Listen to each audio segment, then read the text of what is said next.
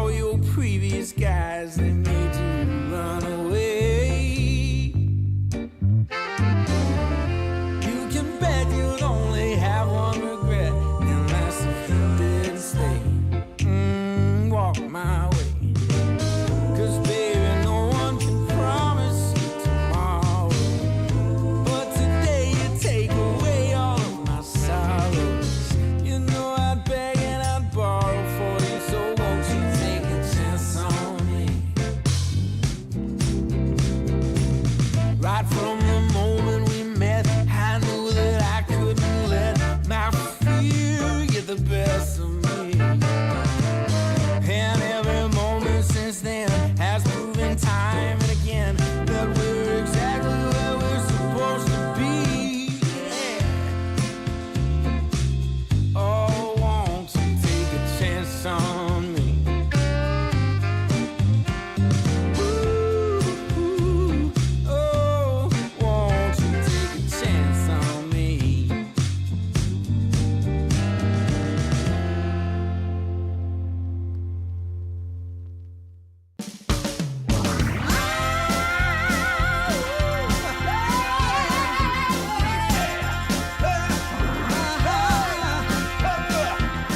Go and tell your mama to get up off her seat.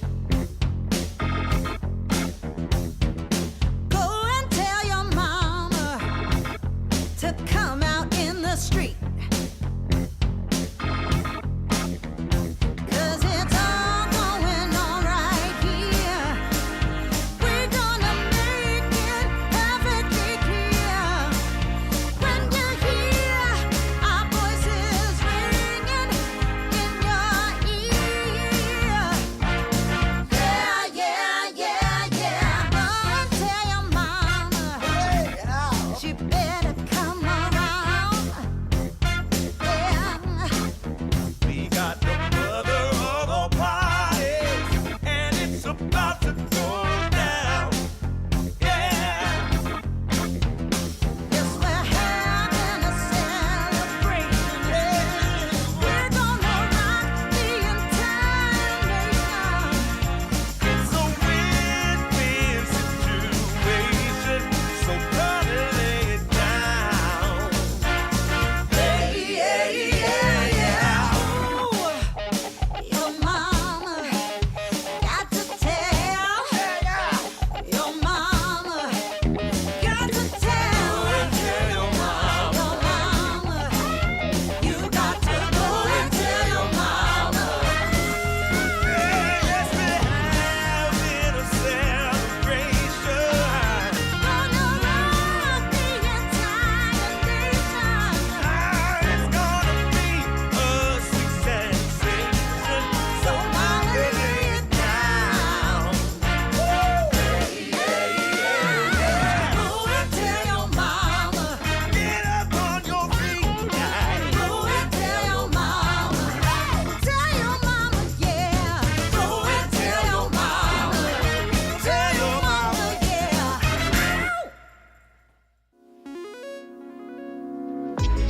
Coming out the gate with the heat. Everybody's playing in the street. We got the summertime magic in this beat. Sun is in my eye, feeling high. Only good vibes, I'm alive. And if you see me driving by, don't be shy. I'm so excited. You know just what I wanna do.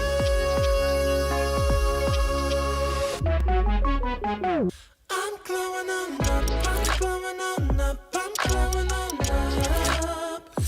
I'm glowing on up, I'm glowing on up, I'm glowing on up. Don't it feel like summer? I'm glowing on up, I'm glowing on up, I'm glowing on up.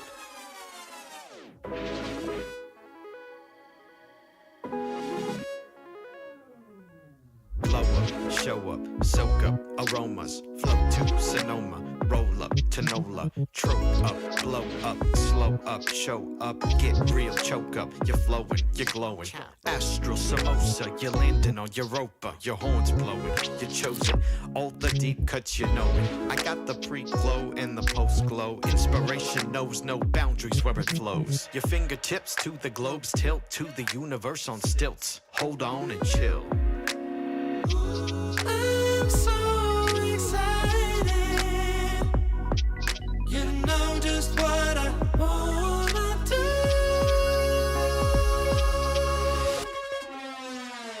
I'm glowing on up, I'm glowing on up, I'm glowing on up. I'm glowing on up, I'm glowing on up, I'm glowing on up. Don't it feel like summer? I'm glowing on up, I'm glowing on up, I'm glowing on up. I'm glowing on up, I'm glowing on up, I'm glowing on up. I'm glowing on up, I'm glowing on up, I'm glowing on up. Don't it feel like summer? I'm glowing on up, I'm glowing on up, I'm glowing on up.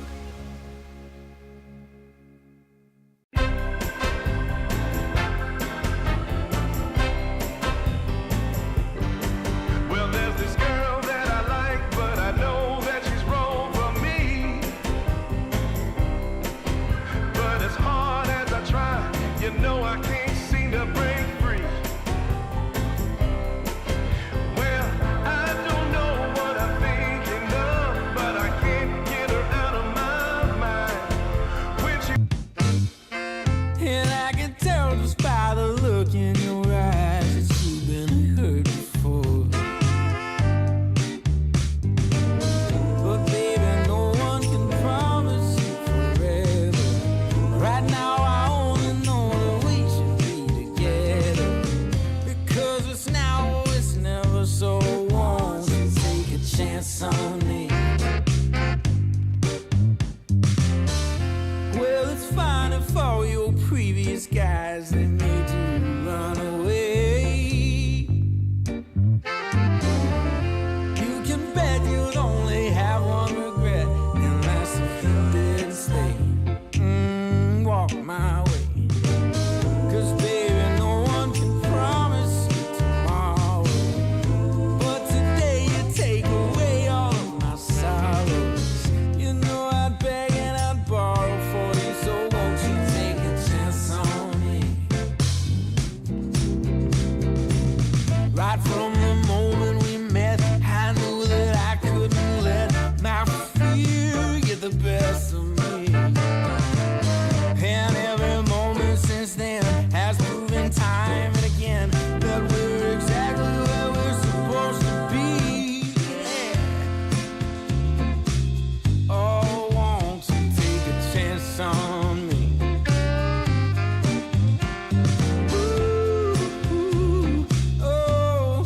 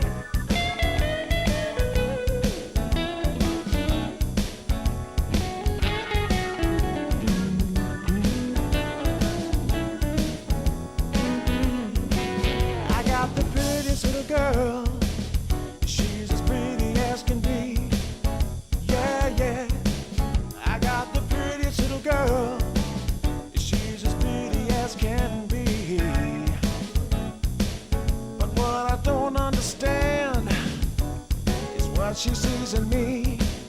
Ooh, I've been drinking too much, staying out all night. I can't remember my left from my right. I'm kinda blurry from my head to my toes. It might seem like nothing, but there's one thing I know. I got the prettiest little girl. She's as pretty as can be. But what I don't understand is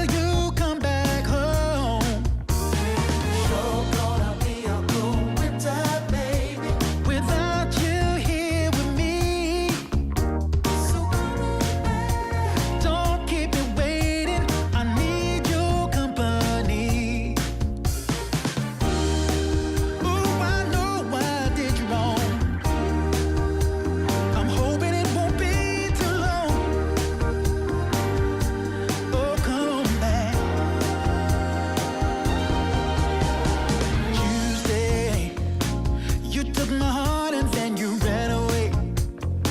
Now it's been 16 hours and 7 days. And now the hardest part is begging, baby. Begging, baby. Ooh, baby. People say it's just a waste of time and we don't care. But I'm holding on and hoping that will be another chance for what we had. What we had. Never gonna be another way. No more windy days. Come back, I'm gonna find a way. Yeah, back to me. You're gonna be a whole winter, baby, without your loving around. Baby, I will be waiting until you come back home. You're gonna be a whole winter, baby, without you here with me. So come on back. Baby, don't keep me waiting. Don't you set me free.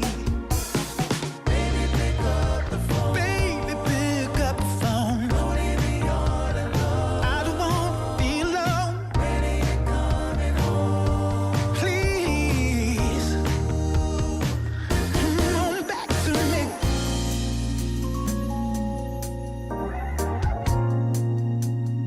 Ooh, baby. Oh, yes it is. Come on, baby. You're gonna be a whole winter, baby, without you here with me, baby. You're gonna be a whole winter, baby. Oh, yeah.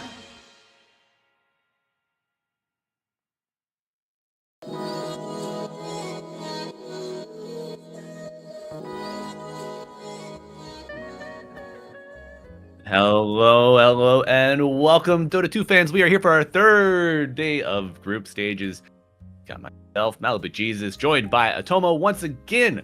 We're holding it down here on ESL_Dota 2 Ember. Is that correct? Yes, Ember, Right, look at fire. that. That's what we We are want. fire, but we have a draft underway, and you know the first hero is not of fire, but water. The Naga 10 Siren has seconds been remaining. banned out in pretty much every game you and I have seen Atomo, 5 making her seconds first remaining. appearance on our cast. It's going to, I imagine it's going to be not me playing her. And this is a pivotal match for both of these teams. They are 2-2. So they are very likely making it to playoffs, but you want to get that upper bracket start. You want to, because lower bracket, you got one chance and you have the tournament. Not really what you want. You have to get first place to make it to DreamLeague 27. So this is a chance for one of these teams to kind of not secure, but with only 3 series total left, you have very little breathing room. Getting 5 and 2 is insane. Getting 3, 4, not so much. As what's it gonna be? Dragon Knight being picked up for Espoiled. Now I believe that who plays this DK might be more likely for Dual Rays to play him. DK from Dual Rays, not 10 a bad seconds option remaining. here. Usually someone's durable enough to kind of take it being set up on by the Naga for the rest of the team. Hopefully you get a save or a counter ultimate to, nullify that jump. And I mean, if DK, once it gets Blink Orchid online, maybe Naga's your first target. True. I'm surprised so far that Esports has not considered banning the seconds remaining. Ringmaster. Rare Gods has been playing this hero a ton. It is his most played hero by far. They get rid of his bounty, which is 4-4 in the last month. 4-4, sorry, 4-4 in the last month. But it's generally been his Ringmaster that's been more scary. So will they consider? There you go. That's why you don't ban it, because you want it for yourself. That's right. Way to snag Okay. that up. We've seen a lot of Yes. Ringmaster. Is there any what do you think the reason for the resurgence 10 is? seconds remaining. He's just a very solid hero overall, right? Like you have a bunch of 5 useful seconds spells. You have this remaining. percentage damage from the knives. It's a good AOE control, a save. That I've seen some people also consider going for the Axe Scepter for even more damage from the save. It's there's no weakness to Ringmaster. It's very similar to getting a Warlock 5. You're never going to feel bad about the hero. Whereas other heroes like Pugna, if I'm not taking towers, is weak. Disruptor, if I'm not winning, is weak. There are some heroes with weaknesses, but Ringmaster is just well-rounded. I remember on launch, it seemed every streamer was every support streamer was just like, insta-lock Ringmaster, insta-lock Ringmaster. Yeah. That was before he has Ag Scepters or Shards or Passes or Innates. Even though, to be fair, none of them made a difference. Well, like the Shards, like, if I'm good at Illusion. The Innate is what he was built with anyway. The Facet is exactly what he has anyway. So he didn't really get a whole lot, the poor guy. I do like the concept of the daggers exploding from the box, though. That was cool. Yeah. 5 seconds remaining. Now, Pudge comes out for Kamichata. This is going to be an Anko Pudge. He has played this hero 17 times competitively in the last month. So you have your Pudge, you have your Naga. What are you going to pair it up with? The Shadow Demon, going to be for Ryota or Mr. Ellis. Oh, sorry, that's on the other side. Sorry, for Rare Gods, my bad. Rare Gods. Yes. Amaryllis, is he? He's not in the lobby with us today. Oh, that's one of his roster names. I also believe that Dual Raze is now a permanent member of Espoiled because they registered Malin as their mid, but Dual Raze is playing, and I'm fairly sure these are not the same person. So every Dota player, they got multiple personalities. It seems. Which one of them is pleasant, though? That's the one that we actually want. How do you appeal to the teamwork minded one? If such a one even exists, like, hey, could you? All right. Okay, Clearly mute. 5 seconds remaining. All right, so we got the supports, the off lane for Espoiled Kamichata. Will they be taking their? You can flex the DK. That's kind of the problem for them for Kamichata. So you might want to take a carry that you think is going to be good either way. That could be the Abaddon, which Will likes quite a bit. And Abaddon in general never really feels that bad, so I wouldn't mind the Abaddon. You're going to have a very tanky draft that way.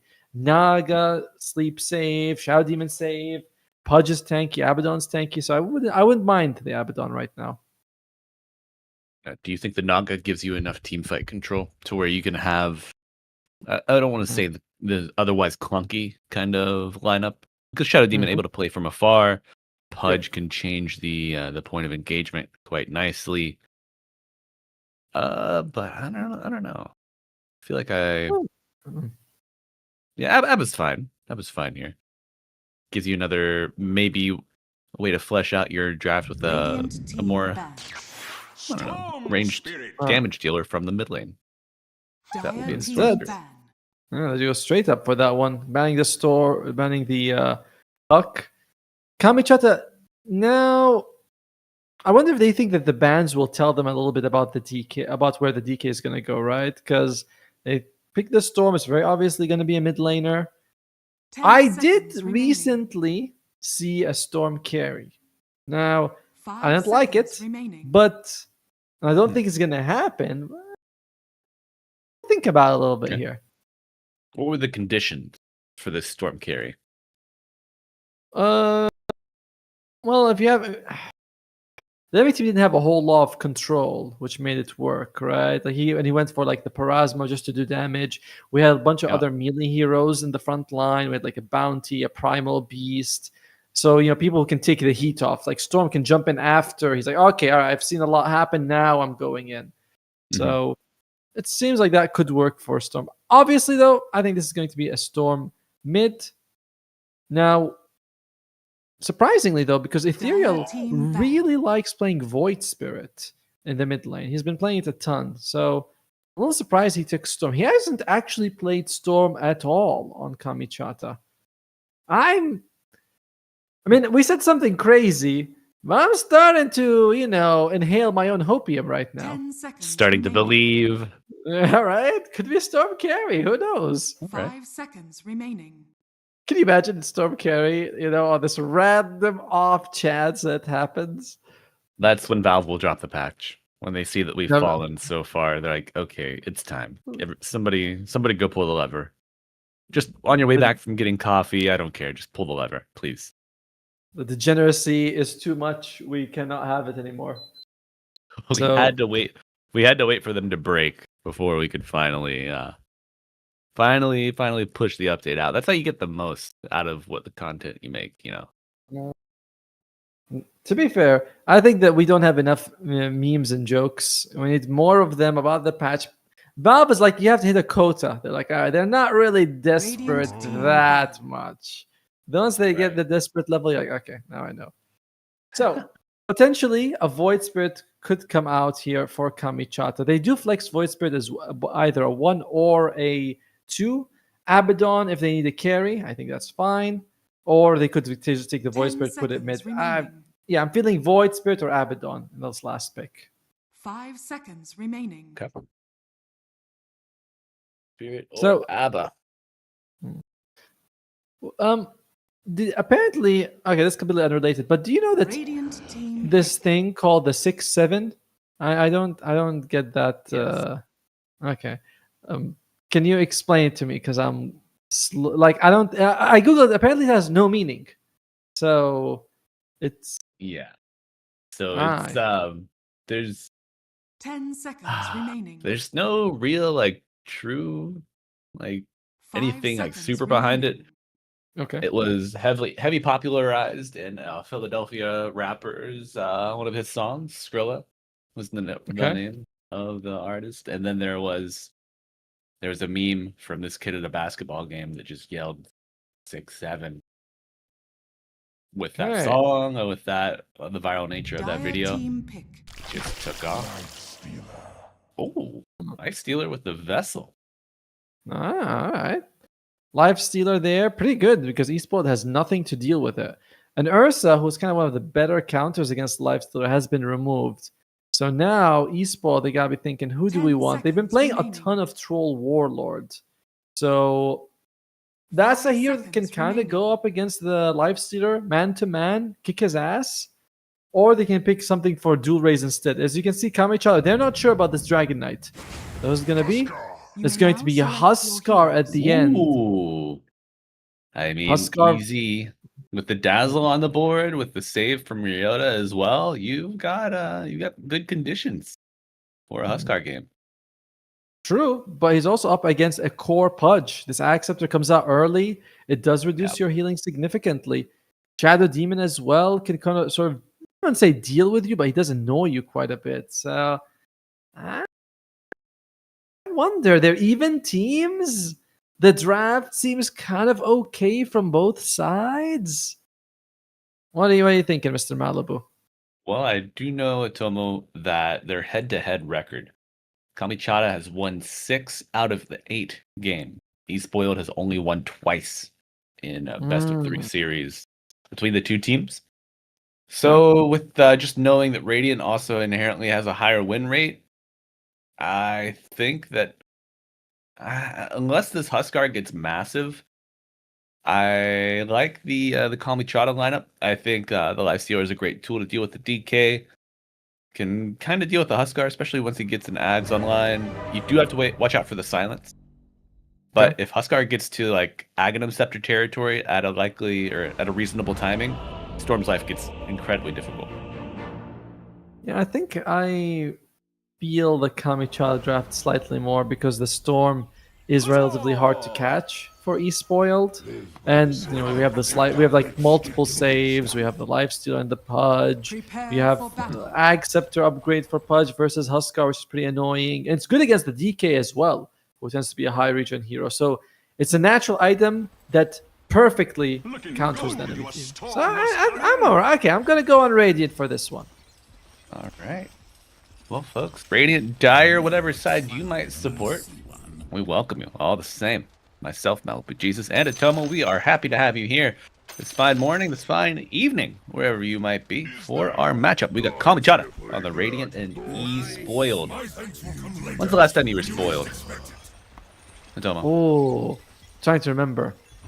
Like I'm trying to. On my birthday was kind of nice. It was Okay. back in August, my wife surprised me. She had 30 other people seconds take to me out of the house. I came back and it was all decorated. Had my Oh, birthday, had a cake, had a couple of presents. It was nice. You don't get that very often as you get older. Especially I think guys, we get these things a little bit less. So it was very Yeah. nice. And she always does that. She's kind of nice. Nice.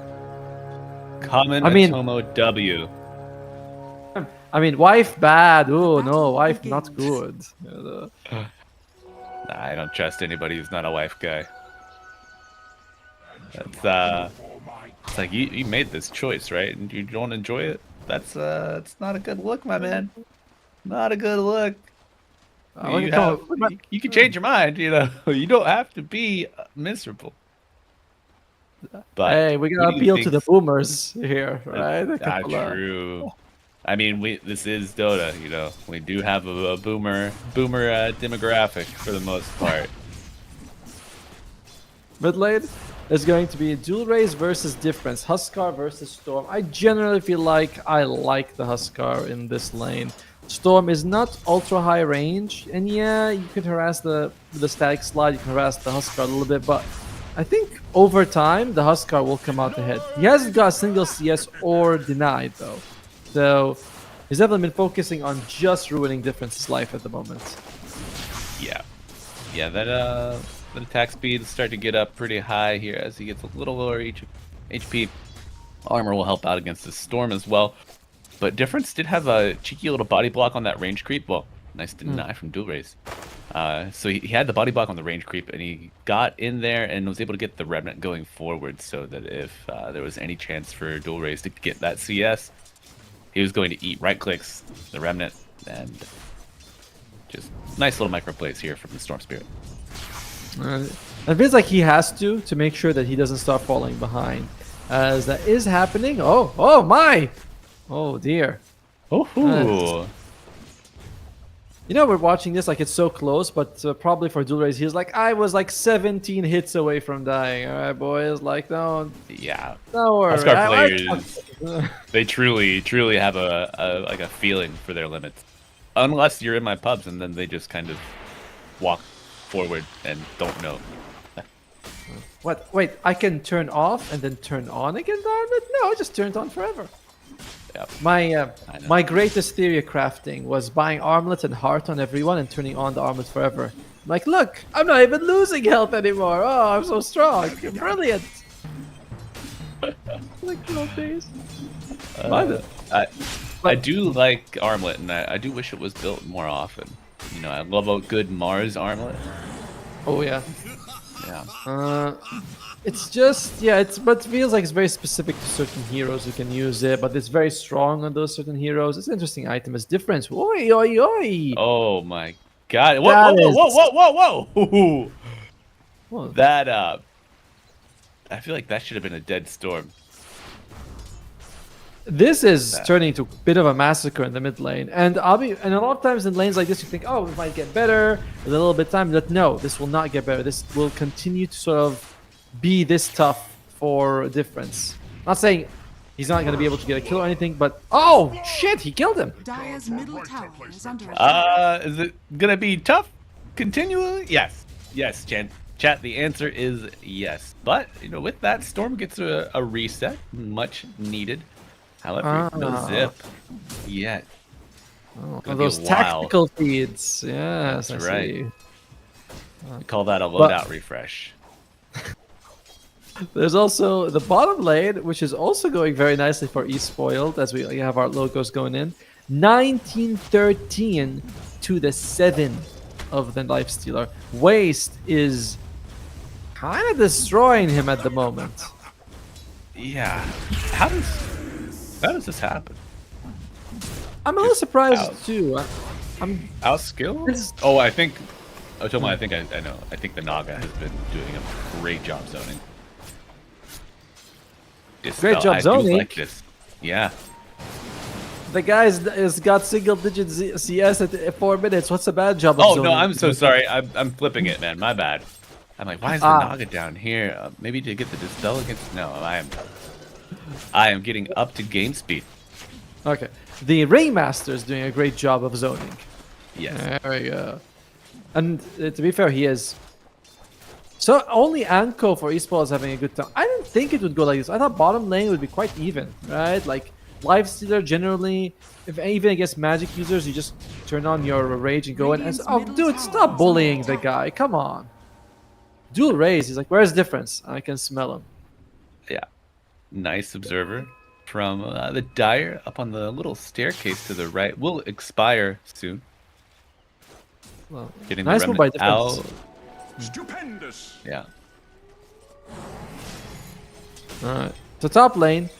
This is the best lane and still going quite decently for Snow. As he's 33 and 4 to the 24 and 4 of the Pudge. Anko, however, if he has a good time on this Pudge, could make a lot of space for the team. It is pure damage, the hook, so Huskar can just get straight up dead.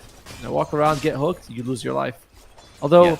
I suspect he'll keep hook at level 1 for quite some time. Agreed. Only level 3 on this Pudge now. Do you go 1-2-1 most likely? Yes, it is the way. As nice move by Aztekor, spots out that there's a stack going, gets a D ward off as well. That would have been a nice way for Difference to sort of come back, or Ethereal, my bad. Because you're like, oh, okay, I can just go there, throw 3 remnants, stack remnants, and I'll be fine. But nope, that's tougher option. Rotation protecting the rune. Aztekor No, not getting Difference a chance at getting a bottle refill, and the only refill he gets will be by going back to the fountain. You gave me bad stats. That's your fault. You lured me with the 6 and out of 8 wins for Kamichara. I was like, because eSport, maybe they're really, they come to this match, they're like, oh, we're mad. We are so pissed off with these guys. There is nobody beats us 7 times in a row. That's right. We've got little brother brain on the mind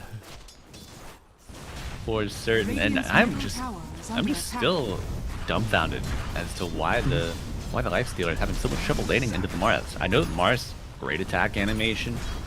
True. Great way to secure CS, and wow, sub 7-minute arm lane here for dual raise with the leap forward, but Difference did get his 6th and his ult. However, with that, nobody around to defend the tower, and that will be a mid-tier 1 tower around 7 minutes into the game. Tomo, what does an early tower like this do to a team?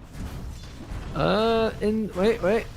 Well, for Difference, it's not gonna make him feel very good for sure. Mixed rotations, invading the jungle into those side camps a lot easier for the Dire side. So he's spoiled. It's quite a big deal for them that they have this tower taken down, and now they can also rotate, take the other tier 1s like top especially, which is what I believe they're doing on eSpoiled. Oh no, it's a stack. Oh, come on. Oh. But Pudge is sneaking around. Dual raise is mindful of the pure damage from that hook. And it looks like Pudge going back to the lane, while Shadow Demon will do to get it back. I think there's a sentry blocking. Yeah, I think they tried to deward it. They actually have their own sentry there, but they can't seem to find it. So yeah, a little bit unfortunate. Oh, Storm jumps in, goes for the mid lane. And look at the difference in net worth. No joke, Huskar is double the net worth of the Storm. And it's not like we're not being like, oh, it's like he is actually double net worth. No humor about this, folks. Usually, Tomo and I are quite cheeky, love to make jokes, but no, this is math. This is factual. There is no room for interpretation. Huskar is king of the castle here in game 1 so far. Demolishing the Storm. He also has that silence if he can land his jump. With the silence after, Difference would very likely lose his life. Now, 5,000 gold leads for eSpoiled. I guess one of the positives maybe is that they won't push too fast, but they do have a DK. He's a DK carry, so it might be like, guys, I want to farm, but yeah, still have a DK who could take buildings for you if he wants to. Yeah, Mask of Madness, I believe, is flying out completed to the DK. And Tomo, we will see a second armlet. So with Dragon Form, with this Huskar, you're going to run around the map double armlet. I mean, Radiant's top tower. These is towers. falling. Fuck! Worried about the There we push, go. But okay, look at that. The There we silence. go. And they get it with the Gore Storm. Great timing. Good rotation off your power curve. 2 kills going in your favor. Make it a third. Oh, DK, no TP out here for Snow. And Storm, as everyone focuses on the DK, the higher value target, we do see Ringmaster kind of skitter away. Is he? Let him. Let him run. We got what we wanted. We got the biggest 2 cores on the map and a +1 as My Anko. God. Why are you greeting that, bro? Oh. Okay. Well, 2,500 gold swing in favor of the Radiant. We get Dire's top tower is under pretty much attack. everybody involved on those kills as well. So a healthy spread of XP and gold going to the boys. We'll run Kamichara. So you just mitigated half the damage you took in the laning stage in about a minute. And if you're E-spoiled, that hurts. You know, we saw how much work Dual Race put in the first 10 minutes, shutting down Radiant's difference. It's a middle lot. tower is under attack. Bottom lane, you know, we're like, Lifestealer is being mauled in this in that situation. But I think that's the big problem, right? Where was the Dire's Mars? top If tower Waste is under was there, attack. that fight could have gone very differently. Yeah. One arena, maybe that hook doesn't land just due to the control or the clustered heroes being around. I think if you're the Dazzle, you really got to focus on sticking to your Huskar here, making sure that does not happen again. And this creates an also interesting problem because we can see that. Sorry, what's the name? Sorry, Snowy, right?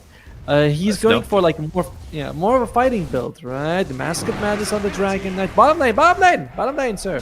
There we Bottom go. lane gonna Nothing's be happened. no, There's the tower. and an Invis Yes. Storm. Radiant's bottom tower is under attack. So Snow is kind of thinking, I want to join fights and help my team, right? I go Armlet, Mask of Madness. It's like okay for farm, but it generally Armlet's I want to be involved. If you buy that and you start losing fights, it feels kind of awful. Yeah, not the item I would want to have in my pocket if I was down 2 or 3 engagements at that point. I think it's still a far cry from being in that dire situation, though. He's ahead maybe like 1.2k of the enemy carry. And also the Lifestealer going for the Armlet as well. So it's not like you'll have Armlet advantage for like 5 minutes and then he has a Radiance, which is a huge offset. He's going Armlet on Lifestealer, huh? Okay. Interesting item here. As Difference trying to farm up this stack. Still quite a lot, quite a bit behind Dual Rays, but he's not being lapped by him at least, which is nice, right? You're 2,000 gold behind, but you've been 2,000 gold behind the entire game, and percentage-wise, you are catching up. Yeah, that gap is holding. And it's touched on that topic yesterday. As the game progresses and time goes on, maintaining that net gap when you still have a lot of map to play, not the worst. Not the worst. Yep. Exactly. And again, they did cut it by half, going from 5 to 2.5. Now it's back to 3, but that's a small thing. Woe will have to be involved if he buys this Armlet, and I think he's okay with that. We did see him go top, made a difference in that fight as well. So Kamichata, after a relatively disastrous start, with no other way to explain it, Radiant are scared. have stabilized the game quite nicely. Yep. Yeah, that fight just really solidified it for them. I think if you lose that fight, then you have to worry about a tier 2 tower being kind of chipped down. You lose your triangle completely, but E-spoiled, they realize Radiant still have a bit of punch left in them, especially without their Mars. And also Now, is puts this going to E-spoiled. be the Yule's Mars that we see? Yes. Dire are scared. I think he's been queuing up. We're getting a couple of components for it. And we can see Snow is looking to get a Blink. So another fighting, not quite our farming item. Farming item for Dragon Knight, you usually go Maelstrom and then you just try to, just farm up the map as fast as you can. There's Radiant difference. He's are infested. scanning. He's smoked. He's like, who can I find? And Anko, not the time for it, brother. Yes, and before it was like 1350, 1352. We see a couple TPs coming out top side for the Dire. They want to make this Wisdom Shrine rotation, take a fight. But Storm with the Lifestealer already on top of it. Correction, Mars has a Blink Dagger. He was queuing up for the Yules, but he changed his mind. So, no fake news here. So make sure that you know there's difference. Smoke on 2. Who's going to pop first?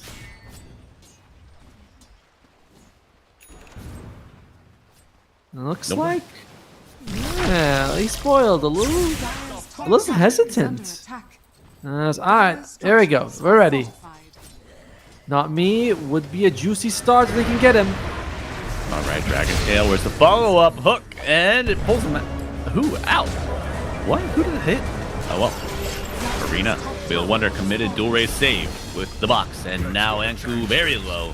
Will go down. You lost your offlaner as the enemy offlaner securing a 3rd kill for the team here. Disruption buys a little bit of time, but it's not going to be enough. I think he hooked the Top tower is under Huskar mid-jump, and then the Huskar kept jumping to the target. Oh, you hate to see it.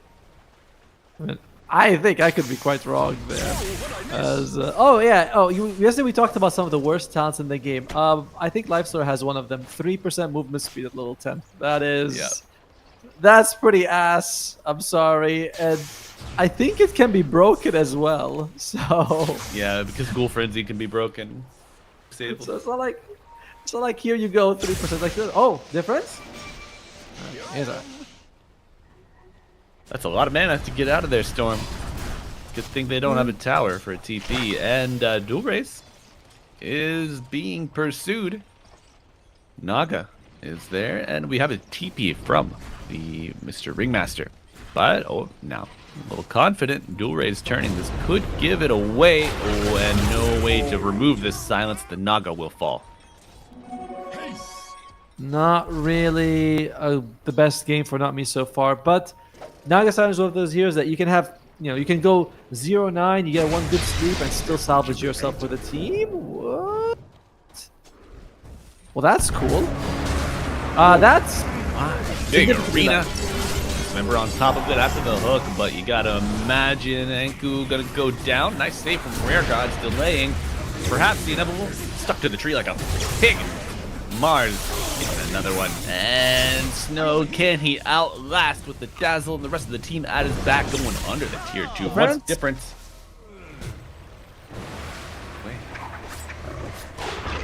So, they've gotten 4 kills from that fight top, but since then they've gotten nothing. And Eastwell, I'm wondering if the Roshan could be on the menu soon. And I'm glad they found their confidence again, because I was thinking, you guys did well in the laning stage. Backing off would be the wrong move for you. It's like, here's Woe, but I can't actually do anything. He's out. No, good rage TP, built-in feature of the hero. You'll love to see it. No BKB needed, Atomo. It's like, I can Nightfall anytime. And another part about that top engagement, the Blink Dagger purchase on Mars instead of the Yules. We saw the double smoke kind of miss, They ended up getting a kill, and then I think it was the 3 for the Dire after that kind of prolonged chase and engagement. Without the Blink Dagger, I don't know if you get those. No, the Blink gives him a lot of capabilities for sure. Ryota, he's going for Atos on the Ringmaster. Yeah. Okay, that's kind of cool. I'm also seeing that he's got no secondary point impalement arts. I usually see 1-0-2 in the laning phase because, the double dagger is really nice. You always have, you throw one, you still have another in your pocket. But he's like, nah, one's enough. I want to max out my other spells instead. Huh. Yeah, I thought the damage capabilities from impalement arts was something that you just could not afford to lose out on. But hold that thought, folks. We got a nice spear from Mr. Waste. That will give them the juice they need to get the kill on that Storm Spirit. I suppose he's like, what? My team's doing all this job killing people. I don't wanna make them feel bad, huh? Uh-oh. He's fine. He's fine. Crocus. That tower's fine. No, that tower's gonna be okay. Fortification buys a little bit of time, but you do have another wave barreling down the lane, Is under attack. coming around the bend. Dazzle and Ringmaster. Look at this positioning. You have a first, second, and third wave Has fallen. of heroes here for the Dire. No, it's very good. You want to have one guy in the front who can sort of take the brunt, who gets jumped on. The Saver's behind him, and then in the mid, in sandwich between them, sort of a ranged damage dealer who can protect the guys in the back and also jump in if the guy in the front catches anyone. It's very good moves by eSport. It's been immaculate play. They had that hiccup in the top lane, but they recovered very, very well from it. Dire Uh, are Yeah, so scanning. you the same got the time- Saver, and you got a Saver for the Saver. The pet and the pet after That's that. right. Oh my god, we need to get a pet for our dog, man. A puppy, right? No, I just- God, not a puppy. It's like Please, this. not a puppy, bro. Not like this. All right, how fast does the commenter go? Radiant's mid 4 seconds? 5 seconds? 5 seconds. Not 5 seconds. bad. Okay. Okay. Goes for They not needed me. They do. Not me does become the highest net worth support, but we haven't actually seen a single song in 20 minutes. We might see one now. Uh-oh. Or not. No. Oh, the damage isn't there. Not me trying to get away. The 8 toes with the whip, and Song of the Siren is on cooldown. My goodness. Well, we did do it. Okay, I'm not gonna count that as the first song of the game. That lasted too little as bottom lane.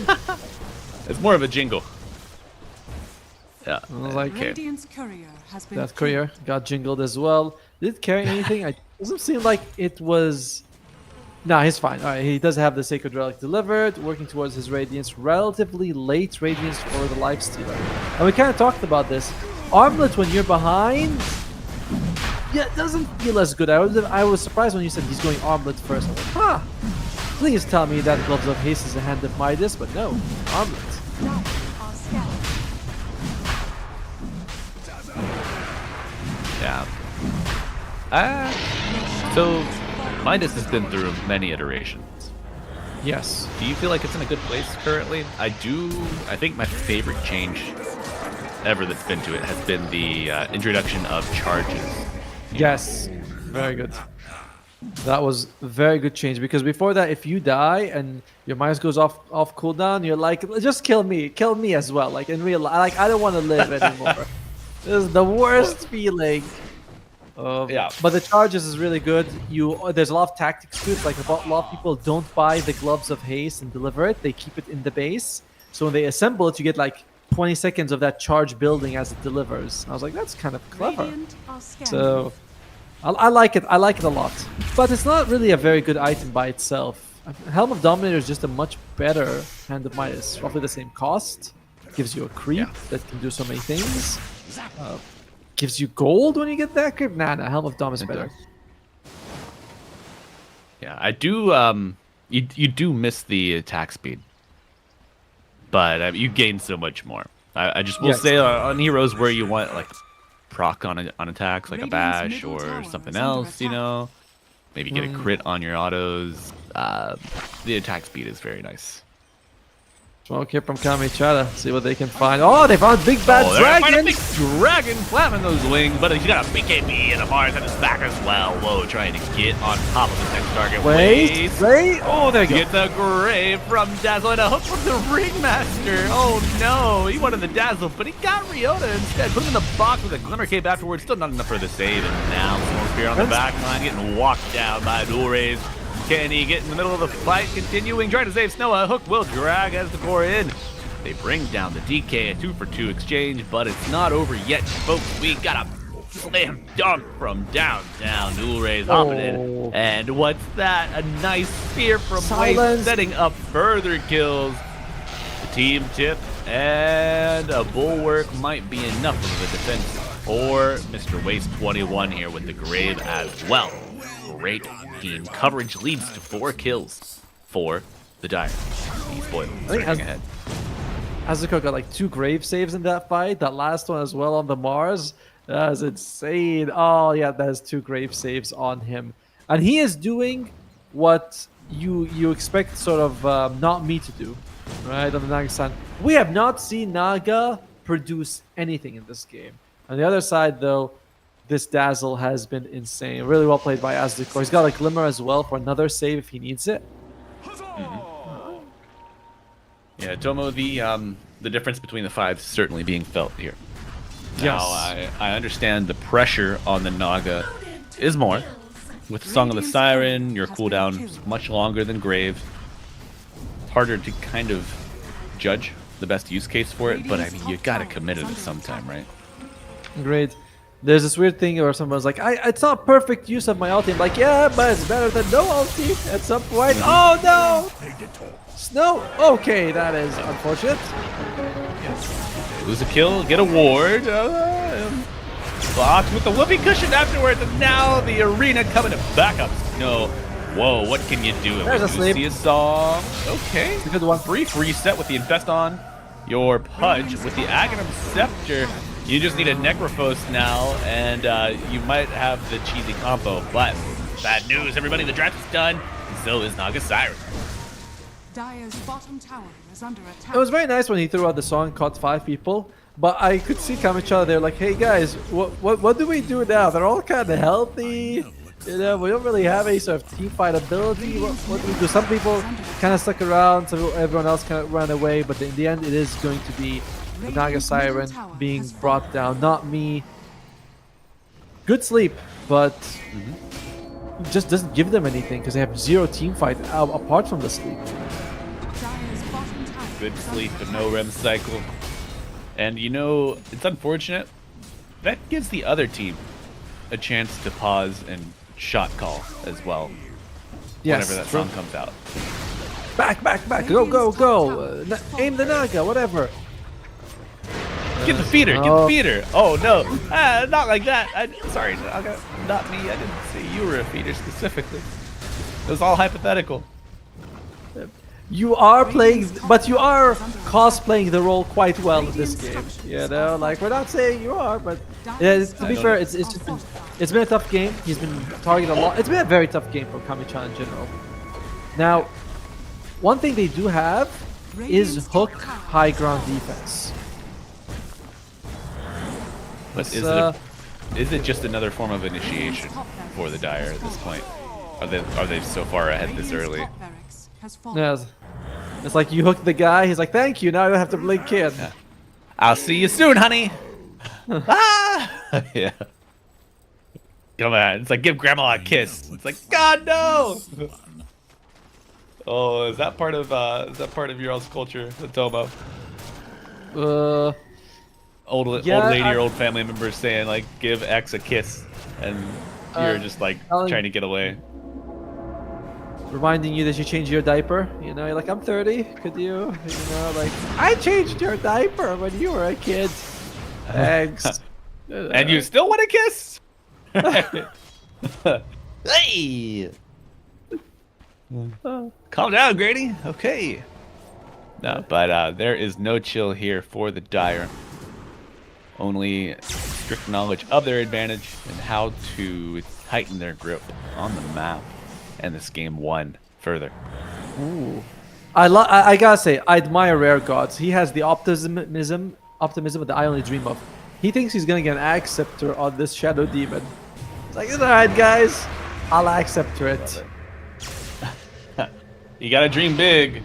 And wow, he even gets out of that. That's Radiant are scanning. Dire are scanning. On the other side, it's going to be Crystallis on the Life Stealer for a little bit of damage. Wants to go for Basher after. Anko's got BKB Ags on this Pudge, so decent items. We'll see if he can put them to any use. And there's also BKB on the Storm.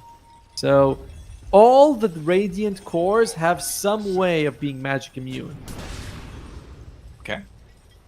This is good stuff, because the other team has got nothing. You're gonna need it. Now, Huskar doesn't have an Axe Scepter yet, but he could have it about 500 gold, which kind of puts a damper on all these BKBs. Yeah. Yeah, Tomo, I think Ag Scepter is just gonna be the green light for E-Spoiled here. I'm sorry, was there a red light to begin with? You know, I don't feel like at any point Only there a was yellow. Oh, okay. Yeah, Slow only down. a yellow understanding that there are some conditions where they might not want to fight, but Oh, poor difference. Radiant's middle tower Really is feeling under for this attack. guy. Brutal lane into just no opportunity to kill anyone. Rough draft. Oh, the supports have saves on themselves, and the cores are all durable.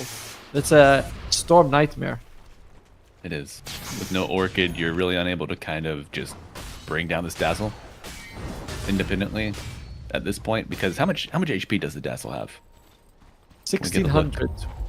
With a Greater Healing Lotus, a Holy Locket, a Gale Guard, and a Glimmer Cape. So really, he's got like 28, maybe more.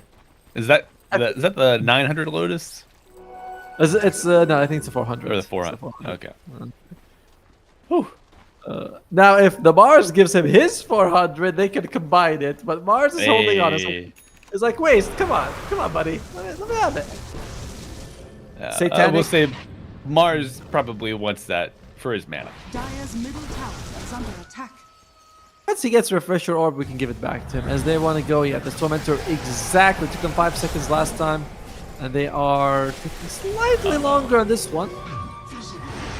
Rare Gods. Nice shard picked up, but at what cost? Maybe 2 of your cores, but the BKB is best. Whoa.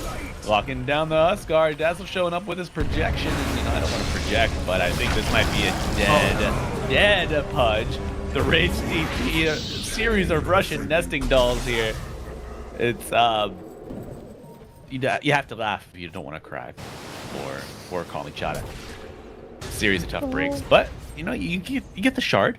So a nice dispel available now, and a little bit of a heal. It's a good shard. It's a very good shard. I am surprised Anko didn't instantly blink. I think the Huskar has his Ags, right? So he's like, I can't actually blink TP anyway, because he'll just, taunt me with his ultimate. So Anko was in a impossible situation. He takes a lifesteal, tries to keep him alive. I miss the old days when you could eat someone. Wait. Yeah, I missed the shard. There you go. Found the right one, and the taming of the beast shall occur. But another split. Ooh, once this kill, he knows. Get this Naga off the map. This could be high ground without the song, and they will have no Naga for 35. Can E-Spoiled challenge the high ground in this amount of time, Atoma? What do you think? I think the Naga will probably be up by the time they're knocking on high ground. 35 seconds is really not a lot of time. But you know what you have time for. Roshan. Let's take a look just to the east. Yes, my friends, Roshan. In his second life, our new bowling ball is back and shinier than ever. Atoma, you ever go bowling? Oh yeah, I like bowling. I like bowling. Although I can only play like one round. If I play a second round, the next day my hand kind of hurts. I think I have like weaknesses in the wrist or something like that. But I enjoy bowling a lot. Fun, man. That's fun. Do you go bowling often? Not often, no. Usually just with like family events. Everybody will be in town for a holiday, looking for something to do, and we have found something to do here on the bottom side of the map. Saga the Siren coming in on top of the Dismember. BKB is rendered ineffective for the most part. Now, song has expired. Do they go again? Huskar looking for a target. Blink Dragon Tail, and there goes the Naga, but you got a Huskar. Cool. You're going to need a bigger boat, my friend. And Prince trying to zip back and forth, and Arena onto 2, but self-disruption. I think you maybe should have saved that for your core, but who am I to argue? Probably thought that he might have the rage, maybe he was going to get caught. Rare Gods was like, I knew it. I had a feeling when he disrupted himself and the carry died, I was like, there's no way this game is going to go for 10 seconds longer. Yeah. Someone's hitting the desk like, damn it! There you go. Okay, sorry. We're going to call it. It's Kami Chada loses game 1. E-Spoiled comes out. Again, we thought the Kami Chada draft was actually going to win this one. Like we both said Kami Chada. The record goes for Kami Chada. You have, Pudge Ags against 2 high regen heroes. You do have like late game Lifestealer against multiple strength cores. So you're thinking, okay, he's gonna do some work. 2 saves, Shadow Demon Naga, and yet nothing worked. And E-Spoiled just dominated the game. Pure dominant from eSpoiled, looking to punch their way up the ladder and balance out that head-to-head record more and more. Atomo, what do you think Kamichada might have to do differently in game 2? Maybe pick heroes that don't rely on other heroes to do well. You know what I mean? Like, it seems like when everyone's kind of not working together, I don't want Naga and Shadow Demon and Lifestealer where there's a lot of like saves and I gotta infest this guy, I gotta sleep. No, it's just everyone can play independent kind of Dota. That might be better for your team in this situation. But we'll see if Kamichada does that in game 2, because we're going to go for a little break, and we'll see you guys in about 10 minutes.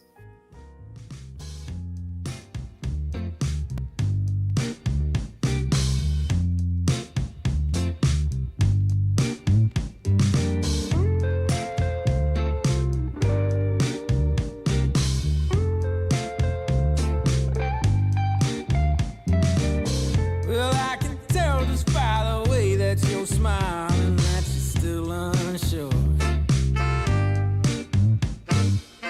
And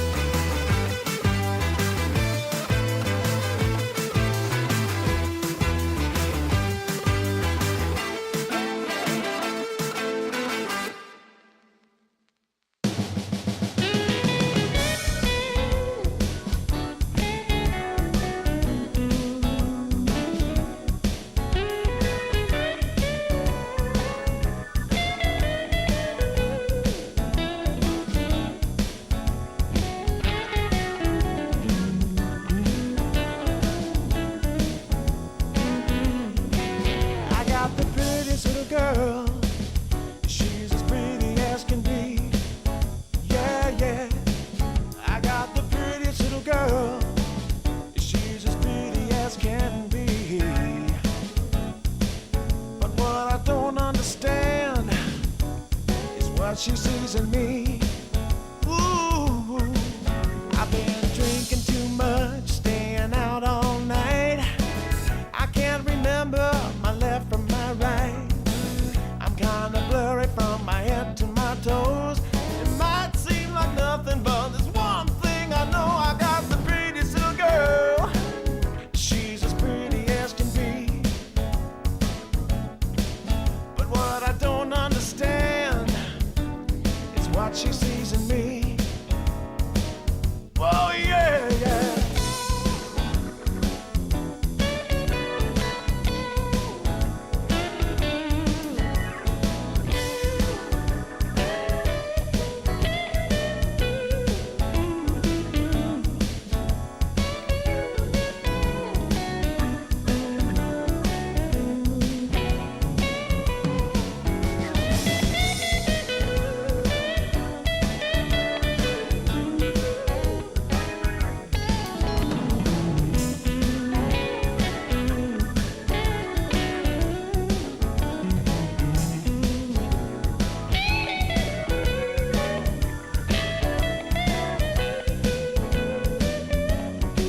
I've been in and out of trouble for much too long. I can't remember the words to this song. I thank the Lord as I'm crawling out of bed. It's another day that I'm not dead. I got the prettiest little girl. You know she looks so fine. I don't know what she sees in me, but I sure am glad she's mine. Whoa, no.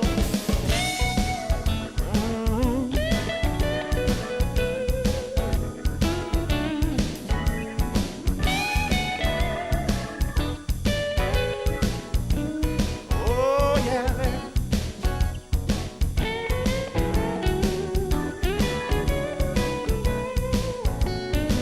Oh, yeah, yeah.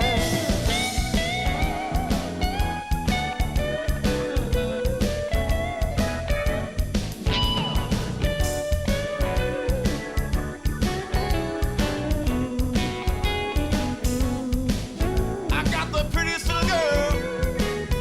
So I'm glad she's mine. Hey.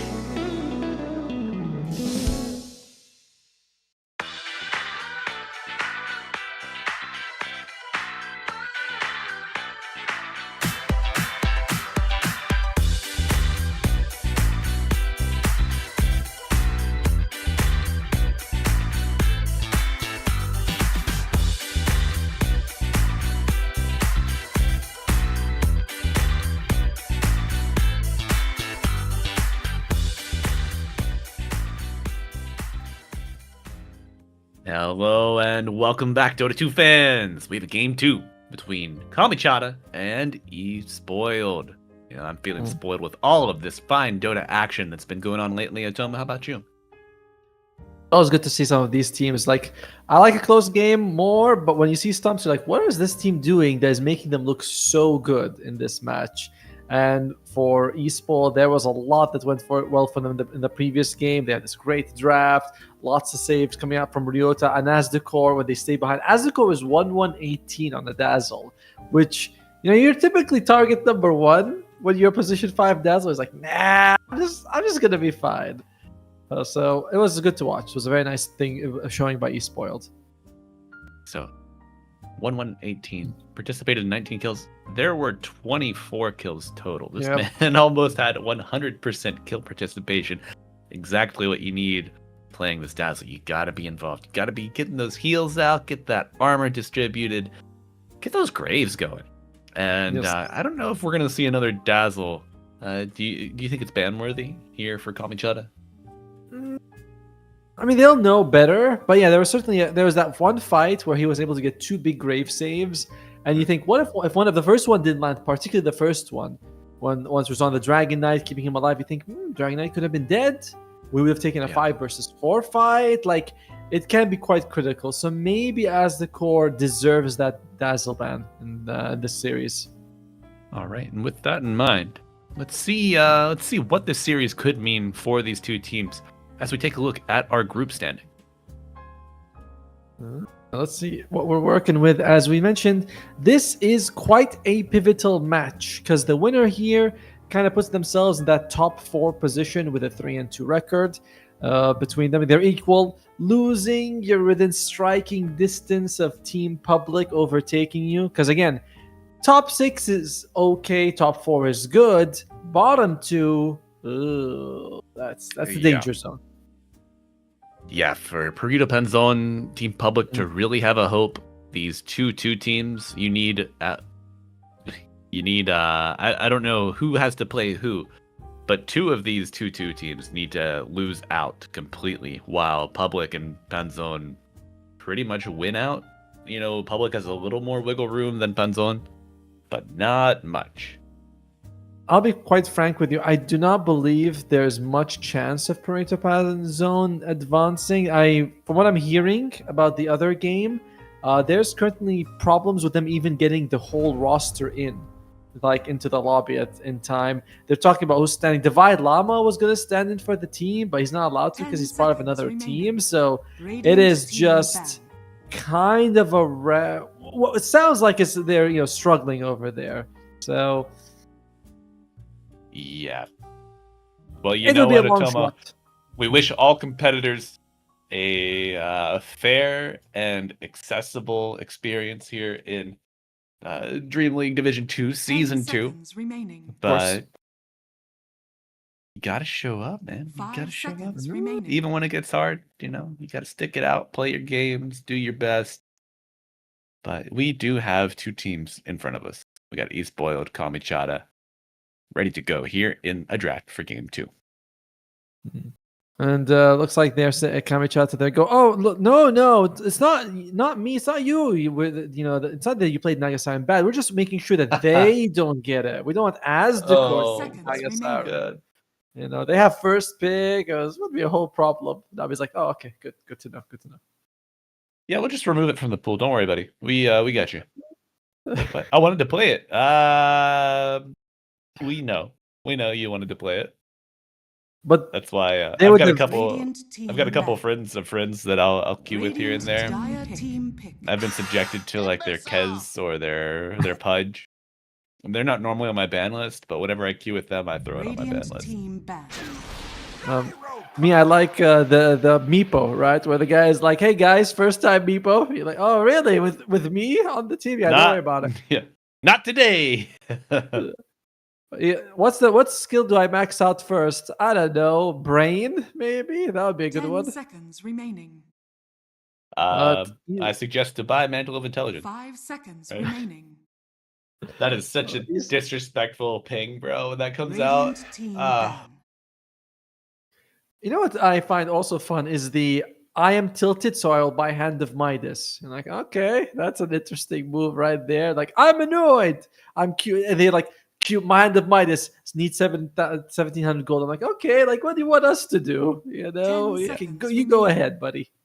I will say that sometimes those players that get frustrated, they're trying to play fast. They're trying to play around these early timings. Maybe they feel they have better reads on the map movements or like what needs to happen, and then they just go through the stages of grief, and they finally reach acceptance.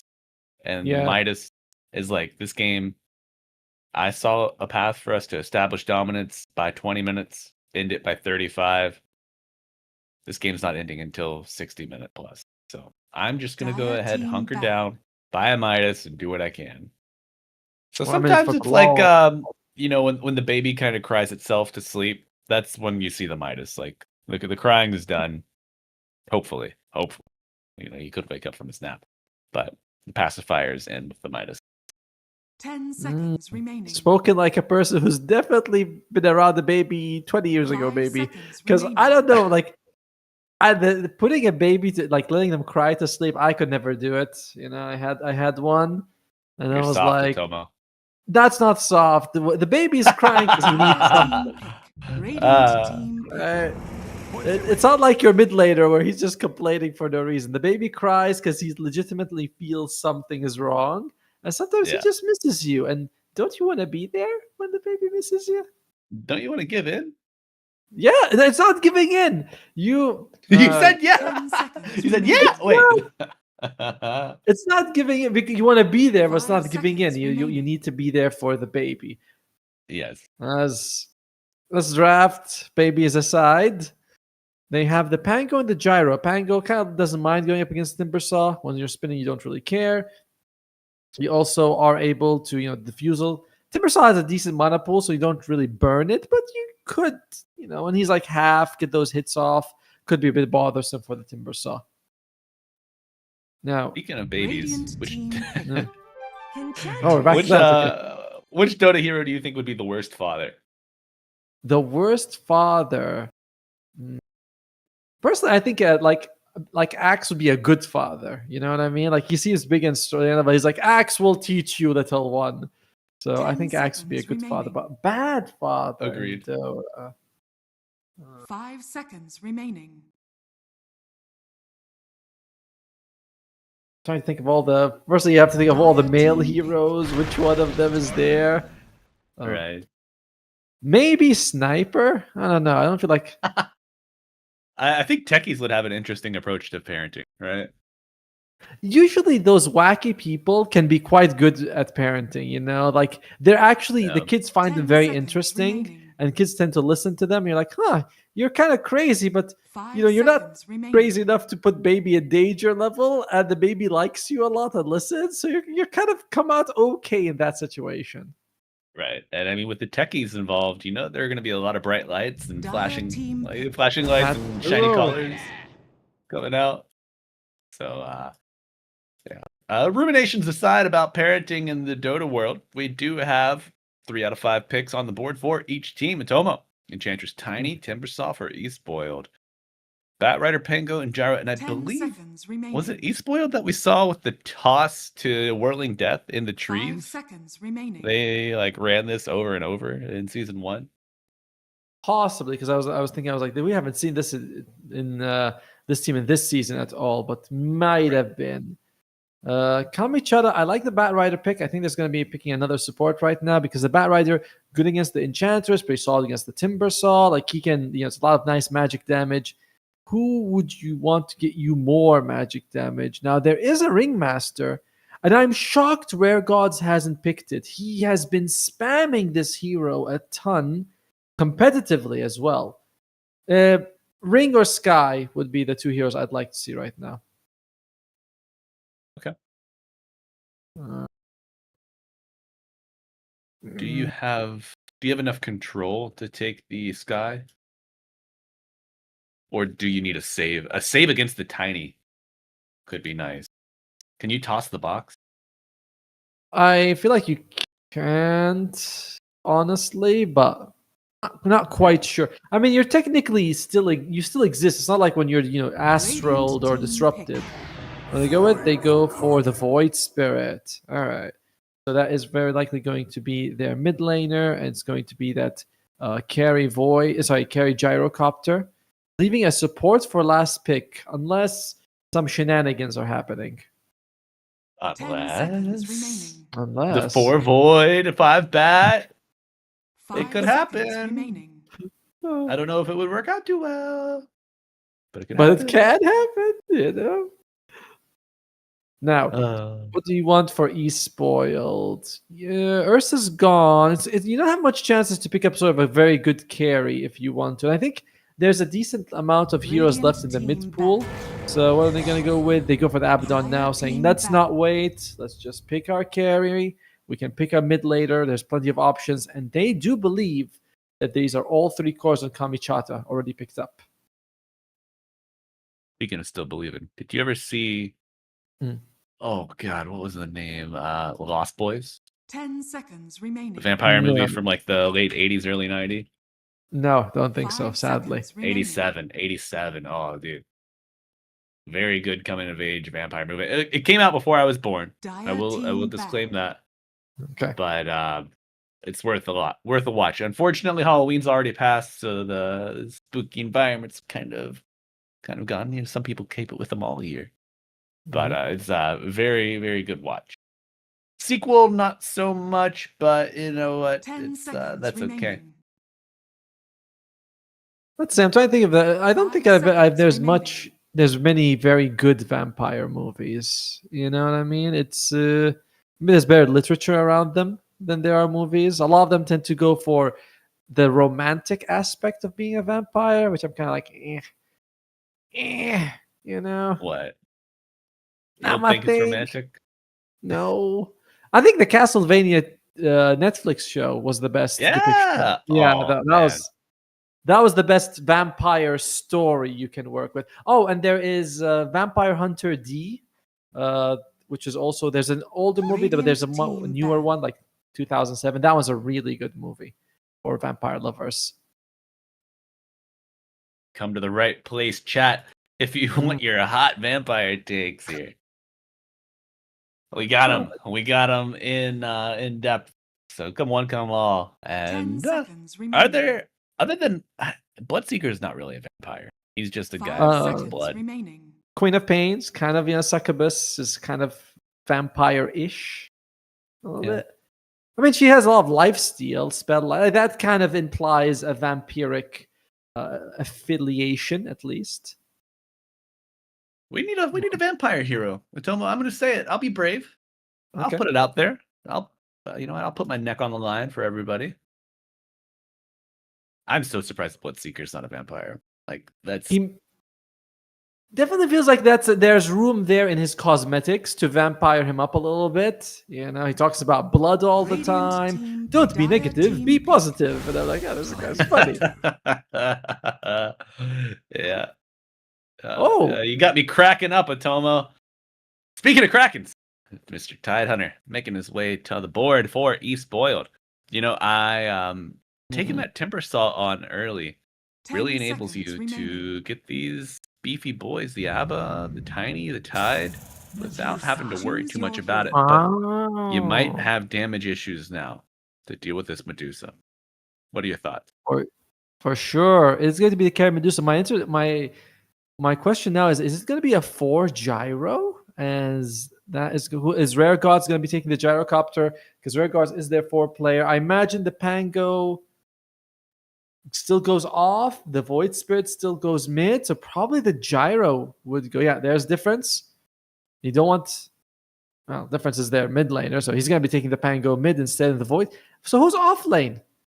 Kamichara going to be showing us something rather spicy with their offlane pick. It is going to be the Batrider. offlane Bat and the 4 Void Spirit and the 5 Gyro. Fascinating. Hmm. I mean, 5 gyro, pretty good at zoning. Right? I crazy? suppose, right? Yeah, and you're up against 2 melee. Afterburner is going to have a really big impact, so there's a lot of positives there. My issue is that the Batrider in general is not well suited towards in this match in the last 2 picks, right? Abaddon can remove anyone's sticky napalm. Tidehunter can remove his own. Yes. As the core overprotective wisps, like once the stacks build up, he will take damage, but until then, he's going to be fine. So I feel like this was a bit of a slight mistake putting the Batrider off lane. Yeah. Yeah, I do think the same. Atomo. Is there something that we're not seeing though? Perhaps tower pressure from Kamichara. If they can get levels, it's kind of okay, but it's not as easy as the walk at you lineup of East Boiled. That I think that I'm gonna make my bold prediction here. I think East Boiled are gonna out tempo Kamichara handily. It feels like this could be a 2-0, but the one thing that gives me pause is this Medusa, right? Because they don't actually have answers for it. You know, the damage from all their heroes is kind of whatever. I mean, it's decent, but it's not. You know, there's some pure damage, some magic damage. Medusa doesn't care what the damage type is. You know, all damage is blocked by the shield. So I that's the only thing. Woe could have a really good game on this Medusa. Yeah, I do. Also, he's taken the engorged facet. I want to make sure that this is what I thought it was. It's the one where you don't get that attack slow every 5 or 6 hits. It's the one where the snake gives Medusa damage. Which, with 4 melee heroes, you're gonna get some bouncy Mystic Snakes. Is it per hero target? It is 1 extra damage for each 6 mana restored for the next 3 attacks. So it feels like it doesn't. It's based on mana restored. I don't think it matters who you're hitting as long as you're getting mana back. And I'm pretty sure, like, you can get some pretty insane mana restoration at the end, right? So, yes, I think this Engorged can give you a lot of right click. I'm excited to see it. I'm quite engorged myself at the moment. that's crazy. Based on The battle begins. based on your perception and context of the word. Oh my god! But whoa, not very engorged himself. 57 -2 with that anchor smash on top. Wait, gush. Yeah, it's the minus damage from the tiny, right? Yes, it's every time you hit him, you lose 2, 3, 4, 5% of your damage, which makes him very durable as a support, right? You jump in, you're like, why every time you hit him, you're doing less damage? Like, this doesn't seem right.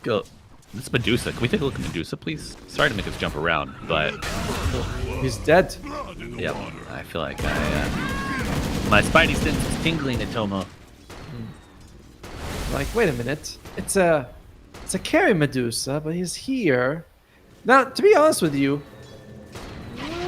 oh yeah, he comes back. It's not too bad. It's not too bad. I mean, he does die. Doesn't get anything out of it. Gives first blood to waste. Oh, okay, it's kind of bad actually. You know, we walk a tight line here on Dota 2 Ember. You know, there's always room for fluctuation and to come back from your truth. But Unko and Rare Gods, bottom side, a little low on the resources already. Suffering at the hands of Adakor, but cheeky wave drag. Now we saw the position 4 Void Spirit played by Tidebound yesterday. Planet, yes, and they did not win that game. So how much damage? Does the Medusa get? 21, level 1, 21 extra damage. Not bad at all. I'm fairly sure at later levels you can get, I want to say, 100 damage from this. Wild. I would love to see Medusa with Engorged paired with Drinking Buddies. That's good. That's good stuff. Alacrity as well. Marcy's bodyguard. Suddenly you're like, we're ourselves the big woman right here. She can do it all. We only like big Gorgons in our lane. Well, the big Gorgon is having a decent lane. Unfortunately, Anko... Oh, not me. Actually loses his life. Not me, you. Ah. Not me, the gyrocopter. Goes down. Second kill of the game for Espoiled. What does... So this this tiny Tide lane. I mean, Tide just kind of wants to soak up creep. Tiny can get a little cheeky with the manipulation, but this does not seem like a...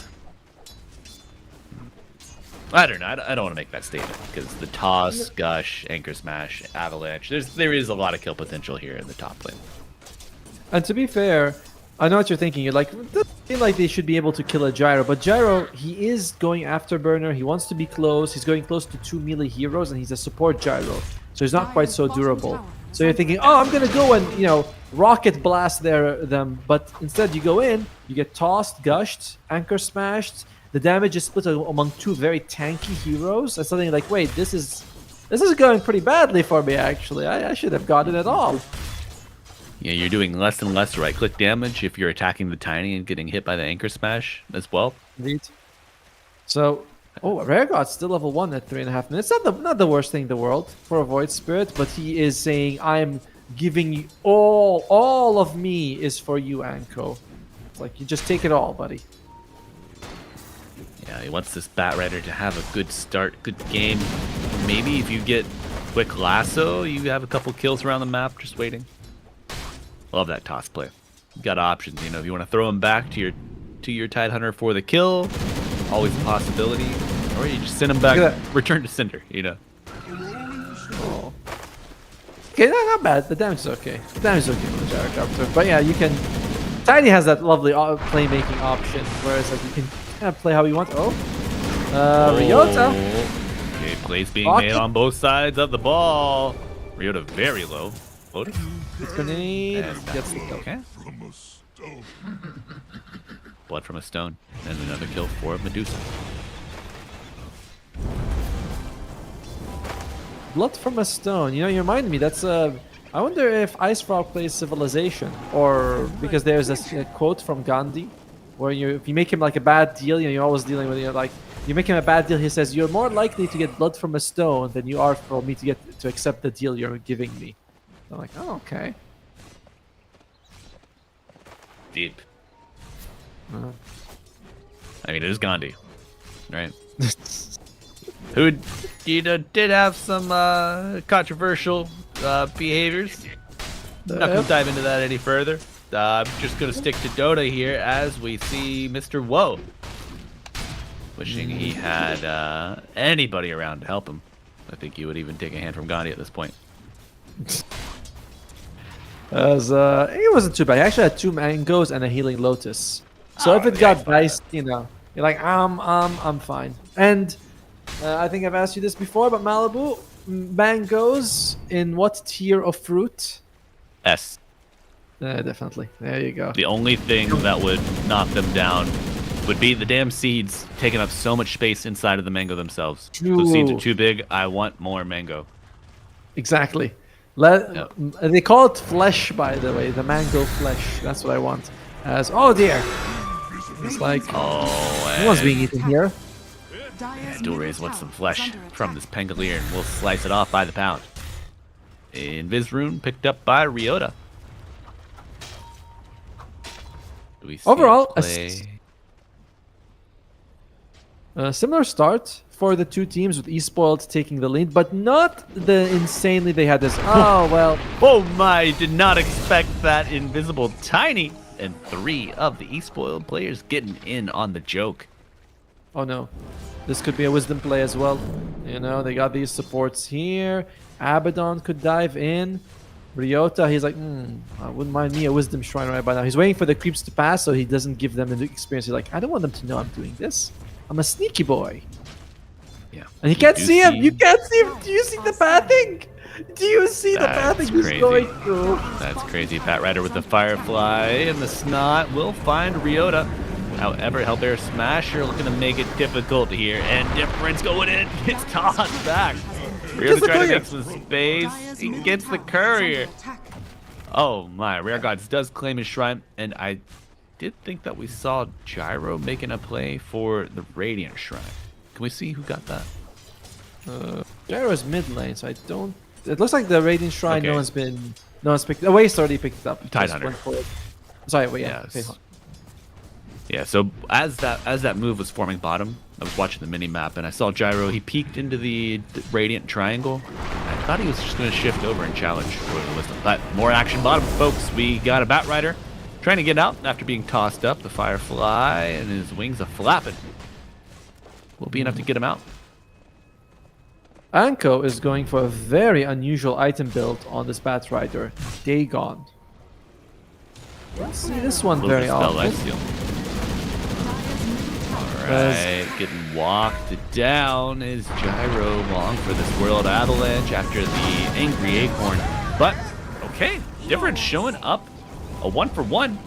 Not bad when the game state is what it has been. And, Exactly. oh god, look at these wisps. It's insane, the healing you can get on Enchantress like that. What are we looking at in terms of items? Anything interesting so far? Kind of the standard on everything for the Radiant. Dire, Panko's going for Diffusal. As we mentioned, the Bat Rider Dagon is the interesting item build here.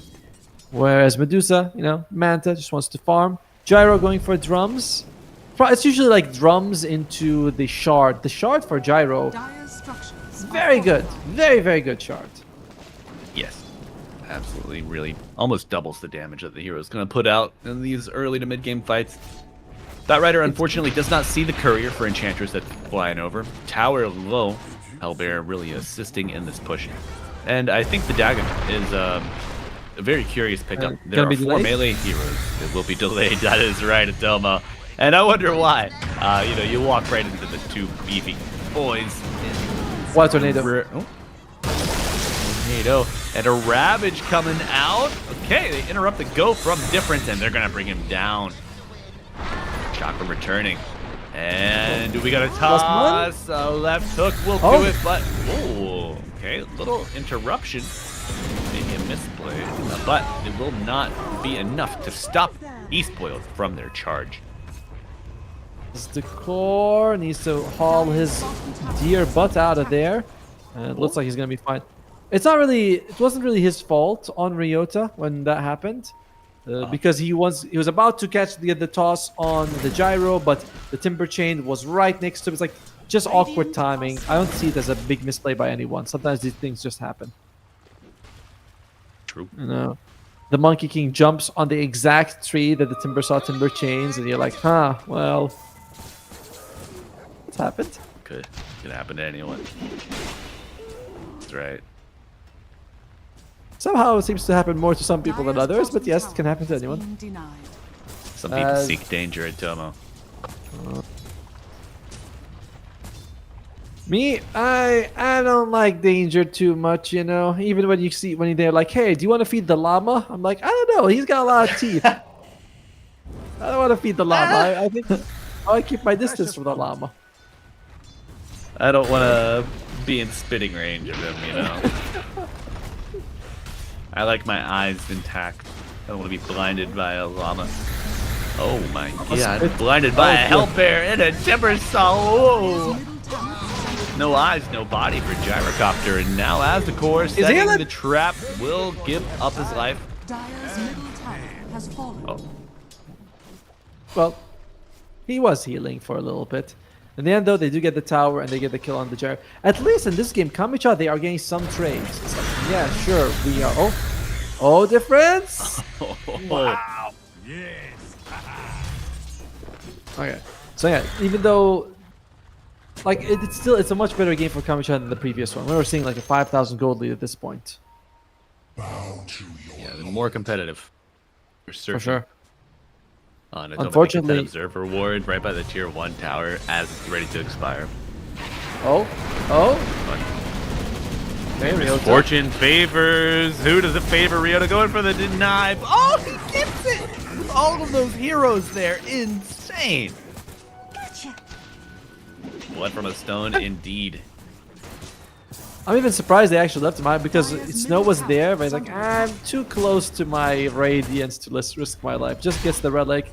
He's 1,000 gold away from finishing it. So let me just go for towers. And that's something we talked about, tower damage, but you have Abaddon, and he's maxed out the Curse of Avernus already. Yeah, powerful.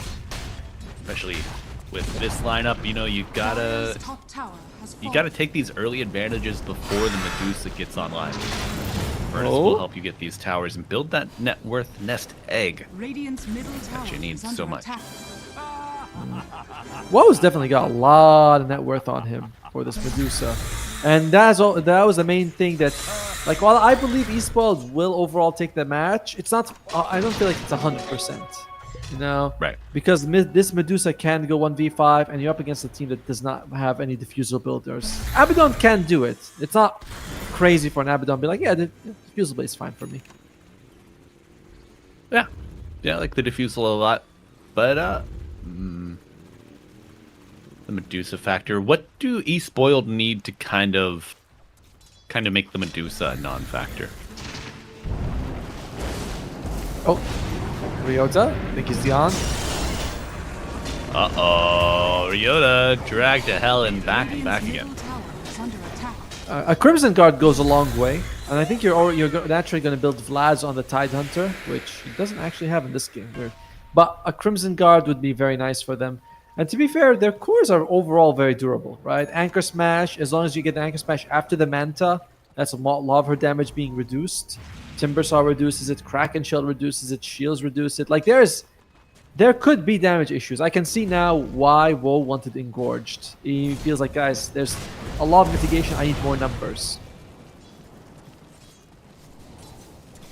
Please. I mean, there's also... There's already mischance as well from the Radiance, so it's like quite a lot of the damage. Oh, okay. Oi, oi, oi. Tossed up, and not me trying to get out of here. Cavalry has arrived. But level 10 Abaddon, pretty imposing when it comes to heroes on the map. Does he? Yeah. Still gets the banner creep with the Radiance burn. I love it. Actually, I think the Radiance is being delivered. I think the Curse of Avernus burn was what got it.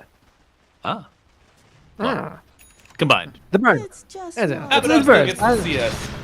Yes. There you go, Radiance. Ah, you see, guys, Malibu's one of these people who sees the future. So he's like, he's gonna get it with the Radiance is coming. It's, you know, we're all playing catch up in the Malibu world. As well, not scared at all of this Tidehunter. Doesn't actually hurt the Tidehunter, but also not scared of him. What's he gonna do? Anchor smash you? Wow, that gyro might just die to the creep, but TP coming in from the Tide, and Kamichada have to rethink their choices. Oh, unlucky. The Firefly kills the tree. The dual race is going to go to. Rearguard is jumping out of danger. But the drums helping the Radiant to catch up to their prey. Nice remnant and a TP away. Yeah, I guess my biggest worry for Kamicha in this game is that Woe could become unkillable, but mainly tickle the enemy team. And that's a very real possibility. As Rare Gods being Radiance burned, along with so many creeps. Tomo, question for you. Okay. If Tiny is not... hold that thought. Getting interrupted again. I'm trying to talk about Dota, but Astacore just has to go and die. Well, but it might not be over yet, folks. I almost said one move. Difference from move. Kamichada is trying to isolate this Timbersaw, but Snow is around to give him a little bit of assistance. The Gyrocopter does fall, 1-for-1 trade, and Rare God jumps through the pit. Shield again. Dodge and a lasso from the Batrider, but who will die first? It will be Dual Rays. Timbersaw going down. Might be his first death of the game. Oh, here comes Woe Engorge. is showing up. Let's see if the Radiant are ticklish. Yes, Tiny is at least. Which is maybe the least hero you'd expect to be ticklish. I know your question, by the way, before you ask it. Alright, let me guess. If Medusa wasn't aiming for Tiny, but her split shot hits him, does she still get damage reduction? Yes. I think so, because I know Retaliate and Gyro's Flak work on Centaur's, like, they work on Centaur's aura when he has it. Meanwhile, there's a fight though, so we'll look at it later. There is a fight. Wasted with the anchor, trying to hold Gyro down, and different a little low with a big rabbit coming in on top. Everybody hit by it, and 3 heroes got run on the Dire. They're going down Gyro first. Who's gonna be next? Abba versus Medusa. Abba goes down. Medusa holding her ground, but not for long. Oh wait, the Remnant pulling back in Tide, interrupting the damage, and Woe gets out by the skin of his teeth. Chases on Ryota. One of 2 surviving members. Oh, where's your Timbersaw? One whirling death and they're all dead. Oh, there is a Mage Slayer on the time. By the way, in that fight, I only clicked on Medusa just to make sure I can give you a conclusive answer. And one arrow did hit the Tiny, and she did have the debuff on her. Now, I'm not sure if she was actually focusing on him, or it was like, just randomly, like, she actually clicked on him, or he walked in and he got 1 hit. But either way, I think it's safe to say that it probably works on her. We'll have to see in a better fight when the, Ryota's there from the start. This makes Tidy a pretty solid counter to heroes like Luna, Medusa, and Gyrocopter, if this is how it works. Yeah. Yes, sir. Oh my.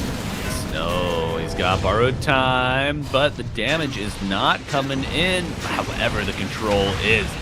Now with the second shield, is it gonna be enough? No! Rolling Thunder will deliver the coup de grace. And Kamichada now in the driver's seat, Tomo. Oh dear, this is looking a bit scary.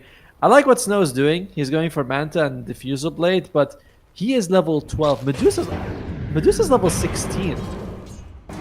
She is no easy prey for this one. You're gonna need Radiant's Perseus top to bring her tower down? Is that who gets her?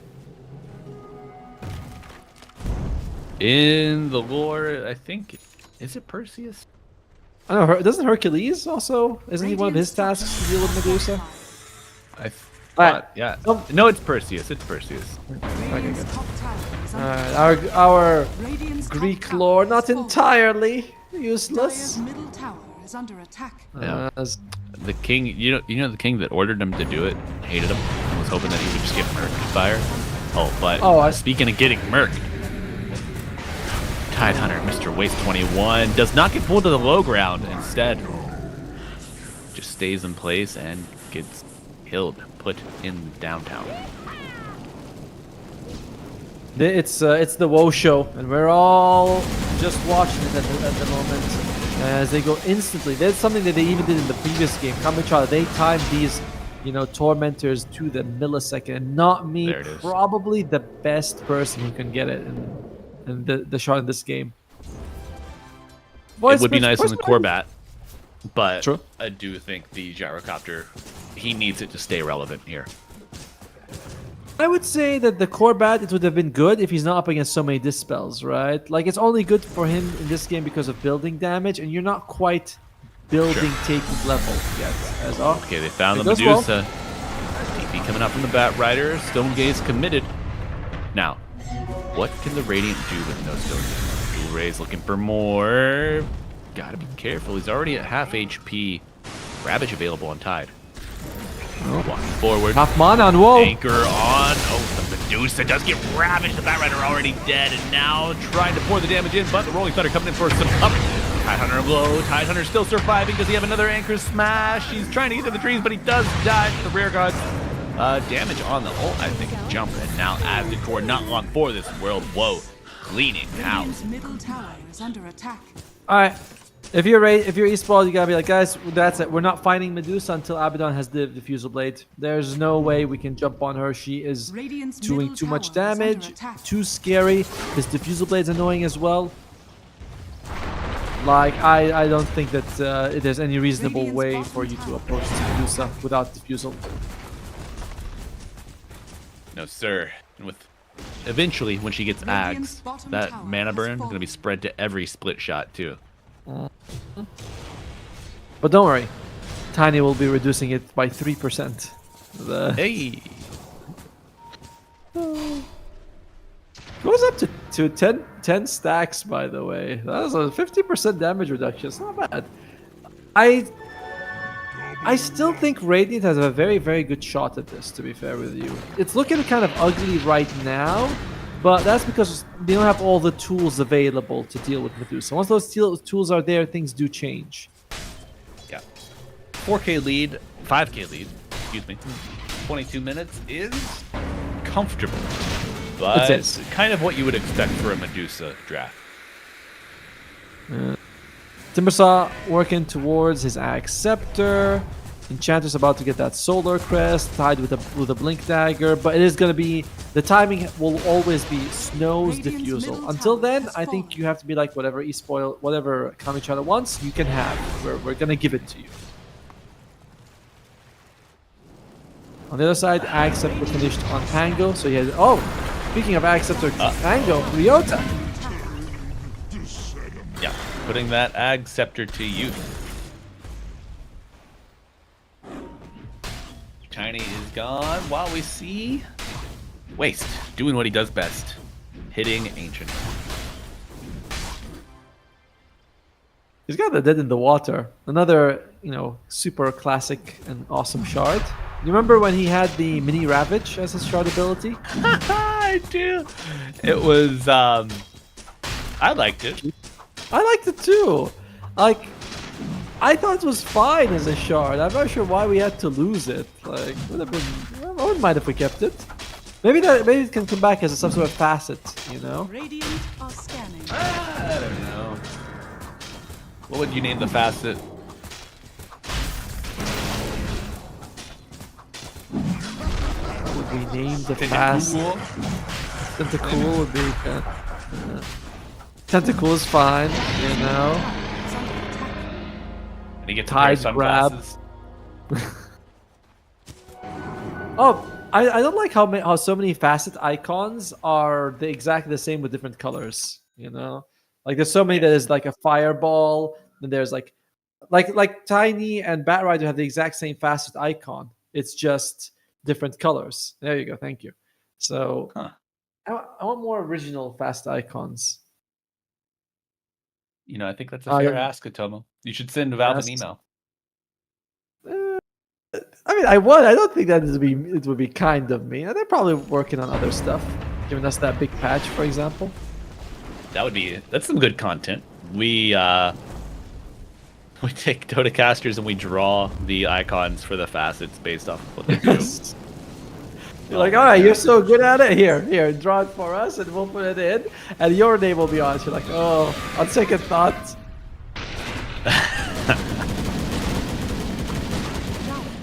I like that. I like that. It'd be funny. We should do that if there's a pause. Yes. But I don't know if I mean I could, but I have to go wake up my wife. Tell her, honey, could you draw for me? You know, the bad man on the internet. It's supposed to be bad. It's supposed to be bad. We have to embrace it, Atomo, for the humor. Well, who says she's a good artist? Well, that just introduces an entire new fold to this that I was unaware of. Radiant's top tower. Hey, honey, can you draw for me? I want you to be embarrassed on the internet.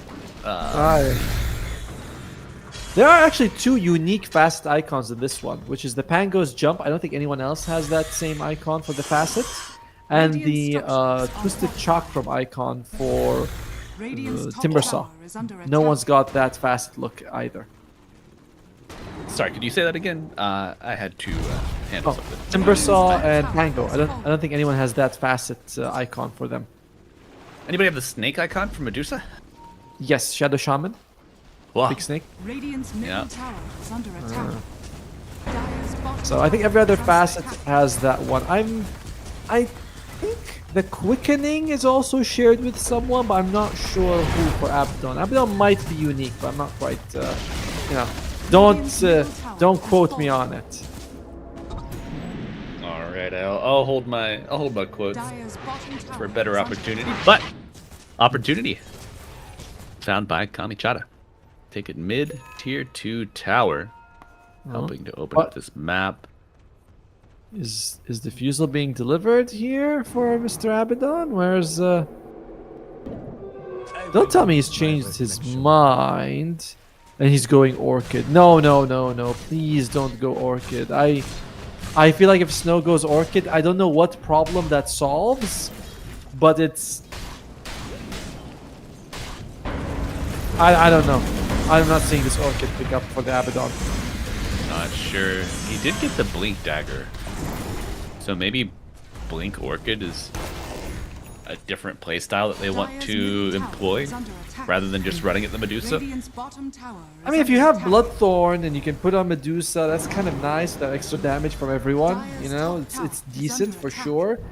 But I don't believe that is a better option than the Diffusal. I think Diffusal is the way. So, Radiant's bottom tower you know, he's the professional. Obviously, Snow is 10 times the player I am and 100 times the carry I am for sure. But that doesn't mean that you look at it like, I still don't see why you wouldn't get Diffusal against Medusa and instead you want to go for a Orchid. You could Orchid someone else, to be fair. You could always do it. Yeah, maybe they just want to ignore. Dire's top tower is under attack.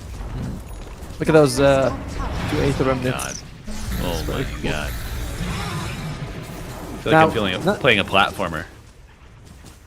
Just gotta jump here, then, you know, duck in this area, and go over the spikes. There we go, we're safe. Yeah. Now, another benefit of the Crimson Guard Radiant's bottom tower is that it does help keep buildings alive a little bit. Dire's Quite top a lot of tower is under damage attack. mitigation from it. Yeah. Do you think there should be more ways to buff up your structures? Yes, I was thinking the same. I was like, I would like if towers had like 2 health each. Not much, just give me 2. Whoa. 30 seconds. They would love to keep this mini barracks as a bait, but Whoa will probably... Oh. Don't imagine he's gonna risk it. Yeah, it's too close. You know, 20 seconds, anything can happen. Might as well just go out. You got the range racks, you got the tier 3, you're in a good spot. Abaddon has gone Orchid. Wow. Okay. Huh. And very, very bold decision. And interestingly enough, Pango's got an illusion orb in his bottle. So hope you don't jump Right. on him as your reveal. No, There's a it's, use on rare grass. I do not get this Orchid pickup at all. seems a bit late. You all day. I mean, it's 29 minutes. I agree that the defusal is certainly the move. And let's see if it pays off. The illusion. Good That's Orchid your- reveal, everybody. Uh-oh, and now No. Scotty Medusa pounding into snow. As Gale's usage with a Ravage, catching multiple Nice heroes. Ravage. Dora is zipping through, but you got no follow-up for the Ravage, and now you're tied under. No mana, no health, no chance of getting out of this one alive. I said no chance of getting out of this one alive. Thank you, Woe. Waste. Stick to the script. All right. Radiant Telling you what's scanning. gonna happen. You better listen. As yes, no itemization can cost you games. But again, the game's not over yet. Perhaps this Orchid will pay dividends. Oh my. Silence on Pango. He's gonna be fine. GE farming locations here from Abaddon. These dire situations call for innovative solutions. Indeed. Toma, I don't know if you are equipped to deal with this Medusa without the defusal. I feel like defusal BKB would have been the move. Well, you don't have to convince me. I agree with you. Now, there's another play that they can do, which is that they have the tiny blink dagger. Unfortunately, I do think you can toss the Medusa even if she has a shot without being affected, right? Like as long as you're not tossing to her, you jump next to her, toss her somewhere else, you should be okay. So that might be something that WoW has to worry about when they're pushing high ground. We'll see the interaction, but I overall think that it should be fine for the time. Who's gonna get it? It's gonna be Anko. Alright. Helps him bring down the buildings a little bit. Then somebody in chat had told him saying Earth Spirit ready to roll has the same as Timber and Dawn cooldown facet. Radiant It's the same as Quickening. Yeah, the Dawn break. I wasn't sure about the Abaddon, to be fair, but okay. Thank you. thank you. Dawnbreaker, Abaddon, you know, it's right in front of us, man. How I could we did not say- see it? I never said it was 100% unique. You know, I said that it was. I was like, I think it might be, but I'm not sure. I said, don't quote me on it. Then what did you do? You quoted me on it. I told you. I'm just relaying what our good chatters have provided us. By the way, thank you everyone for whoever watches, and thank you all for whoever talks as well. We do read the messages. We cry when they're mean, but we also smile when they're very nice. So thank you. I don't cry. It fuels my rage, fuels my hunger. To be better, to be more vindictive, to go after you. After me specifically? Not you. Oh, The royal success. No, preferring. No, vengeance, not success. Though I would say achieving revenge or vengeance is a form of success. You seem so nice, Malibu. I don't know. I do, but everybody has a hot streak. You know, right below the surface.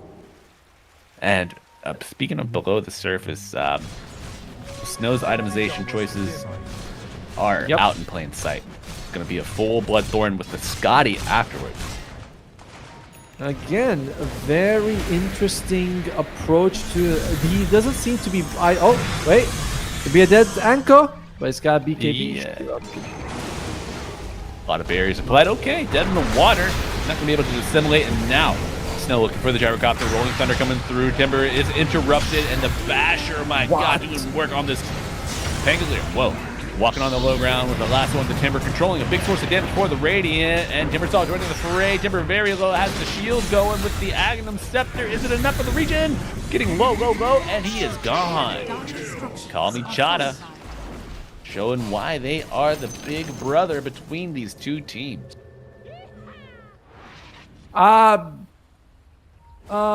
Yeah, Medusa just, stood there, right-clicked the entire time, completely unbothered. They lose the gyrocopter, but I don't think they care. This tower, it does have Radiant's the middle high tower ground, is under the attack. backdoor protection, but I think creeps are coming in from below. They're asking for a second here. Zav is low. I don't mean to sound like a broken record, but I still don't understand what Snow is doing this game.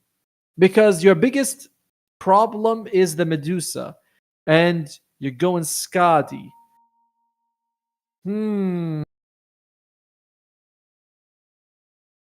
Yep. Not the path either of us would choose.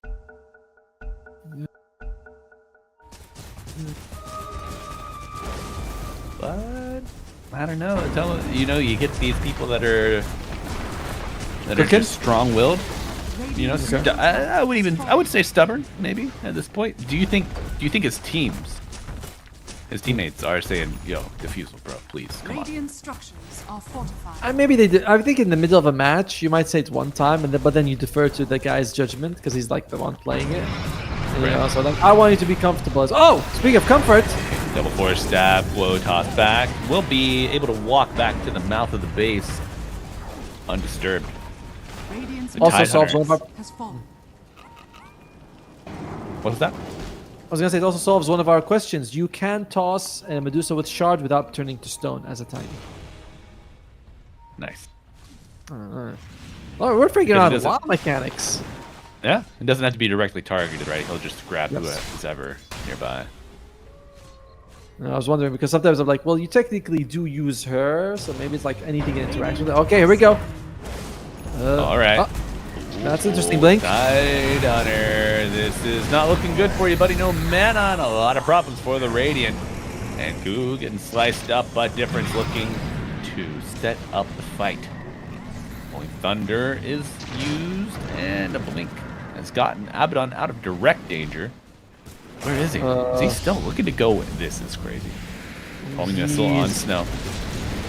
Manta dodge does not work. In fact, and the Remnant also in place. Huh.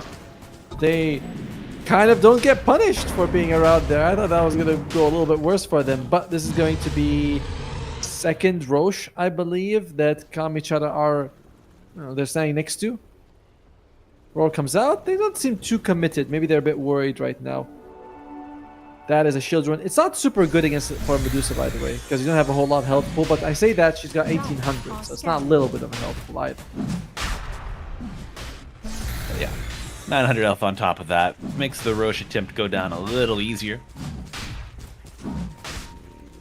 But a smoke up on two of the Radiant members. Aegis Steel could change the pace of the game. More staff in provision. Who gets it? Ryota gets the Aegis, and they got the kill as well. Gyro very low. Ryota will get up the first life. Lasso on the Timbersaw, controlling a big source of the damage. And Medusa goes down. Atomo in the middle of it all. Unable to contribute from afar and choose your engagement angle. Medusa. The big baddie has fallen, and Dual Raise is unchained now. 3 kills. Combo goes to the Timbersaw. After all this time, they get this perfect initiation. The Timbersaw with the Tiny, and as well as the Tide Hunters getting all their ultimates off that situation. As they look for difference, but they're like, it's fine, let him run away. Woe dies without buyback. After looking fairly unkillable for most of the game. So Ryota buyback. hits the avalanche, tossing to the creep wave, but eating a lot of damage. And Tide Hunter is nearby. Body block. No spells for a bit. Does he die here? Difference TPing in. Oh, it's rolling thunder. That's a dead Tiny. What can Waste get done? Another TP coming into the tier 2. And now Tide Hunter isolated, but Abaddon is making his run here. 20 seconds without the Medusa could be enough. A blink forward, but Snow unable to find his target. With some shine. Gone. Can they withdraw? Do they withdraw? Oh, they might feel like fine ways, though. Oh, not like this, Waste. Not like this. The Batrider coming through, gets the kill, and Medusa now alive.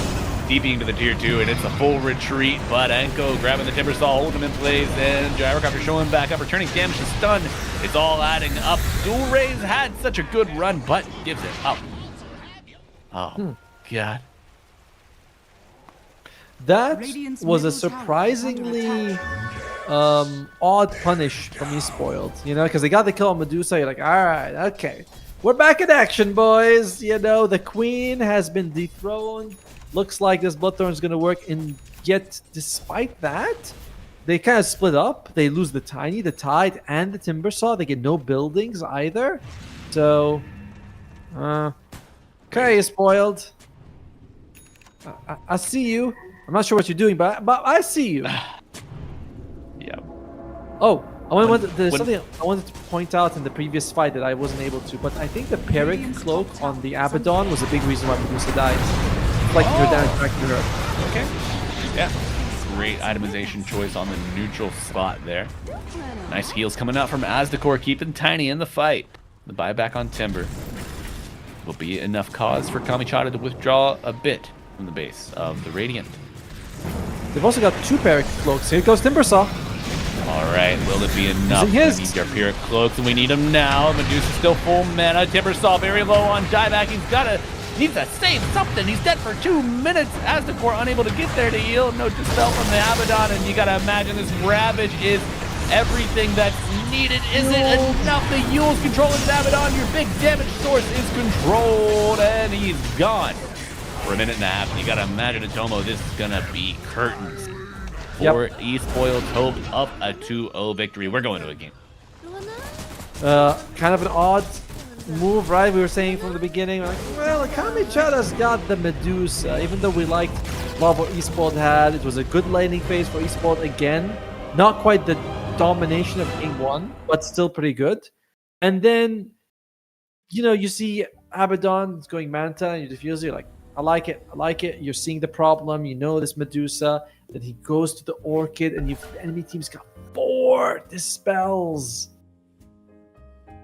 And I don't know. After that, they had a good fight in Roche. I think the Peric Cloak was being used, but I think Snow's itemization may have been the problem in this one. Yeah. At the end of the day, not enough. And I mean, no BKB, can't fight through the disables, no diffusal. Medusa just maintains her tankiness, and it's going to be back to the drawing board for Espoiled if they want to take the series. But good news for them, they're going to have about an 8-minute break to draw up a new plan. So folks, stay tuned, and we will see you in a bit. 8 minutes.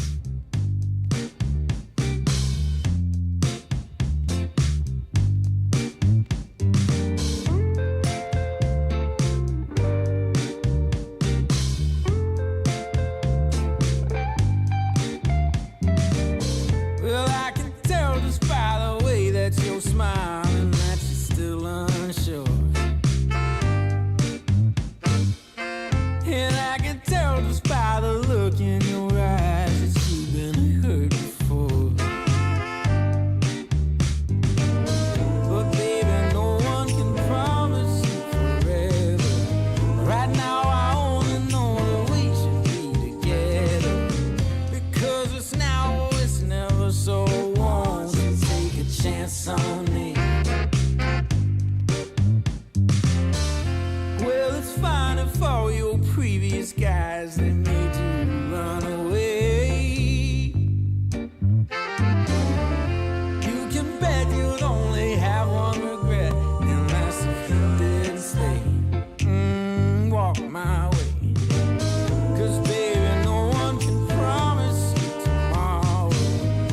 But today you take away all of my sorrows. You know I'd beg and I'd borrow for you, so won't you take a chance on me? Right from the moment we met, I knew that I couldn't let my fear get the best of me. And every moment since then has proven time and again that we're exactly where we're supposed to be. Yeah.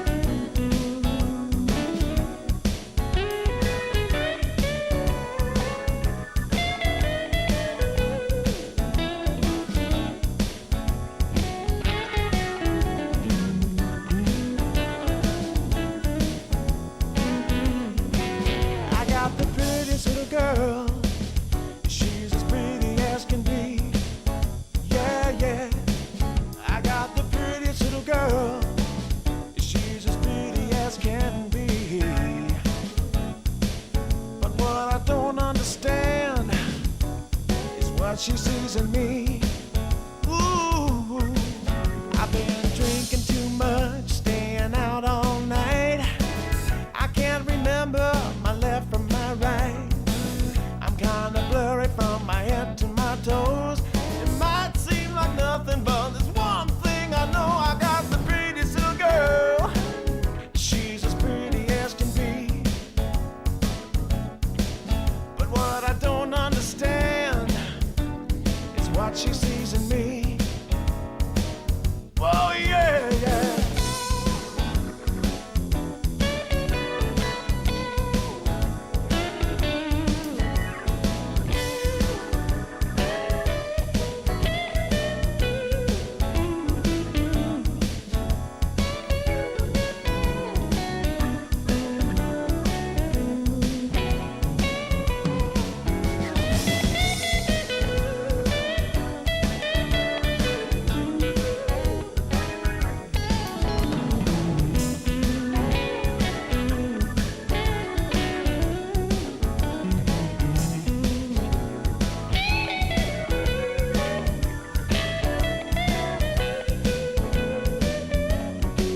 I've been in and out of trouble for much too long. I can't remember the words to this song. I thank the Lord as I'm crawling out of bed. It's another day that I'm not dead. I got the prettiest little girl. You know she looks so fine. I don't know what she sees in me, but I sure am glad she's mine. Whoa, no.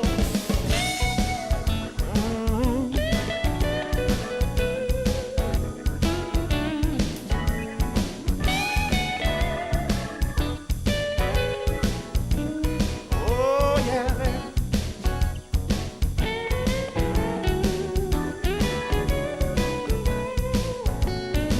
Oh, yeah, yeah.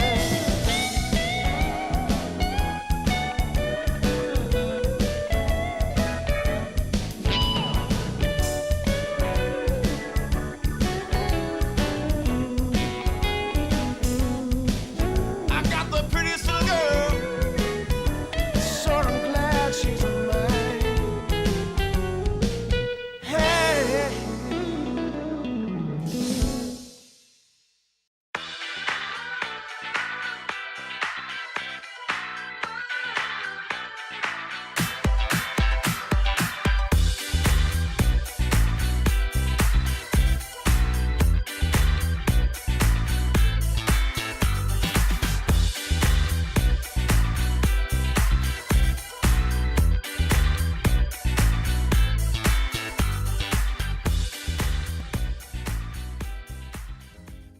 What?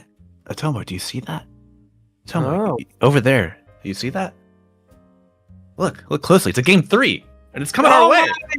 Yes, it We got is. Kamichada and East Boiled coming up very soon with a game 3. All of our players in the lobby, they are rested and ready to see if they can best the other team. Who do you think has it? Calling it for the draft.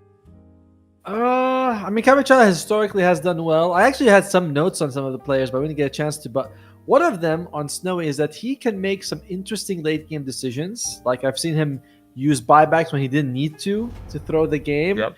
And we saw the previous one. Kamichada had a very nice recovery after game 1 where they were decimated. They adjusted their draft. They went into this game. They're like, all right, we're going to play, like Medusa doesn't need a lot of babysitting, and Batrider can go in from any angle, which we kind of talked about being a little bit more independent. And they looked really good. So my heart says Kamichada on this one. All right, folks. I do think the Kamichada certainly had the momentum after that game 2 victory. However, if they do not get a Medusa or a Medusa-like hero, I do like the playstyle of East Boiled. So I think a lot of this will come down to the draft 5 for seconds our remaining. 2 teams as we get into game 3. We'll see what they're going to be opening up with here. This is going to be East Boiled with first pick. And who will they start with? They go, they're like, hey, we'll show you how it's done with this boy. And, okay. Kamichada, they take the gyro. Now, historically, I mean, the previous game, they played it as a support. And historically, for Kamichara, this gyrocopter has been as a carry. But, we just saw it as a support. Remaining. Obviously, they can flex it if they need to. Yeah, 5 could flex to seconds the. remaining. I mean, could be played as the carry, the support, as you Dire team mentioned. back. It is the Medusa-like. It does not have that innate tankiness with the extra shield. True. But I mean, it's a farmer that you can leave alone as you accomplish objectives and kills elsewhere on the map. To be fair, I mean, Gyrocopter, he may not have 10 Medusa's shield, but he could seconds be, that Satanic Axe makes him very durable as Radiant well. team It's back. not, it's very expensive, but it's not like Medusa's, durable without items. She needs items as well. Yes. Radiant team pick. Now, All right. Dire No team ABBA. pick. Okay. No, but it's a very similar draft to the previous game so far. And they are on pace to get the exact same heroes if they want to. For almost both sides, except for the Abaddon. But I gotta ask you an important question, Malibu. All right, 10 seconds remaining. papayas. Where do we rank that as a fruit?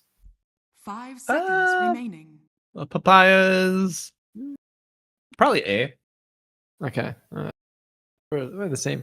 Because I just had some in the break. I bought some fruit today, trying to be healthy and all that. So, and it's like 3-in-1 fruit thing. It had like a honeydew, papayas, and watermelon. And I was like, hey, the papaya is not bad. I like it. This is really solid stuff.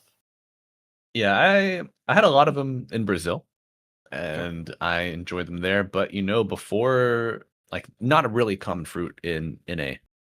Oh, okay. Yeah. Wow, Yeah, but that's I mean, I had my share.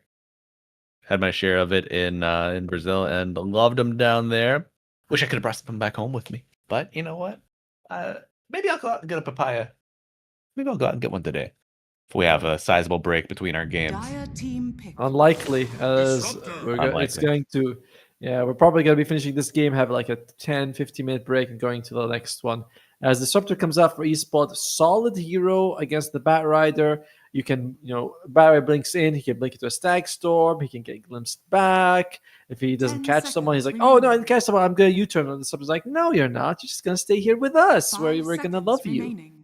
So, solid pick. You're our pet now. Yeah. Let's see what else eSport wants to go for. I mentioned it. Tusk is a common hero for Ryota. He likes this quite a bit. It's not banned if he wants it. There's a Tusk or a Ringmaster. I think both of them would serve well against the Bat Rider. Radiant team pick. I like the dust. He's going to go. No. Okay. Pango comes out. Okay. Changing hands. Gotta secure that first, making sure we don't lose that opportunity. So Yeah, maybe and a way to deal with the Medusa. If this guy will build a diffusal, 10 seconds 10 out of 10 remaining. games, guaranteed. Radiant team pick. Void Spirit. All right. So again, this is the exact same draft up until now. But as you mentioned, if you do pick a Medusa, it's going to be a much harder game against the Panko there because it is such a core item for the diffusal. 10 seconds remaining. Which means maybe you put the Gyro seconds as the remaining. carry in this one. If you... yeah... It's a very flexible draft from Kamichara because every hero they have can be played as a core or support. From what we've seen, not like it's like they've played Voice Spirit support, they've played the Gyro support. We know these are core heroes, so it's very open. It is, man. Dota's changed so Dire much, team Tomo. pick. Isn't it wild? Whoa! Okay, all right, we're stabilizing a little bit. So it is going to be very likely that Night Stalker off lane, which means Bat Rider very likely support, I think. 10 seconds remaining. I would like Bat 4, Void mid, Gyro 1. Could also 5 be the seconds Gyro remaining. 5, they can do whatever they want. Exactly. We've seen these heroes flex to wherever. Maybe the Night Stalker support, probably the least likely candidate of the 4 on the board. Agreed. I mean, and even then, it's not completely out. We've seen it a tiny bit here and there. It's playable. It's a very tanky hero in a support role. It's not bad, honestly. The big benefit, of course, is when you fly around and give your team a ton of vision. You're like, hey, this is awesome. You guys should join me up here. You can see everything. That's right. Hey, look at that! I can see my house from here, and I can see that person that needs silence. Let's go. Now, you spoiled. Will they be taking another support pick here? Unfortunately, not a whole lot of supports deal well with the Night Stalker. You know, it's like he jumps on you, you get silenced. Team Quite annoying. What do they want to take? Would they take the Oh, what? What? the best hero in the entire game, the Spirit Breaker? Oh Mr. man, Barathrum. team ban. Love to see it. Lord Barathrum, by the way, please Sorry. do not sully his name. This is my favorite hero in all of Dota, and it's good to see him. Hopefully, due for some Alright. buffs in the next patch. By the way, 10 seconds remaining. Well, So- you gotta be Raised careful team back. because I mean, Mm. the patch with position 3 Spirit Breaker just killing every single wave on the map, unpunished. so Like- what? Sometimes he doesn't get picked, and I take him as a 4, and we just roam or just press Q on people. They die. 10 It's the best. seconds remaining. So, Aespa, they need a carry. Kamichara, seconds we're not remaining. sure. A mid gets banned because Aespa is like, I don't know. Sorry about that. They're Alright. not completely sure about it, and I think that's a fair assessment. So, Aespa, what carry are you looking for? Somebody can Terrorblade fight go- into the Night Stalker. Terrorblade is gone. Abaddon's gone. Ursa's gone. This does leave Troll, Jug, Sven, true. They might consider banning an anti-mage and taking Medusa for themselves, right? Kamichara, they could Mhm. pick like an Invoker mid, move some heroes around. That could work. Dire team ban. But yeah, like they could get Medusa themselves at this point. Dire team pick. Yeah, Radiant only- team oh. pick. No. The monkey bad. All right. So that's going to be their carry. So it's going to be Bristleback carry, Pango, Timbersaw as the mid off, or different order. Spirit Breaker running at you, Disruptor at the back line. They want heroes that don't really mind too much being caught by the Night Stalker. That's an interesting 10 move seconds here. remaining. Yet I don't feel like Yeah. any of these heroes deals particularly 5 well with the seconds remaining. gyro carry. Right. As he tries to gap close, if he has to go on the Bristle eventually, Bristle can kind of do okay with it. Spirit Breaker can run interference. Man, All right. yeah. Toma, I think you mentioned that they're planning to just outlive the Night Stalker.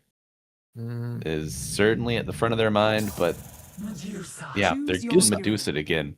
One defusal Okay. might not be enough. One disfusal still it's not enough, I would say, but you do have other sources of damage, so it's fine-ish, I guess. I don't know. Eh, I'm not sure how I feel about it, to be honest with you. Kamichara, we saw what was Medusa in the previous game, and I do want Spirit Breaker to get buffed in the next patch, so I'm all in on Kamichara. Do you Yeah. see who is on the Timber Saw, Mr. Itoma? It is going to be the carry Timbersaw, yes. What's happened? What happened to my Dota that I know and love, bro? What's going on? It used to be such a 10 nice seconds game. remaining. Now it grew up to be this massive monster. 5 seconds Now remaining. I'm okay with this. I don't think it makes too much of a difference where you put the Timbersaw, where you put like whoever. The difference is who goes mid. And Pango mid, Timbersaw mid, they're both fine. They're both going up against the Void Spirit, I think. One thing I will say, Timbersaw great at using the Twin Gate and carry or killing the enemy carry. He will be ready to fight much earlier than the Medusa. Dual Fair. Rays being on the mid Pango, going to get a fast 6. Maybe they just go all in on shutting down this Medusa. What's your read on that? I think it's certainly possible. If you look at kind of in an early level sort of thing, eSport has the better ability to run with the game, right? Spirit Breaker, can chain kills very nicely. Disruptor, like it is probably one of his best things about Disruptor is that if you're snowballing, he feels amazing. And you have these 3 tanky cores in the front. Diffusel's first item on Pango, that's more than enough to handle Medusa for the first, let's say, 30 minutes. So I think eSport could make this work, but I don't know if I can bet against the Woe Medusa. I don't know. Well, Medusa, a very convincing pick for a team experiencing a renewal of energy after that Game 2 win. And folks, we will see who can come out on top here in Game 3. We do. Oh my god. I'm going to wait. I'm going to wait. That voice line. My god. It's a good one. All right. I like it. It is. But folks, if you are just joining us, welcome. Welcome all. We've got eSpoiled on the Dire and Call Me Chata on the Radiant. We are going to a Game 3 brought to you by yours truly, Malibu Jesus and Atomo. Our first series of the day. Before we get into the second one, we're continuing our trend, Atomo. Our first series, all 3 days now, has gone to a Game 3. Are we cursed or are we blessed? What do you think? It's a blessing, you know. Since we were going to have like a long break between series anyway, I actually like that we have all 3 games, so we have a shorter break. You know, it's like, well, if I'm not having the break, if I don't like have a Game 3, what am I really going to do with my time? Probably nothing useful. So might as well just keep it here. Hopefully entertain more people. Thank you all for tuning in. So the only interesting facet is that Woe has changed his opinion on the going from Engorge to the Venomous Volley. I think in this game, he's thinking, all right, guys, damage doesn't seem like it's going to be as much of a problem. We needed in the previous one here. So it's fine. I could go with Venomous Volley to slow them down. All right. The battle begins. And are there fewer? There are fewer melee heroes. So you're. Wait. No, actually, I'm a liar. There are just as many. Yeah, I was looking at the wrong team. Ah! That's going to be 3-for-1 in favor of eSpoiled, by the way. As Ryota, he has the same item build. You know, 2k MMR, boots and tangos. You know, then you go 5k MMR, you like stats and everything and all that. Then you go back to 8k MMR, you're like, boots and tangos are pretty good. You know, that IQ thing where it's like the bell curve is. Yeah, the meme is real, folks. It exists for a reason. But those 3 bounties really giving Ryota some extra purchasing power. Starting off with the level 1 bash. Now, there's an interesting discussion about level 1 bash or level 1 charge, because if you take charge at level 1, you can charge any enemy on the map, and if that person dies, you instantly get the assist goal. Oh. But yeah, it's any spell that you use on someone and they die, it's considered like you were there. So it's very nice for Ryota, but it doesn't actually help you in the lane much to take charge. So he's like, I want to be able to help my team out. Although he's taking a lot of rocket barrages to the face. He is 3. You know, he had traded quite nicely with the gyrocopter until that second rocket barrage came out. What does gyrocopter's inventory look like? Does he have any mana regen on him? No. He does not. He's going a little bit more on the stat side. You know, he's in the middle of the bell curve. He'll figure it out. It's kind of like when you get. It's like when you see that 10k ogre in a pub, and he's like, he's position 5, starts with just tangos and a couple of gauntlets. First item is the gloves, and you're like, I see what's coming. I see it. Yeah, the air feels kind of thick. I think it's gonna rain. That exact sensation, but you know, no block on the camp here. You have a gyro and a Medusa. This wave is gonna shove naturally. Using the opportunity with the flat cannon to get some extra farm and harass out. Who's going to come out on top of this exchange, Atello? Seems fairly even right now, as they can't really threaten waste too much. And Ryota can also jump away. So I feel like bomb lane is going to be a mostly farm fest. The support, Medusa and Gyro should do well, but you're up against 2 very, very tanky boys. Mm-hmm. And I personally am a fan of, big bruisers like these, like the Spirit Breaker. Oh yeah, how could you not be? Such a fun Lotus. hero. way. is spawning in a few seconds. And we will see the fun hero try to open up the opportunity here. You got to body him out. Yeah.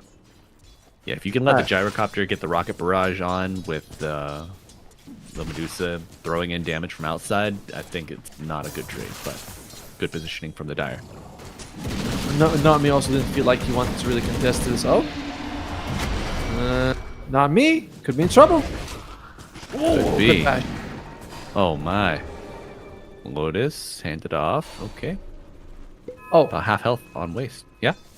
you talk about satisfying sounds. The bash from the Spirit Breaker is the best of the bash sounds. You know, some of those are like that's, but he's like boom. You know, like and you said the person flying. It's a bash and it's a movement ability, which is really cool.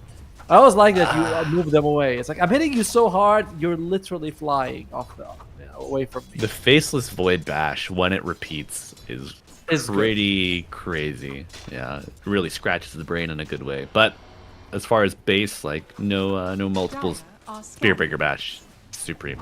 And we will see. Charge on to Difference with a shield crash to raise level 5. One ahead of Difference. Does he eat it? Okay. It's like, well, it's not really worth it for him to even open use their Aether Remnant. He knows they're not gonna dive him under tower, so be Difference very calm in that situation. Top lane. Nice glimpse, saving his core from further harassment. Aztecor played a good game 1. No more Dazzle though. Have you witnessed his Disruptor? His Disruptor, has he been playing it a lot?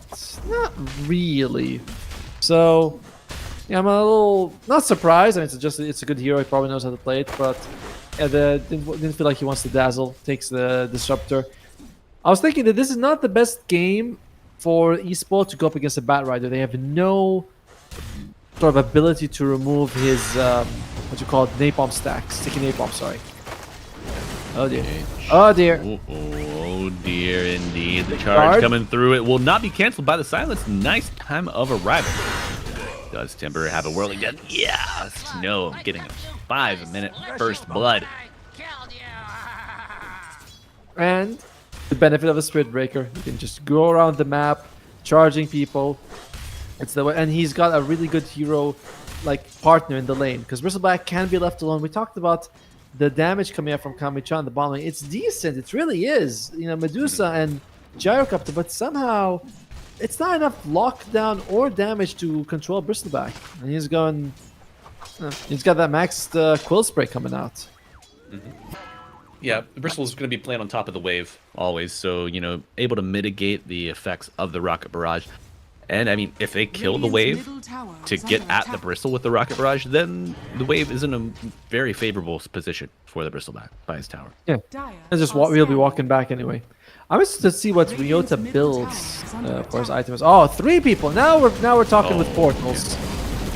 Yeah, this is too much for the Bristol. Gonna get rooted and brought down. So dead and dead without a TP once he revives. So it's gonna be about what, 50 seconds until Bristle's hitting creeps again. That's quite a penalty, especially with his death on top of it.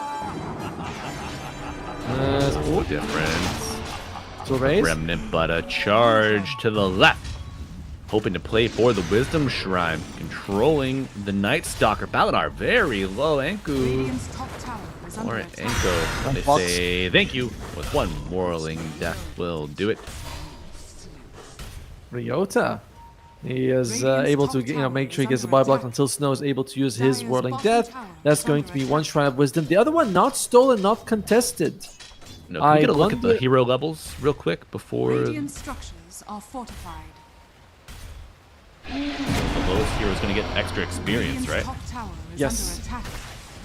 I don't know if it works if 2 people are the lowest though. Like I think that it is disabled at that time. Right. My gods. Oh, pushed down to the low ground. But as the core, oh no, what the jukes? The Bat Rider? Where did he go? Oh my God, he has vision! And this might just be enough. Perrito will claim it. And now, yeah, everyone's level 4, so... They still haven't taken their own wisdom, by the way. It's still standing right there. Yeah, I think that's smart. You wait until somebody gets level. Oh, everyone else gets level 5, and then you take it. Exactly. Oh. The rolling thunder from Dual Rays, level Great place, 7. do it. Yeah, Snow even making the trip down. Looking pretty good for eSport. This is the strength of the draft that we talked about. It is really good at running at you. It's really good at chaining kills with those two supports, Disruptor and Spirit Breaker. Fantastic. You could move the Spirit Breaker with like a bounty, I suppose, if you had more catch on the other ones, but with these two in particular, it's very nice. And one other thing is that Spirit Breaker's charge is global, so you can't really juke him and juke him and not get the glimpse off. Always gonna have vision on him. Oh, straight up Shadow Blade on Ryota. I love this. He's like, boots, Shadow Blade. Why would I want anything else? But we are truly witnessing the bell curve. Otoma, I love it, man. I love it. Here we go. Bristle. Will he eat the root? Yes. Tuber, root, and all waste. 21 is wasted by 3. If any Radiant player goes to the Dire Shrine, they'd be rewarded for it. But you assume it's taken, right? You're like, come on, it's 920. They stole ours. They probably took theirs as well. It's like, no, they didn't. It's right there for free. For free. Now, I appreciate leaving it for this long. However, if you leave it for the 14-minute spawn, then you run the risk of the Radiant getting 2 shrines from you. So, yeah. Be careful. Looks like... Oh! Hey! That... Right, difference. Showing up when it's needed. Dual Rays apparently dove in, didn't have his ultimate, lost his life. It's alright. These things happen. Sometimes when you go fishing, you have to throw 1 or 2 of them away. You don't want to take the whole thing out. Timbersaw working towards the Kaya Sanj, and I really like that Waste is going for the Lodestorm. It's kind of standard for Bristleback at this point, but good way to make sure that Lasso isn't used, good way to remove the sticky napalm charges, and difference is being charged. Yeah, charge is getting closer, you can feel it, a jump forward if it ties. Rolling Thunder on top of it with the Blight Grenade even thrown in for the extra damage control onto difference, but he is tanky. Surviving can't spoke too soon. Majority of the damage from the Pangolin waiting in the swashbuckle defusal. Radiant structures are fortified. At this point, you think as the car was like, maybe I should have glimpsed the gyro, guys. I think we could have got him, but still securing. I feel like securing the kill that's in front of you is almost always the best option you can do in Dota. Going for more feels really greedy. As again, the E spoiled. The shrine is still standing 4 minutes after. No one seems to care. We're getting close to that second spawn, man. I'm getting nervous. My stomach can feel it. It's a little uneasy. Oh, okay. There you go. There you go. All right, because now, yes, Spirit Breaker was level 5 still. Everyone else was level 6 or higher, so he gets that benefit. The innate benefit. It's a very nice innate ability, by the way. Firstly, it's like a very substantial 50% bonus EXP. You feel it, active all throughout the game. The moment someone hits a level behind, that's it instantly. It's has impact. I really like it. I think we need more innates kind of like this, to be honest. Okay. That manipulate the systems of golden experience. What else would we do you think Alchemist should have an innate that like manipulates the gold? He already does. Yeah, okay. He gets and he is a greedy person, so he wouldn't really help another, right? Yeah.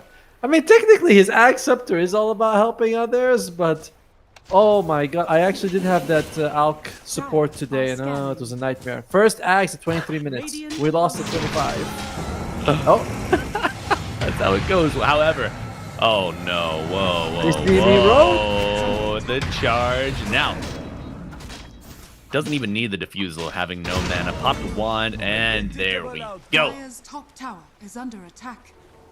Dire's structures. Do you think Dual Rays is like, do you see, Snow? Do you see what the Fusel can do to a Medusa? Yeah. Radiant's bottom tower You gotta is under imagine attack. there's a little bit of friendly teammate banter there. Dire's top tower has fallen. If you win, it's friendly. If you don't win, Radiant's bottom Could tower turn has unfriendly fallen. very quickly. Now, Helm of the Dominator online for the Night Stalker. Going for his phase boots next. Has your game been rough enough to where you might see him go like Shard to really double down on accelerating his game and then coming out strong at like 25 minutes? mid lane defense is in trouble. Yeah, great use of the Static Storm and does not push him out. Still silent. They do get the kill. Night Stalker arriving, but gets glimpsed back. Now Lasso pulling the Spirit Breaker in, and Medusa showing up looking to get involved here with the Gyrocopter in tow. All right, will Azagor have a chance at getting out? No, but maybe he has set up another kill attempt here for Dual Rays. As he swashbuckles to the high ground, Big Bad Snow level. Well, my God, showing up here as well as Waste 21. No longer taking to the skies. Anku falls back to the earth, but will be able to get out. That nighttime move speed still active. I like how they were thinking, let's chase a Night Stalker with these heroes. That was during nighttime. That was kind of hopeful for me, spoiled. And a very nice move by Kamichara, getting that punish off despite losing their Void Spirit. Now, you talked about getting a shot for Night Stalker. I don't think that is the play, personally. Okay. With enemy team coming at you, you don't really have... Like, farming items won't generate value because they're just going to be instantly, right in your face. You're not going to be farming creeps anyway. So I do like the idea that he might be going for a Blink Dagger, saying, let me just jump on the Disruptor, ruin his life. That's good enough. And with the Medusa really eating a lot of the map as well, you're probably not going to have the opportunity to make use of it from both sides of the coin, your team and the enemies. I worry about Voice Spirit. He does have a Vessel, but that feels really rough when the enemy team has a Lotus Orb. You're like, yay, I have this Vessel. Woohoo, guys, don't worry about their high health. I have damage. Speaking of people taking damage. Damage plenty here for Snow.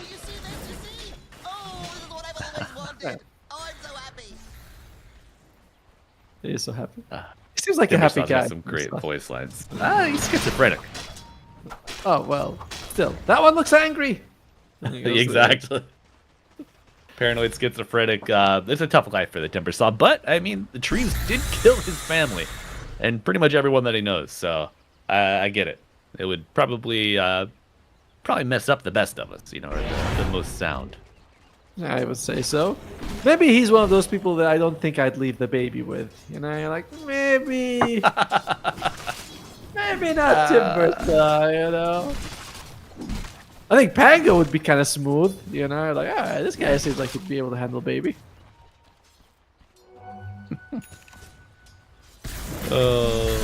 And our segment of Not the Baby Handler will continue in our second series of the day. Disruptor, if the baby starts walking away, you just glimpse him back, and you're like, yep, you're not getting away. Yeah, but you do damage when you glimpse people back. I don't know if we want to glimpse a baby back. You're like, So no, maybe no. last patch Disruptor would be good. Kinetic Field would be very good. Kinetic Field, there you go, a little playpin for the kid. But a Lasso dragging him back into the Kinetic Field of his own doing, and Timbersaw very low under the tier 2 tower. Static Storm not going to be enough. You lose 2, and Dual Rays has to roll away. Oh my God. That was a massive plunder, Tom. This is similar to the last game, right? Where we saw eSport get a lead. Now, admittedly, this is a bigger lead. They have a Diffusal Blade on the Pango, but again, feels like, whoa, it's creeping up on you. And now it's getting there. Then he's going Diffusal Blade again himself. He's like, I could burn. Middle tower What's a is under Timbersaw attack. and Bristleback without mana? They're nothing. Nothing. Absolutely. They're less than trash. The heroes, not of course anyone. Not the players, yeah. In Atoma, a similar move happened in game 2, where Medusa, they went on her, they did not kill her, and Kamichara killed 2 or 3 in game 2. I feel like that same move has just happened, and now still behind the Timber Saw by about 1,000 gold. Dire's top tower is under attack. Charging. He's just gets the courier. Killed. Oh, that's a little unfortunate, but it happens. It happens. Yeah, this game is mostly going to come down. It feels like in the same previous game, it's WoW versus the world. I don't think that Difference and Anko are going to do too much besides running interference. You know, giving you some vision, bothering the enemy team, silences from both of them. But when it comes to actual who's going to be knocking people out, it's all WoW. And he Dire's doesn't middle believe. tower I like is that under he attack. feels like he's going to have damage issues he didn't take Engorged. It's quite an interesting statement from WoW. Right. I wonder if the vision provided by the rest of his team will be enough to kind of make up for that lost, or for the lack of damage. I don't even want to say lack of damage, but the difference in damage. Yes. Difference. He is being charged. Now he needs to be careful. Oh. So Okay. this is an interaction I want to talk Radiant's about middle in a tower second. is under attack. I don't know. So Spirit Breaker's Greater Bash does push people out of stuff. You can, an ally throws out Mars Arena, you can bash them out of it. Bash them through kinetic field, through walls, through fissure, through everything. Which means that twice now he's pushed people out of kinetic field. Radiant's bottom Now- tower is under attack. It hasn't been a big deal yet, but it could be. Oh, well, What a read. What a read. Interrupting the charge. I see you. I see you. Yeah. All right. So that There we move, go. well, Jump. is superseded by this move. A big glimpse, but it's too late. Dire's Disruptor middle dead for tower 30. is under attack. Rare God's looking And- for a lasso target, but Not much of a Roche opportunity, but yeah, as mentioned, and he's right there. He sees him, but can't get on top of him. and Spear Breaker alive and charging again. Right back bottom, reflected, homing missile plus the charge. This could be an opportunity for them to fight. No, No, charge Dead. cancelled. Doesn't want to really go into that, but he just smoke up. Immediately though, Timber Snow shows himself. All right, the trap Whoa. is set, and Rolling Thunder coming in with the lasso on the Disruptor. No statics. Okay, static form, maybe. I don't know. And Rolling Thunder still going through the main stage of the fight. Stone Gaze on the left side. Night Stalker very low, but controlling the bristle. Not enough to stop the damage of the death on the Night Stalker. Darkopter walking into the middle of the fray, looking to make some space, provide some vision and damage here, but he will go down. Beautiful leash coming out from the Medusa. Difference. Is he able to outlast? He gets off to the side of the fight. Surviving for now, but Snow still hot on his heels. Waste turning his back to the Medusa. Whoa, low on mana. You gotta be careful here. And Ryota coming back in for round 2. Medusa, no mana. Does she have any snap regen? No. Trying to stretch these arrows out. Her quiver emptied. Gets a kill, but will give up the ghost. Almost an even trade, by the way. They could have brought down the Bristleback. It would have been nice for them, but as the core does die before he throws out Static Storm in that fight, it was on cooldown when he died. So it's not too bad. The only problem is that like you can lose the whole team and kill 3, but as long as Wolf stays alive. Him dying at the end, a bit of a painful one there. Where's my pension? Not me. Being charged up. Doesn't have the shard yet, by the way, on this gyrocopter. A little bit unusual. Feels like without the shard, you don't do too much damage. And I saw a comment. Someone was saying, like, why did he take a point in Flak Cannon in the laning phase? 1 point in Flak Cannon, I think, is very worth it in the Dire's laning middle phase. tower is under Because second point of Rocket doesn't give you too much. Like, you have to rush it. You can go 3-1-1.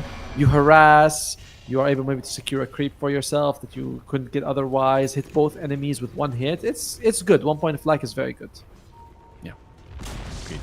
Dire's middle tower Wave has pressure. fallen. I mean, and honestly, as a support, just getting waves out, providing Yep. vision for your team to play safely, and with waves out, the Spirit Breaker isn't able to play across the map as easily either. So, a lot of value in this one single point. It's uh, very good. It does a lot. I mean, it's like imagine Shadow Demon with 0 points in disruption. You're like, at least put 1. Right? He's like, no, 1 max up. Yeah, it's like just 1 point disruption. Or Necrophos going. Necrophos goes Ghost Trial. He's like, oh, like second point Heartstopper. It doesn't give. It's nice, but it doesn't really change anything. Blink with a silence. Night Stalker looking for an opportunity. Disruptor, low. Will get the Static Storm, but he does glimpse him all the same. Okay, Night Stalker for the Disruptor, not a bad trade, and even getting the Bat Pre-Lasso. Charge! Spoiled, charging straight ahead, but a nice assimilate. Will Ryota survive? The Clash, no. Lotus Orb applied, but it's just too little too late. Jabbercopter's dead. And they get the last 2 members of the Radiant. Okay, he's used. Is used indeed. An Illusion Rune has been popped on the Void. Radiant's bottom He will be tower safe is for under now. attack. Unless, no. He's fine. He's fine. Don't worry about him. He's okay. But Night Stalker starting to fall behind as any form of a core, honestly. He's gonna need a BKB, and I believe, yeah, he is working towards it.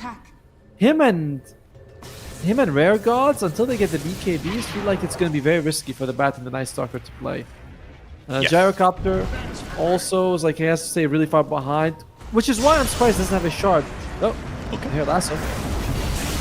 Lasso has been heard. Wow.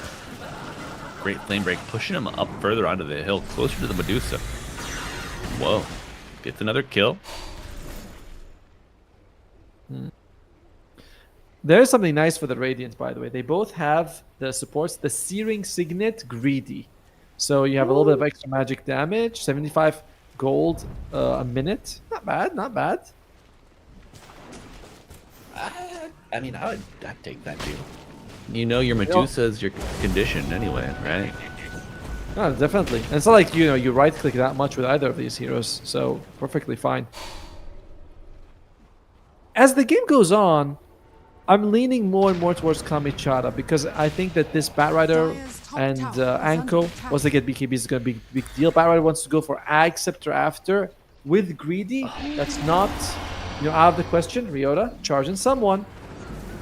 He's charging the Batrider. Charge and a dream does not let. Wow. He stopped it. He stopped it.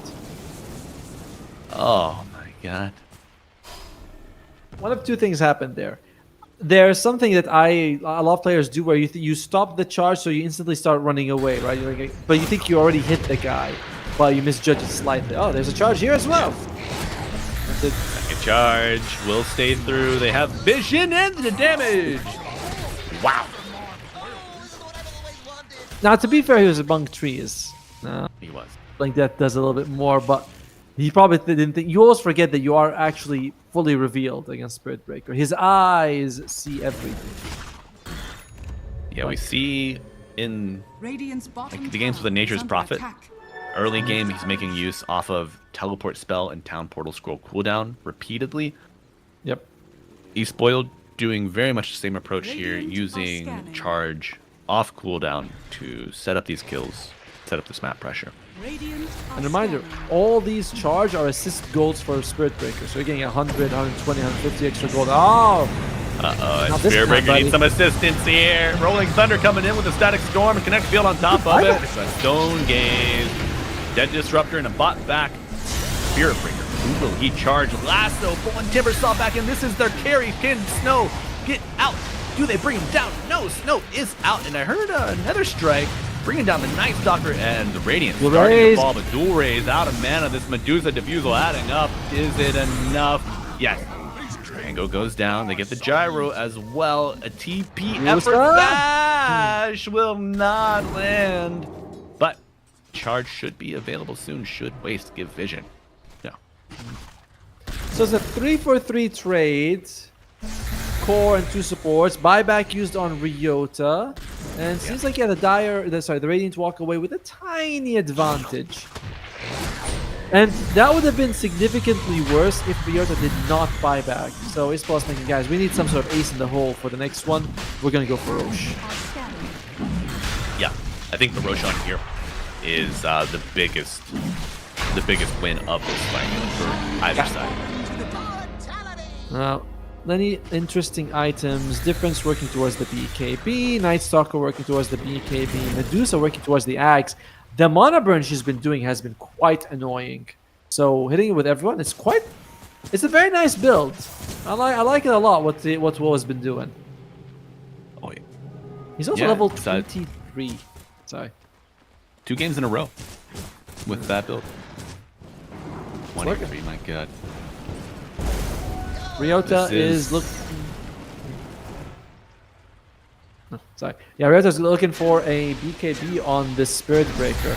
He's like, I'm surprised because you usually see Spirit Breakers go all in on speed, right? Like you might have a Windlace, Phase Boots, Yasha Kaya later on, the Shard. But he's like, no, I want the BKB to survive. Unusual, I must say. Yep. Unusual, but I mean, Cal's got to do what a Cal's got to do in these He's a trying bull. times. He's a cow to me. He's clearly a bull, and I could point to certain features that differentiate the bull from the. Do it, from the cow. coward. Do it. That's what I thought. I'll call do your that bluff, Atomo. I'll call your bluff. All right, post off stream, right? And anyone The of the late viewers can game. Yeah. Late game, post game chat. Uh-oh. screenshot. Vision dead. provided. Makes for an easy swashbuckle. And a dead Batrider. That's another one of the amazing strength of the Spirit Breaker. Every one of his abilities pierces BKB. I mean, Bulldoze is the defensive one, but Charge pierces BKB. Yes, it does. It does. It used to be that you couldn't charge BKB targets, but it's the same as using a spell on a BKB. Like you can do it same as Right. before. And it applies to bash, right? Radiant's Yes. middle So tower that was is actually a under very attack. nice, Radiant it was a very nice structures buff for the are hero, because before, you couldn't use spells on the magic hero, but now you can use it on someone, and the effect persists. But Spirit Breaker's like, this is perfect. I can use all my spells now. Uh-oh. And, He's okay. Tomo, this mid, eats a lot of damage there. Radiant's bottom It's tower Aegis. is I under don't think he's attack. too worried. Does Will want to fight is the question. Radiant's bottom tower I has think fallen. he does. Radiant's Look at this middle smoke. Got the tower axe. is Big under wrap attack. Axe around. finished. There we go. Counter smoke. Okay, Aegis on Snow. Snowview Woe, who takes it. Oh, lasso. Nice Pulling lasso. The Pango, but a nice static storm to counter. Lotus Orb applied, Gyro very low, and Gyro surviving for now. Waste turns his back, and the Gyro goes down. 2 Thank you. dead, in addition to the Batrider. And now, whoa, isolated. It's the BKB. The damage is not Done. enough, and Snow brings him down, cutting him down to size, and that BKB That- lasts long enough for the boy to get out. It's not Woe's fault in this one. He's doing all he can, but you can see no one else on his team has the same net worth. Like, yeah, Rare Gauze on the Batrider is a bit farmed, but that's about it. Radiant's Until, middle tower is under attack. Batrider has BKB Ags, he's not going to be contributing as much. And Gyrocopter, he does have finally the shard, but that's about it. Poor Woe. He's like, guys, I can't do it by myself. No one else is doing damage. Look at the fight recap.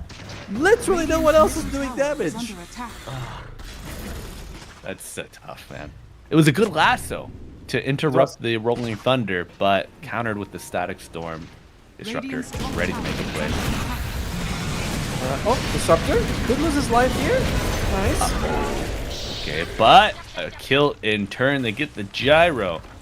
So they're going to have the numbers advantage, even after the Medusa respawns. True. They do have glyphs available though. I think this Medusa will be up in time to defend high ground. So Radiant's he top spot that tower was just a has huge fallen. economic win. It doesn't really change the the map status. Yes. Radiant's top Yeah. tower is under I mean, attack. if you could force a fort for the high ground, that would be major, but it's a massive risk. He's spoiled. Not pushing that hard. Look at that. Before that fight, the game was actually favoring Kamichada. That's how much, despite the lead and everything, game was like, yeah, Kamichada, it's alright, man. I believe in Woe. And what is... Well, he wants to eat the Ag's Blessing so he can make a Witch Blade. Real. Yes, he does. I do believe Right. Anko... My Anko. This damage is out of control.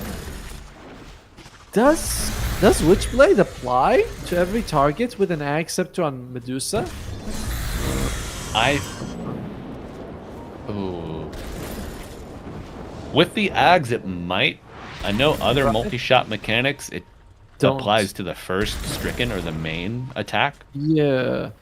Like I know, like Puck, I've never seen a Puck hit, because he can do it with the shard, right? When you hit everyone, I've never seen it. Yeah. Proc on Exactly, anyone. yeah. Yeah, the puck point of discussion is the first one that comes to mind. Under attack. But if it does not, increasing the projectile speed, very nice for the Medusa. An int-based item as well will help out with her mana pool as she goes into That's the true. Parasma. And the magic damage helps you with an additional way to get through the armor and the tankiness of the Dire. But fight underway, Bat Rider isolated, BKB popped in the Lotus on the So tanky. Stone Gaze Timbersaw. Yeah. Meanwhile- Armor. HP and glimpse back. Bat Rider very low. Dissimilate gets the Void out for now. As Waste 21 and Snow hand in hand, becoming the bulwark of this Team E-spoiled lineup, walking forward as they turn their attention. Timbersaw, not typically the best pusher, but the flamethrower will certainly help Are they going for it? raise. Oh. He was rolling up. He's curling up the ball, but decides not to jump in. And the game has gone the way we sort of thought it would, with eSport, this core, all of them sort of being semi-carries, but not full-on carries. Saying, all right, let's just jump on them, and using the two supports to chain kills, Spirit Breaker being very heavily involved, same thing with the Disruptor. And the counterpoint has always been, can Woes Medusa... Okay, Lasso holding him in place. He is stunned, hypnotized, and all the like, but the BKB does come out. And now, shoot on the other foot Car's as coming. Waste can make a decision. Charge on the way, glimpse off screen as the conflict continues, but Ryota peels off the target. Maybe they found the Medusa. And now, Lincoln Spear pop, and they have found Medusa. Yes, is the go. Whoa. Hit with a Static Storm. BKB on Ryota. He is clicking his little bull head off, and Medusa does go down. Waste 21 picks up the kill, and gotta imagine buyback is a likely possibility for Medusa if this faces pressure. Oh, poor fella. Just, caught between all these people. Bash, Thunder, Snot. Oh my. Has to pop BKB the used. BKB. Uh-oh, Matt. What the hell? Solo Uncle! kill on it. Radiant structures Yeah, support not having quite the experience we were hoping to see from him. As Glyph is used, buyback is used, and he's supposed thinking, hey guys, we're okay, right? We don't have to force anything here. We're in a good spot. Saying Yes, sir. Roshan. But Roshan isn't up, so they don't really have another objective to go for at least a minute. Oy. Okay. I would like to take a moment to direct your attention to the tower score. Adoma. Eastboiled still have one tier 1 remaining, and all of their tier 2s. It's golden. We do think that's pretty good for the Dire side, as we also have Acceptors we haven't talked about. Disruptor's got one. Yeah. Oh my. Pango's got one with Disperser. Burstbacks, standard items. Timbersaw's got one. That's 3 Ags. And Spirit Breaker finishes his Bakab on the Spirit Breaker. Yeah, that BKB is instrumental, just allowing him to wade through the mess of these team fights. By the way, I gotta say, 33% chance to win for Kamichara seems insane to me this game. Like, Gabe is looking at this 25,000 gold lead, he's like, meh, 1 in 3. They can make a comeback. I'm like, really? 1 in 3? 1 in 3? Yeah, This is like, oh, sorry. If the Medusa gets to click freely under her tier 4s, maybe. maybe there's a chance. That is a big maybe. Who's gonna get the shard? It's gonna be Bat Rider. Bat Rider, halfway towards his Acceptor, already has a BKB. That is, you know, the potential big equalizer that we've been looking for.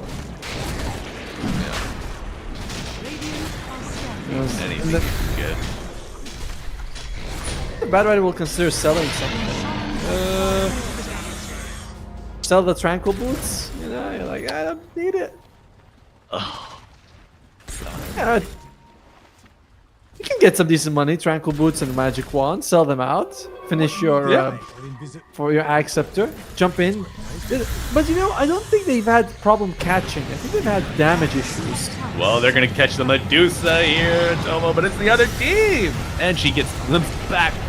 Oh my God, the Static Storm is on, and this is all she wrote. Medusa dead for 2 minutes with no buyback. No man to dodge on the glimpse, no BKB to get her out. What was she doing there? Man, the problem didn't realize there was vision there, had to go out and try to get some farm. They're using those dominated creeps to push out the lane. They're like, please, give us anything you can. What? They throw the banner here. In fact, The banner for the vision, maybe? no, just Banner so does I can't cut. protect the creeps. Yeah, no cutting happening here. As Timbersaw looking to do a cut of his own. Oh, wow, look at that expanded. But the glimpse, he's traveling so far back, he gets the first class ticket to hell. Middle tower is under attack. Holy. Does waste a lot of time actually. Unfortunately, there's gonna be cleaning up. They bring down the gyrocopter. The gyrocopter buys back. Not me saying, I still got some life in me. Radiant's courier has been killed. I didn't hear a bell. I'm coming back for the next round, but a second buyback has hit the Dire. BKB on the Timbersaw, trying to keep the piggies in their pen, but a lasso dragging this big piggy into his own mud pit, and Timbersaw with the flame break, the shield pops. Is he gonna be able to get out? And I don't think so. Tomo, he goes ethereal, hypnotized, and he's locked down, dead for 100 seconds. My God, it's a massacre. Medusa up in 30 as the Timbersaw has made you a lot of space. Have you gotten enough with it? Aegis consumed on Bristol's first passing. This could be a dieback on the gyro, but the lockdown, okay, ended with the BKB, and big bash, the bowling ball coming through. Honestly, Dire's bottom tower is under attack. not like, yeah, it's pretty bad. It's pretty bad, but Timbersaw giving them some signs of life. He's like, that's right, guys. I'll give you some hope when he jumps in there for Snow. It's the only way I would have agreed with that Timbersaw play. Does he have Pure Cloak? He doesn't. No, he actually does. He does. He did go in. Okay, so if you get Pure Cloak and you make that jump, you're getting a lot of damage applied to your target. But Tomo, this does keep Kamichada in the game. It does. It is putting them in a fairly, I mean, not in a good spot by any stretch of the imagination, but in the game as Vlad's comes out from the gyrocopter. It's a good item for a support to have, but in this particular game, you're like, I don't think this is going to generate so much for your team. Nullifier on the Night Stalker. Oh, sorry. Ooh, okay, Nullifier, nice pickup. I think the Vlad does more for the damage for the Medusa rather than the lifesteal or the armor, of course. Not really applying with her mana barrier, and then the lifesteal is not really relevant until she is on life. Meanwhile, Woe has finished his Shiva's Guard. Nice thing about that is the vision. Snow going in. Oh, Snow going in. They found the Pango. The lockdown is there. Static Storm not enough, but no, showing up here on the Medusa. On avoid. Showcase coming out with the shield applied. Lotus is well ticking. The is already dead. And okay, wait, 21. Very low. That's why the BKB turning his back. But split damage from Kamichada. Oh my God, the right clicks. He's low on mana now. No mana. But what does Snow have left in the tank to deal with Medusa? Gonna have to be careful here. Buyback on the Disruptor and a limp, but he's nullified. The Night Stalker's on top of him. Revenge of Valinar. is the title of this game 3. Akko gets the triple.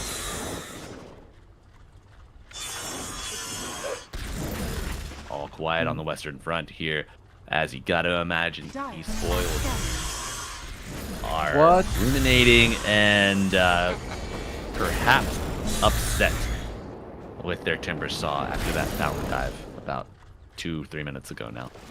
That was quite a dive, and you can look at the like the win percentage. We're gonna give it we're gonna give it a couple more minutes because there's gonna be some farming, some fixing of the lanes for Kamichara, but as the core dies back in that situation, kind of hurts him quite a bit. Pangolier, he did something odd. He bought a refresher orb on this hero. Now, I don't think this is bad in any way, but I didn't think they were also so far ahead that he's like, let me get a refresher orb. That'll show him. Like, seems like a buyback would have been safer. Yes, I agree. And Rare Gods, he switched from the Ag Scepter for the Bat Rider, has gone for a Dagon instead. That's a bold decision if I've ever seen one. Yeah, we saw this choice made by the offlane Bat in game 2. Yep. The spell Lifesteal, just super value, especially when you're against 4 melee heroes. Your Firefly, your Sticky Napalm, your Flame Break, gonna be hitting multiple targets. So those sources of Lifesteal, always present. I guess he feels like I want to be a little bit more durable. As Medusa is going to go for the Kaya Sanj. As we mentioned, this does reduce the mana burn. It's a pretty sizable durability increase for the hero when you have it. It is. What is it like? 25%? Damn. That's yeah, it gets insane. stretched. Radiant are scared. Stretches that mana, and look at the full Parasma finished. My God. What does? Oh, look at this. Waste is walking in. We could be in for another rumble. Uh-oh, rumble in the jungle. As Difference jumps up, but still charged. Now, they found the Pangolier Static Storm on the Medusa, but the damage being done to Pango. Rolling Thunder finally coming through. This kid gets to use that refresher. Low mana on the Medusa. Okay, gets back up. No, she's low. And now the Rolling Thunder still coming through. Gets a little bit more return to her. But you gotta imagine how much more life does she have left in the tank. The control's out. The gyro's dead. The Medusa is dead as well for 100 seconds. No buyback. She is gold gated. Anko does get a kill on the Disruptor. Jim on deck. And he's spoiled. Looking for their next target. I hear a charge. It's on the Bat Rider who's trying to cut waves right now. But Snow is trying to cut down Void Spirits. Hex online. The scythe could be enough. No. Jumps to the high ground. Ults away. And oh, what's that? Pango with the follow-up, but an arrow miss. Bat Rider does die solo to Ryota. Instant buyback, and they're going to try to drag him into the fountain. Oh no, Deborah, not like this. They do it again? You already found the fountain once. You get pushed back with the flame break and you get out, but it's not enough. You're dead for 100. Oh my God, you gotta stay away. There's no Magnus in the game, but it certainly feels like there might be. Holy. Charge coming in as Wave 21 low pops the blade mail. Rolling Thunder. This one looks a little slower. I don't know why. I don't know what it is. Maybe it's just open ground. Gyrocopter reviving soon. Eastboiled might need to rethink their approach. They get 2 out of 3 structures on the bot lane, but Roshan's up. Double damage is up, and Medusa alive in 25. Oh my God. Well, to be fair to the speed, he's not using Thunderbolt fast. He is using double jump. So that's Real. I think it's a lot of people who would be like, oh, you can get used to the faster one. Oxygen Core finished up on Dual Raise. I like this a lot. And there is going to be Medusa up and no Timbersaw for 40 seconds. Kamichara, will they consider contesting this? Doesn't. Oh, the Roar comes out, so they should know. Defense making his way No towards TP it. point. Medusa's far away. I don't think they test. Yeah. Sean has fallen to the down.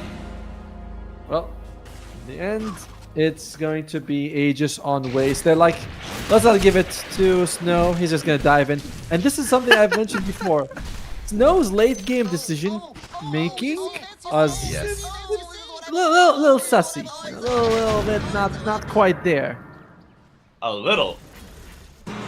Brother, I would need 3 keyboards by now if I was his teammate. 1 and 2 would be in pieces. Because of how much lovely messages you would be typing to him. Very nice job, Exactly. but you That's try right. not to do that again, you know? I'd short circuit my keyboard. Inspirational vision. Truly. But Well, in the meantime, esports. What does Gaben say? He's like, yeah, 23%. He's starting to shift a little. He's like, maybe not super likely that they make a comeback in this one. Could afford the Sanj on the Medusa by saving for buyback. a jump. They find the Pingo. This could be a key in the kill. fight. Yes, he's dead for 100 seconds. Static Storm is on the Buyback. ground, but Void Spirit will be able to walk out. Yes, BKB and the Timber Chain away. You want a bit of a reset here to reassess, but the Timber Chain not going to be canceled by the Nullifier. Goo on deck, slowing the approach, and Ryota buying some time and space, hoping to get Aztecore out. Instrumental hero in this late game. Glimpses cannot be overstated. Oh, what? He brings out his Aghanim Scepter. He refreshes. This is not an Axe on the Static Storm. He messed up, but they get 2 kills on top of it, and now DP away from the Medusa. Okay. Ryota unable to find. Oh, no bash. No. 2 for Did you 2. notice that? That he moved it away. No, I was not click. I didn't click on him during the fight. I am surprised. Like if you say I believe it, but might have been trying to move some other item around and messes up in that situation. Yeah, I think so. Because he wanted to get vision in the fight, so he brought the wards into his pack, but he backpacked his Ags and still had the refresher shard. Yo. Well, perhaps at that point it doesn't matter if everyone's already used the BKB. What other items do you care about muting? To be fair with you. So Tread it's swap. it's a mistake. Yeah, tread swap, sure. Does anyone even have power treads at this point in the game? Oh, yeah, Woe has it. Woe has it. Yeah, You got me. The most important hero, Atomo. Come on. No, what an Alright, interesting so- build though. From wait, does Batrider have his Aghanim Scepter already? He does not. He has been working towards it and working towards it, but just can't seem to get his hands on it. Oh my god, you got that big Lotus though. It's nice, but I think it's gonna have more value when you can feed to the Medusa. Here, a flower for you, my beautiful lady. Are scanning. Thank you very much, sir. Proper courting here in game 3. Knightly, indeed.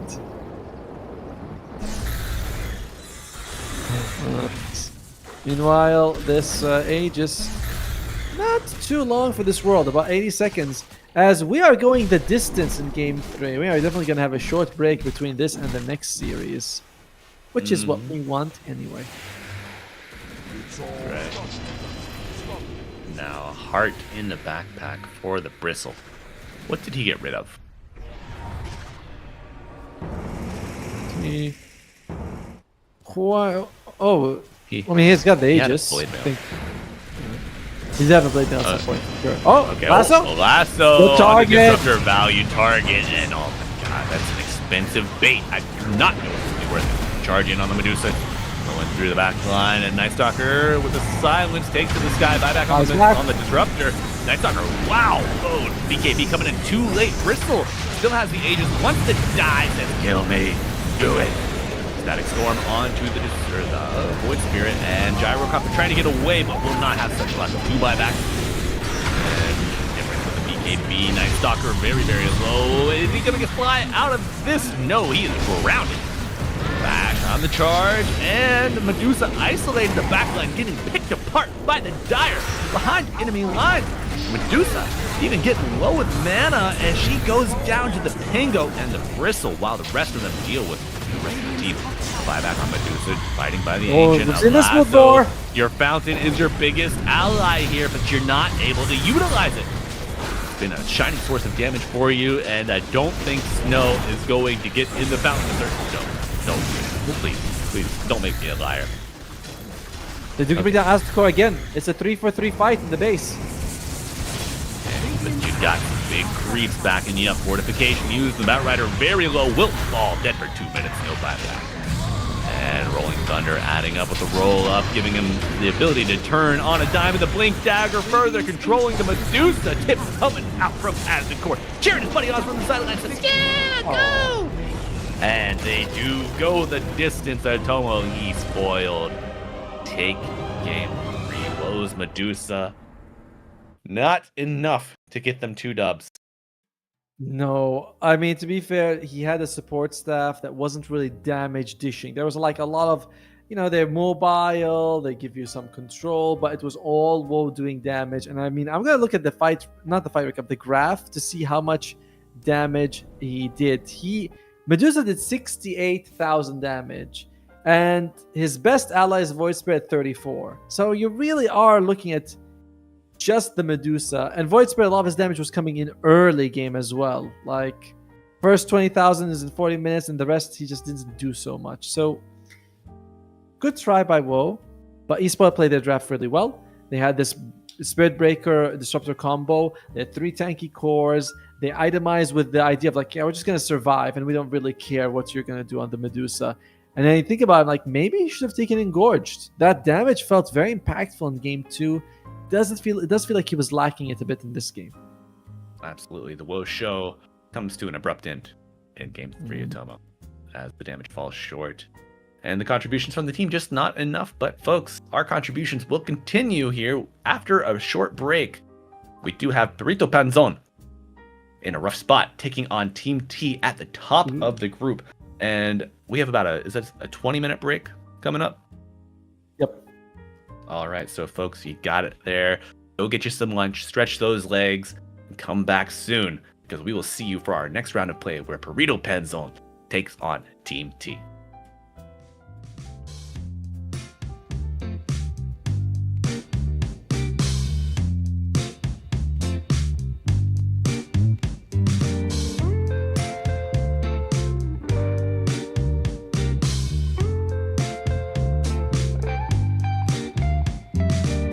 Well, I can tell just by the way that you're smiling that you're still unsure. And I can tell just by the look in your eyes that you've been hurt before. But baby, no one can promise you forever. Right now I only know that we should be together. Because it's now or it's never, so won't you take a chance on me? Well, it's fine if all your previous guys, they made you run away. You can bet you'd only have one regret, and that's if you didn't stay. Walk my way. 'Cause baby, no one can promise you tomorrow. But today you take away all of my sorrows. You know I'd beg and I'd borrow for you, so won't you take a chance on me? Right from the moment we met, I knew that I couldn't let my fear get the best of me. And every moment since then has proven time and again that we're exactly where we're supposed to be. Yeah. Oh, won't you take a chance on me? Ooh, oh, won't you take a chance on me?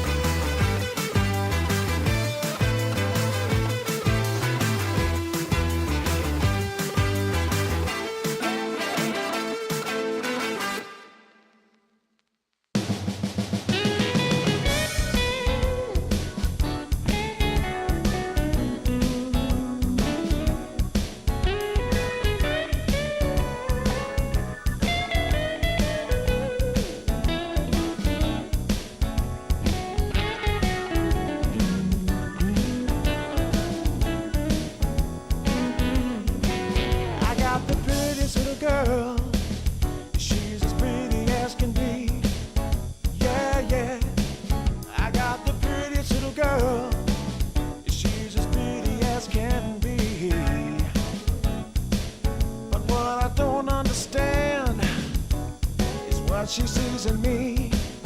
Ooh, I've been drinking too much, staying out all night. I can't remember my left from my right. I'm kinda blurry from my head to my toes. It might seem like nothing, but there's one thing I know. I got the prettiest little girl. She's as pretty as can be. But what I don't understand is what she sees in me. Oh yeah, yeah.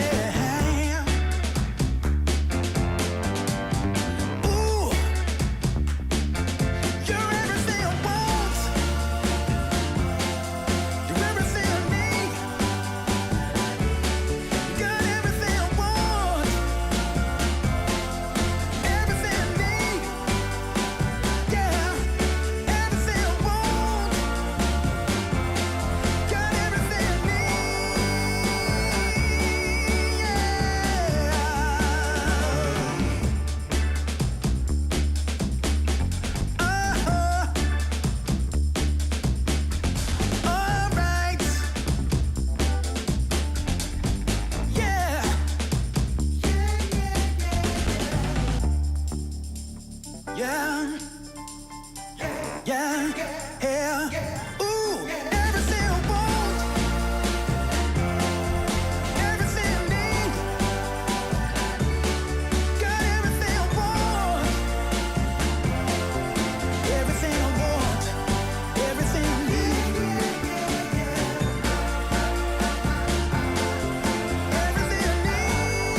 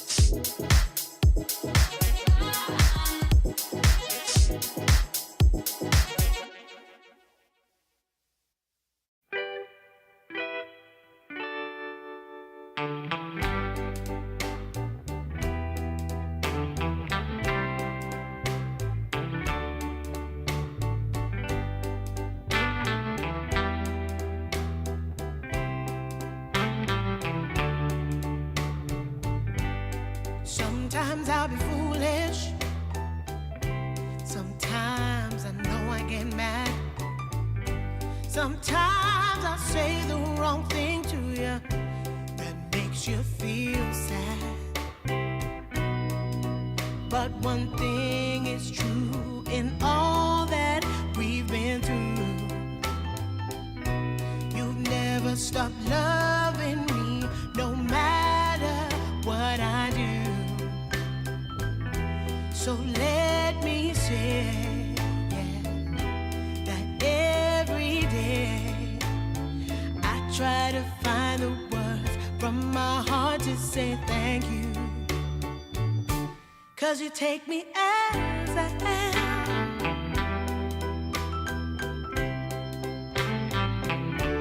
You take me as I am. Oh, baby. If you stop loving me, well, I would understand. But I won't take you for granted, no, no. When you hold my hand, your love makes me feel that I could fly to the moon. Not even the birds above can sing a sweeter tune. I needed to say that you find a way to make me feel anew. And I want to say thank you, 'cause you take me as I am. Oh, baby, take me as I am. Oh, Lord, take me as I am. Oh, take me.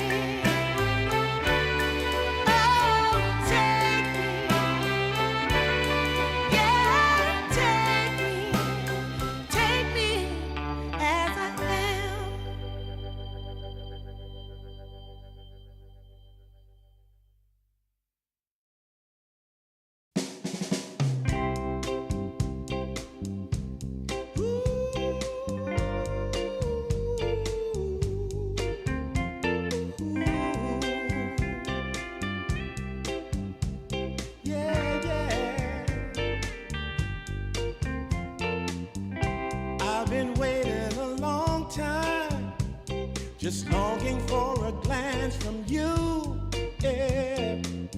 A chance to look in those big brown eyes. No telling what my heart would do, hey. When we met, I sure knew it felt as good as it could be. In that moment, though it felt so good, I wondered why you noticed me. If you gave me just a little time, it would sure ease my troubled mind. Don't tell me that you don't feel the same inside. Don't tell me, these are feelings that I ought to hide. I don't care where you came from, just tell me where you wanna go.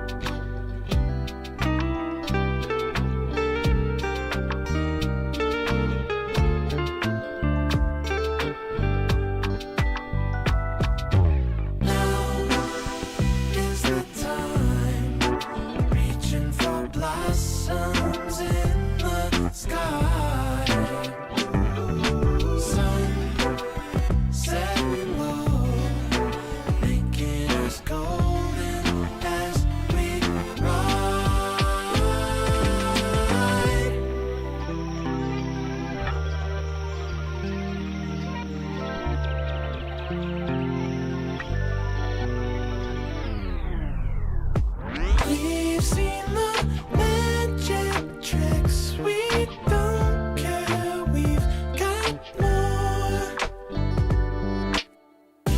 We know we're on the tip.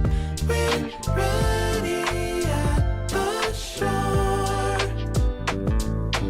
Now is the time. Reaching for blossoms in the sky. Sun setting low, making us golden as we ride.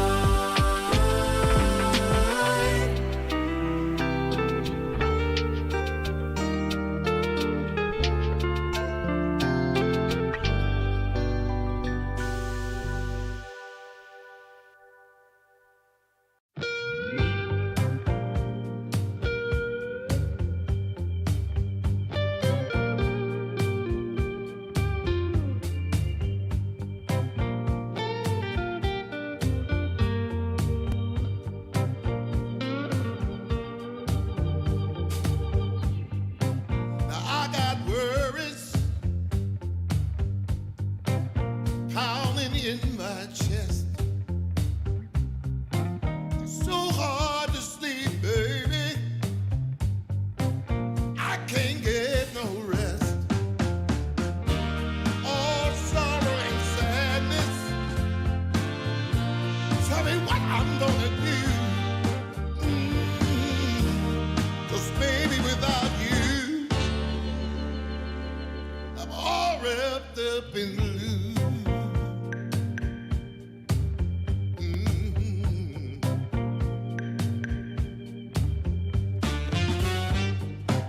I thought it would be easy to make it on my own. But baby, now I know what it means to be alone. I'm lost in the shadows. Tell me what can I do? 'Cause baby, without you,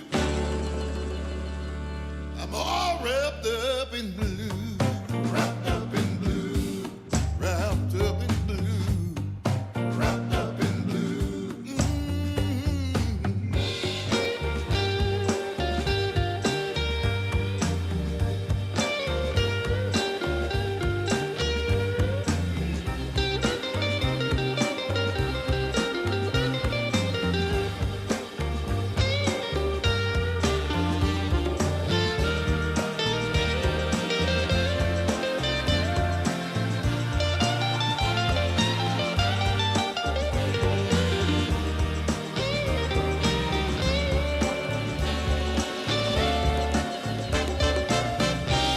You don't miss the water till the well runs dry. You never see when the truth turns into a lie. Hey. Wrapped up in blue, all wrapped up in blue, wrapped up in blue. Can't find my way out, no. Wrapped up in blue. Tell me what can I do? Wrapped up in blue, all wrapped up in blue, wrapped up in blue. Somebody help me now. Wrapped up in blue, all wrapped up in blue, wrapped up in blue. Somebody tell me what to do, 'cause I'm wrapped up in blue, wrapped up in blue, wrapped up in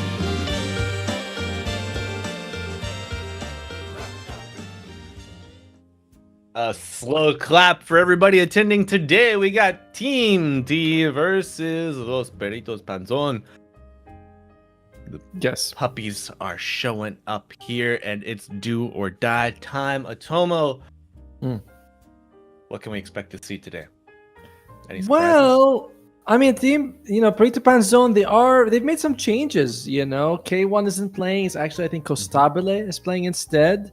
I think is Illich coming here? They saw. I think the rest of the team might be the same, but I think Illich may have been considering playing for Frank. I'm not sure, but Perrito Panzon, they come in with a victory, which is nice. This is something that they haven't had so far. They've kind of came into every match after a loss, so it could be a big thing for them.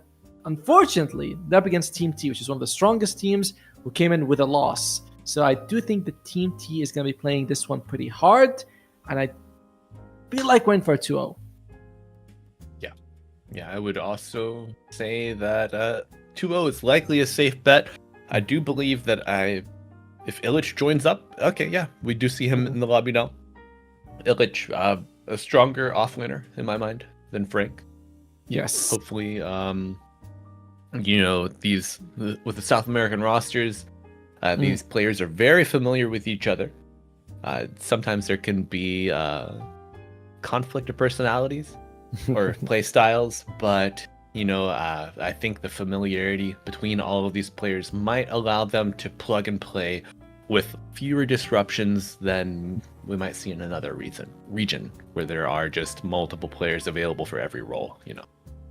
Yeah, I get what you mean. I generally feel like hopefully Perrito Panzon with a couple of changes. I mean, getting your carry and your offlaner switched in the middle of a tournament is quite a big deal. What? No. I mean, this is kind of breaking news for you guys. But K1, when he was playing with them, sometimes you feel like a player seems uninterested. The carry is like AFK farming for 30 minutes. They join for that compulsory throne defense fight. Yeah. It's like, are you? They take Sven, just like ching ching ching ching ching, Mask of Madness, go to camp, and I felt that way with K1. Didn't seem like his heart was into it. So they've had signs of life with Costabile. They've had looked better with Illich. Maybe they can give Team T a run for their money, but I wouldn't put my money on it. All right. Wink, wink, nod, nod. No. This is I think Perrito Panzon have a particularly tough hand dealt to them. And Team T, as we mentioned earlier, they are on fire. This is a well-rehearsed roster. They've had plenty of time and opportunity to play together against notable competition. And I mean, they are sitting at the top of their group. How did the games earlier today go for them? They lost. They did not win, yeah. So they are not in the best spot right now. One thing I will mention, though, is that we talked about this earlier with Team T. They have made several roster changes as well, but that was before the tournament. Like, they still, they're working. They replaced Desire and Warwick with XN1J and Soneka with Kaori. So that's 3 changes on the team, just keeping Shigitsu as well as keeping Cloud. And their style before was very run at you. Very, I take the lead, I'd hold on to the lead. They didn't play well from behind. So this is kind of a rebranded new Team T. And we'll see. Maybe I think it's a little bit weaker than the previous iteration, but the previous iteration was at its final stages, perfected. This is still a team that's cooking, still working. Refined, yes. Refined, aged to perfection. And I will say that their loss, the 0-2 loss against Most Wanted, I mean, that puts Most Wanted at the top of the group stage with Team Tidebound. However, Most Wanted have dropped fewer maps. They've gone... No, I'm a liar. They've won more maps. Oh, man. Yeah, 9-4, 8-3, but Team T sitting at 7-5 now against the 0-8. Perrito Panzon. No, but it's not updated. Perrito Panzon should be not updated. 2-9 once it's caught up. Liquipedia. Liquipedia, do your job. Poor guys, there's so many streams, there's only so much you can tune. You should just tune into this one, though, because that's where you're going to get the latest of news, the hottest of casters, the best teams. Maybe. But we do have a draft that is setting up for you guys. So we'll go into it in just a second here. See what we're working with for Perrito Panzon. Team T, as we mentioned, one thing about Team T, there's quite specialists in their heroes. XN has played a lot of Puck and Storm, very little of other heroes. Cloud, a lot of Pango, not so much the other heroes.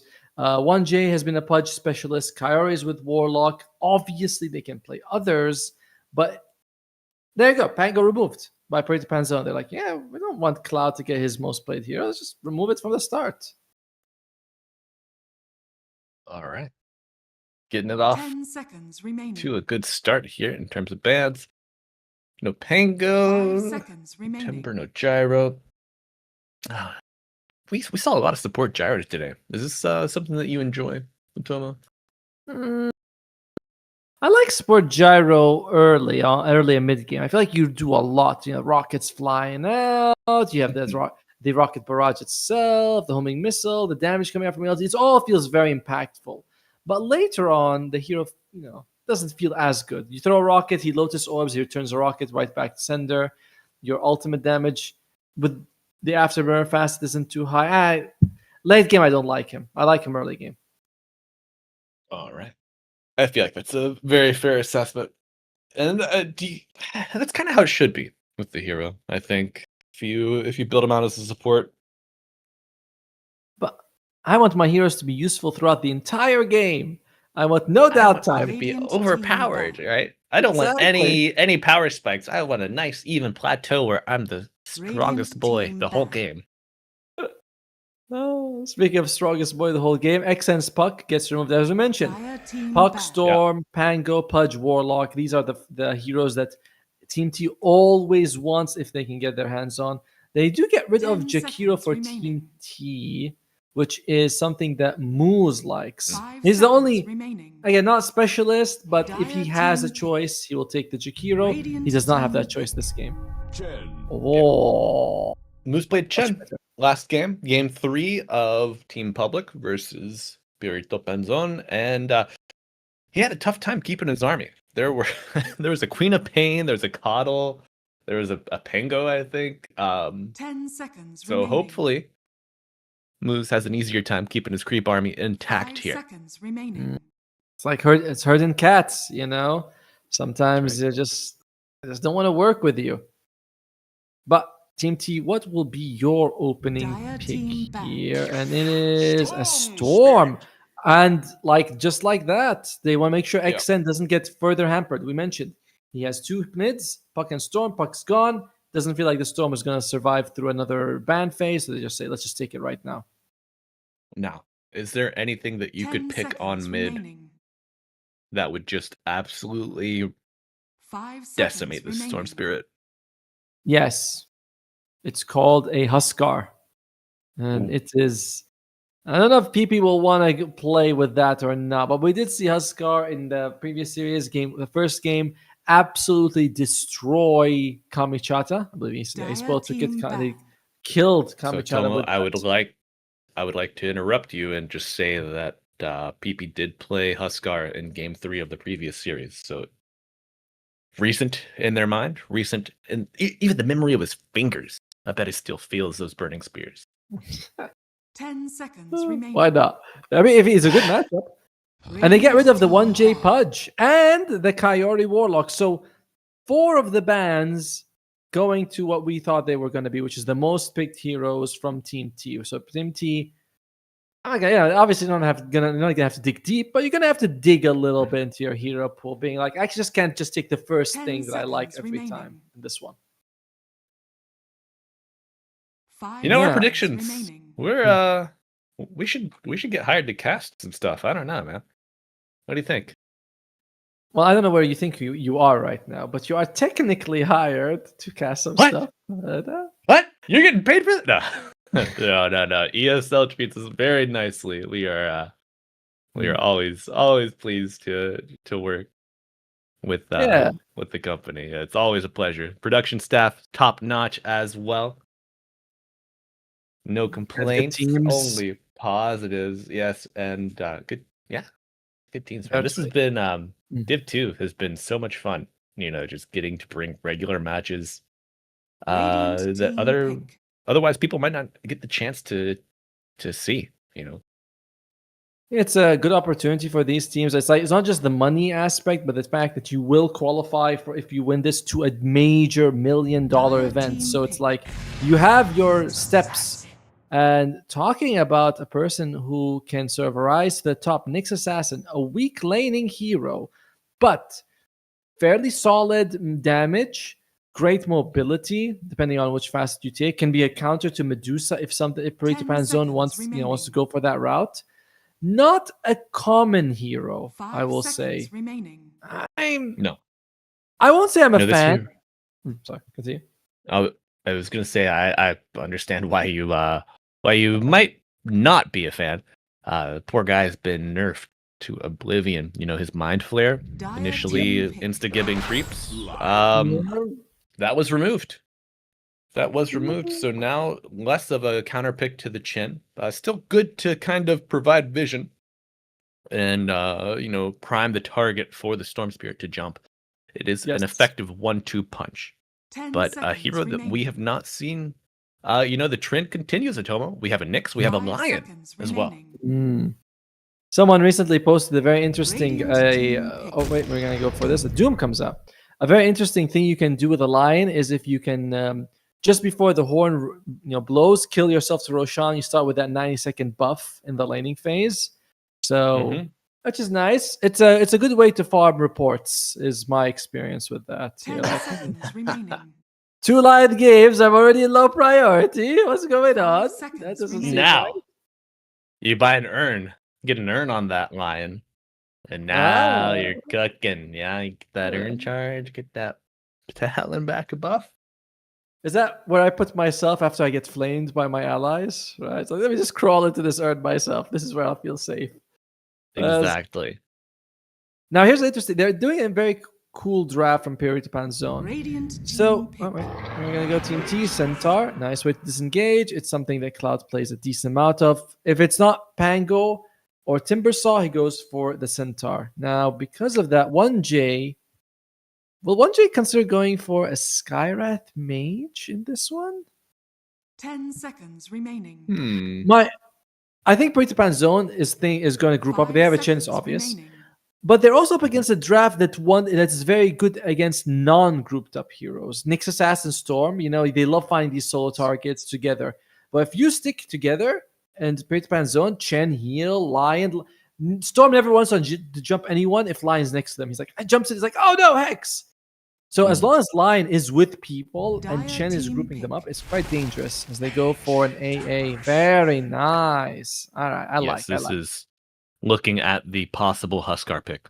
I wanted to address this if it was a ban or maybe a pick that we would be likely to see from Perrito Panzon to protect a possible Huskar. But no, gets snatched up by Team T.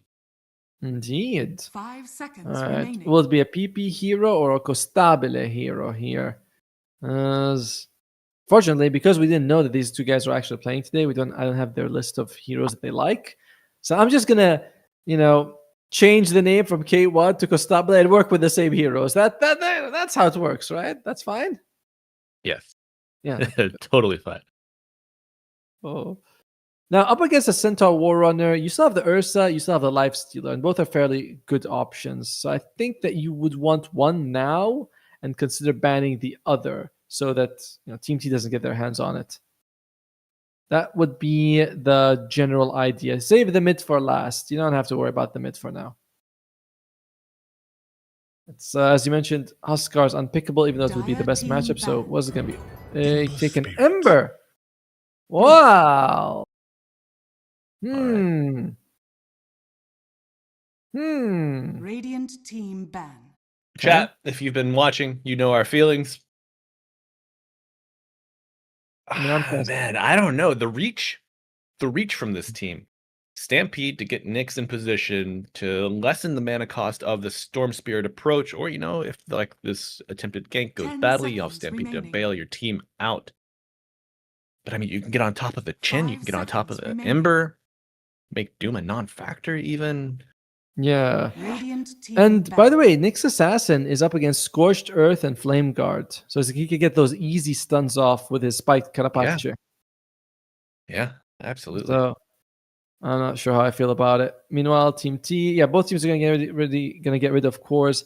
I am surprised Perrito remaining. Panzon bans out Medusa. Now, there's a bit of it's 5 like good seconds against the remaining. AA, but kind of bad against Nyx if he takes the facet. So Perrito Panzon, they're like, let's not deal with this headache in any way.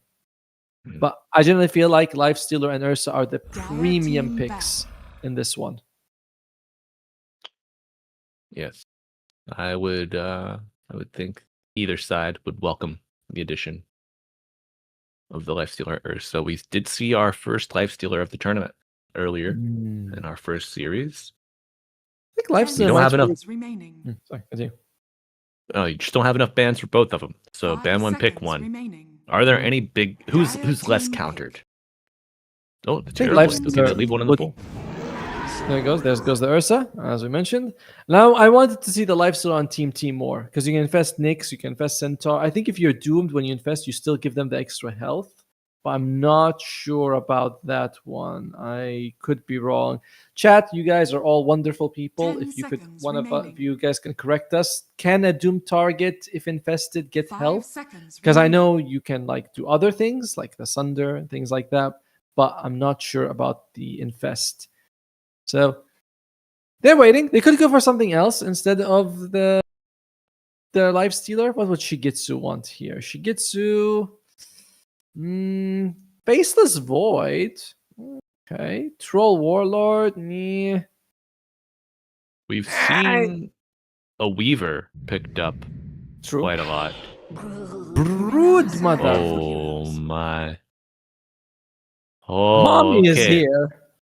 Mama's home. That's right. So they do have good tools to find this brood. The Ember can search with Slight, with the Bolas, El Misho, good blink catch for her. Costabile, able to burst her down with appropriate control.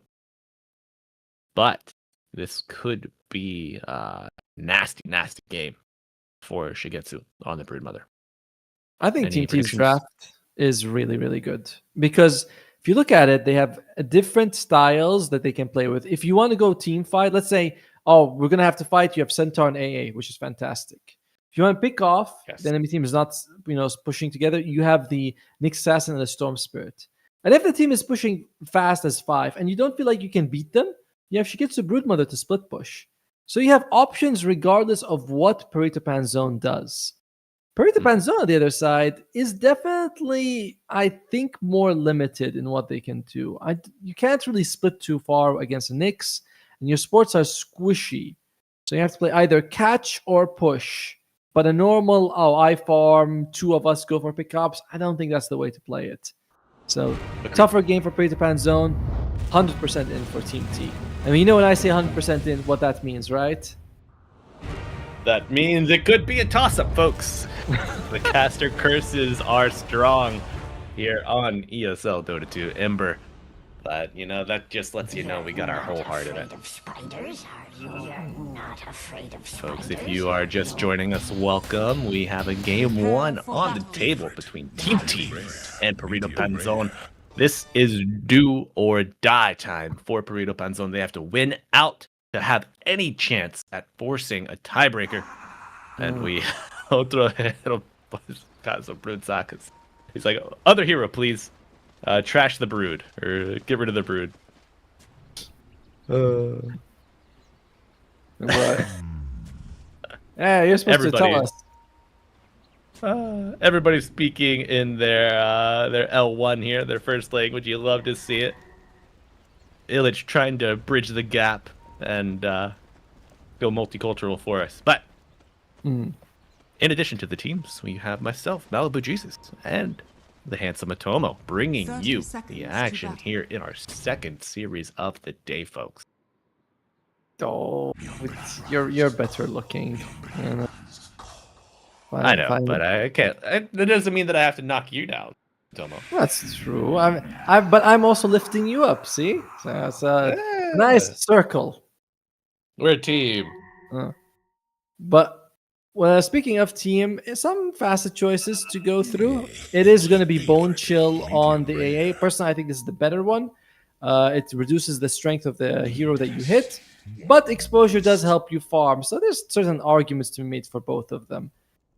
Satyr Convert on the Chen. This usually indicates that he's going to be helping out mid by sending those Satyr Converts, whereas the other ones, you know, we might be more focused on the your own lane. And I believe that's kind of the only two worth really discussing. Yeah, Satyr. Oh. Mid help. Oh, yeah, that's a nice spike, but no follow-up. And now El Misho In trouble. vulnerable on the low ground in the river, and Storm Spirit sends the Remnant forward, still gets first blood, even though El Misho dodges the Remnant. The right click does find its mark. What a brutal start. This is, you know, the brother matchups are usually considered fairly even, regardless. But giving one of them a first blood bottle start, yeah, you know, kind of tips the scale in that one's favor. Xne gonna be all smiles here in the mid lane with a bottle. This water rune's gonna be very, very important, and you know, even more important that Moose keeps this mana burn on cooldown against the storm. Maybe you get a deny water rune on the other side and let the Ember kind of body it out.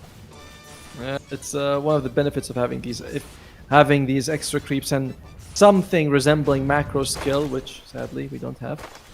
Also, before macro skill, you could just share control, share unit control, and it's much easier for the Ember to play it. It's like, I gotta look around here. It's not even the same map as 1J. Oi! All right, nice. El Misho with a solo kill, and finds the Observer Ward. Wow, what a turn of events for the Dire. I mean, it's way early, yes, but that's a huge amount of gold and XP going to them. To that line, yeah. It's kind of surprising that he knew it was there as well.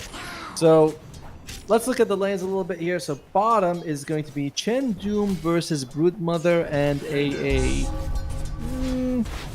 I guess I favor the Perrito Panzon slightly, even though AA is a pretty good laner. He's a pretty good zoning laner, not a very good killing laner. Which sounds like they should be the same thing, but they're not. It's like, you don't want to stay too close to the AA for long within his attack range, but you can generally walk away and you'll be fine. You're like, he can't really chase us. Yeah. Now, Otomo, the Lion and the Chin, they've switched lanes. Why could this be? Do you want the Lion up top with your Ursa for more kill potential? Do you need to interrupt the pool? What's going on? Now, the Lion and the Ursa can definitely get kills. The Chen, the creeps you're going to get aren't really going to usually be enough, so the Lion's way better at securing the lane for you. Oddly enough, if you're going for very aggressive. If you think I can kill him, I want the Lion. If you think you can't kill him, you want the Chen. And I suppose the Lion Doom is not as strong as the Lion Ursa anyway. So we're not getting kills bottom. You might as well put the Chen there. I think it's a very nice adjustment by Perrito Panzon in the end. Alrighty. There you have it, folks. And we do have an answer. Yes, you get plenty of HP if you get infested while doomed.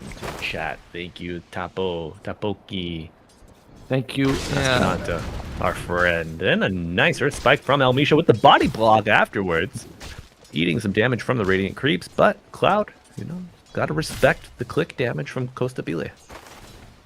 I mean, that's how I expected the interaction to go, because as we mentioned, it's not a heal, but any sort of health manipulation, most of them work, as we mentioned. Sunder, time lapse, if you're not the doomed one, you have Ags. 1J gets the courier, but man, this is the standard Nyx impact in the lane. You just go and get your ass kicked. Like, oh, look at that! Whoa, deja vu! 1J eating the creeps, blood grenade landing, and he's gonna go for the creep tonight, but will not happen. El Grande El Misho with the second kill. Oh man, giving me hope, giving me life here on this afternoon. That is what Nyx Assassin does. He's like, do I want to get my ass kicked here, or should I move in that area and get my ass kicked over there? Because that's your only option. There's no option where you actually have a decent laning phase. As no creep in the mid lane to block. Looks like 1J is going to be either securing or taking that water ruin. Xen is like, yeah, I want both. And Moose actually dies bottom. Shigetsu able to phase through the trees and the creeps to find his way to that vulnerable chin. And that is generally like one of the strongest things about the AA is that he can bring people's life low, but he can't kill them. However, Brood Mother with a my slow. God. No problem with a kill topside. Yep. It's okay. 1J's on the job. Success like, oh, look at that! Secures 1 CS. Good job, Nix. It's his 6th of the game, folks. Warming up here. Oh, El Misha with the taunt, the mana drain taunt. Look at that. He's got an interesting innate on the Nyx Assassin, by the way. It's one of those that can be really good in some games and completely useless in others. In this game, it's useless, though. As it... Uh-oh. Not the... Hoof Stomp, Retaliate. Okay. 1J is getting low, and Costa Bile got the boots, but no Windley. Does No, he? no. Aye. Okay. What? Aspirational. Or Spike. Whoa, whoa, whoa, whoa, whoa, whoa. Watch out. Radiant's courier Just get the has been yeah, killed. get the courier. Okay. Why Respect. Wait, check. Chase. By the way, we haven't looked at the CS in a while, but Centaur Cloud is suffering quite a bit against the Ursa, but that is because when you have Ursa. Nyx on the lane. And Ursa, of course. I was going to say Nyx Assassin, but Ursa also is a problem. Mid lane is favoring XN a little bit because of that free bottle. Oh, level 5. There's level 6. 5e level 6 with the Impale. Beautiful play. Will he freeze? Yes. Cold feet. Keep PP stuck in place. Moose does get the Invis rune. So an interesting part about the Ember versus AA matchup is that because when you're doing your Dyer's courier fist has been animation, killed. you are still in the area. So Coldfield can proc if you time it badly and you turn. You're like, oh crap, wasn't busy moving, and I come back and catches you off guard. As 1J gets a stun. El off. He's Misho fine. is on fire, Atoma. That's the second observer word that he's found. Yes. And he's look at him. He's almost level 5. If he gets a Wisdom Shrine, he's definitely gonna be level 5. Those early finger stacks. You get finger at 9 or you get finger at 12. Those are very different timings. You can have 2 fingers at 12 by that way. Radiant are scanning. I'm sure El Misho would love to give at least 1 finger to the Radiant here.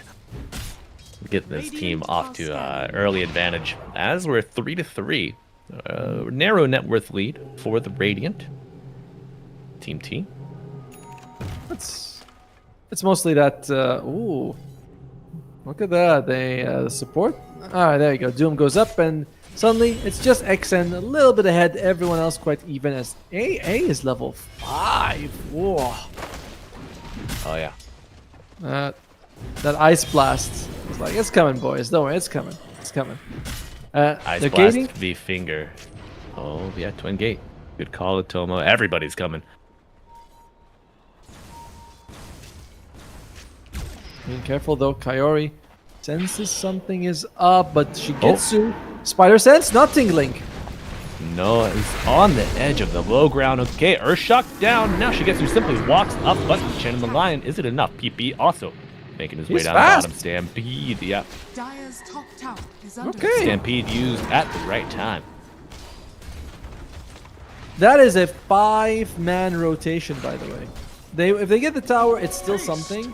And this is what we want to see Perrito Panzon do, is actually stick together. But not getting the Shigetsu kill, it does leave a bitter taste in your mouth. Does, and it's about to get worse. Storm Spirit with haste making his way down, and 4 of the Radiant heroes rotating to match 5. No tower to help you out, but Illich vulnerable, Hex onto Storm, and now the chase is on. 1J low, it's the carrot face, returning some damage and a stun. Is it enough? PP very low, gets a kill, but he will die in turn. Now, Storm Spirit, fair amount of mana. What the hell? Shigetsu finds the Ursa, the big bad bear in the backline, and Doom as well. Will fall delicious, says Shigetsu. Big punish. You lose all your cores on Perrito Panzon. And you're kind of Dyer's close. top tower is under attack. Yeah. And you're kind of close to getting some, the Doom ready, the Finger ready.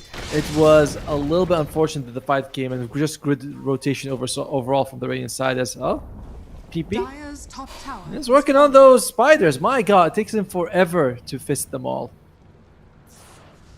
You got to squish each one individually. It's tough. It's like, I want to say step on this one, but now it's like more like smash it with one hand. As Moose, that is a interesting place to farm. I mean, it's deep, but seems overall safe, I guess.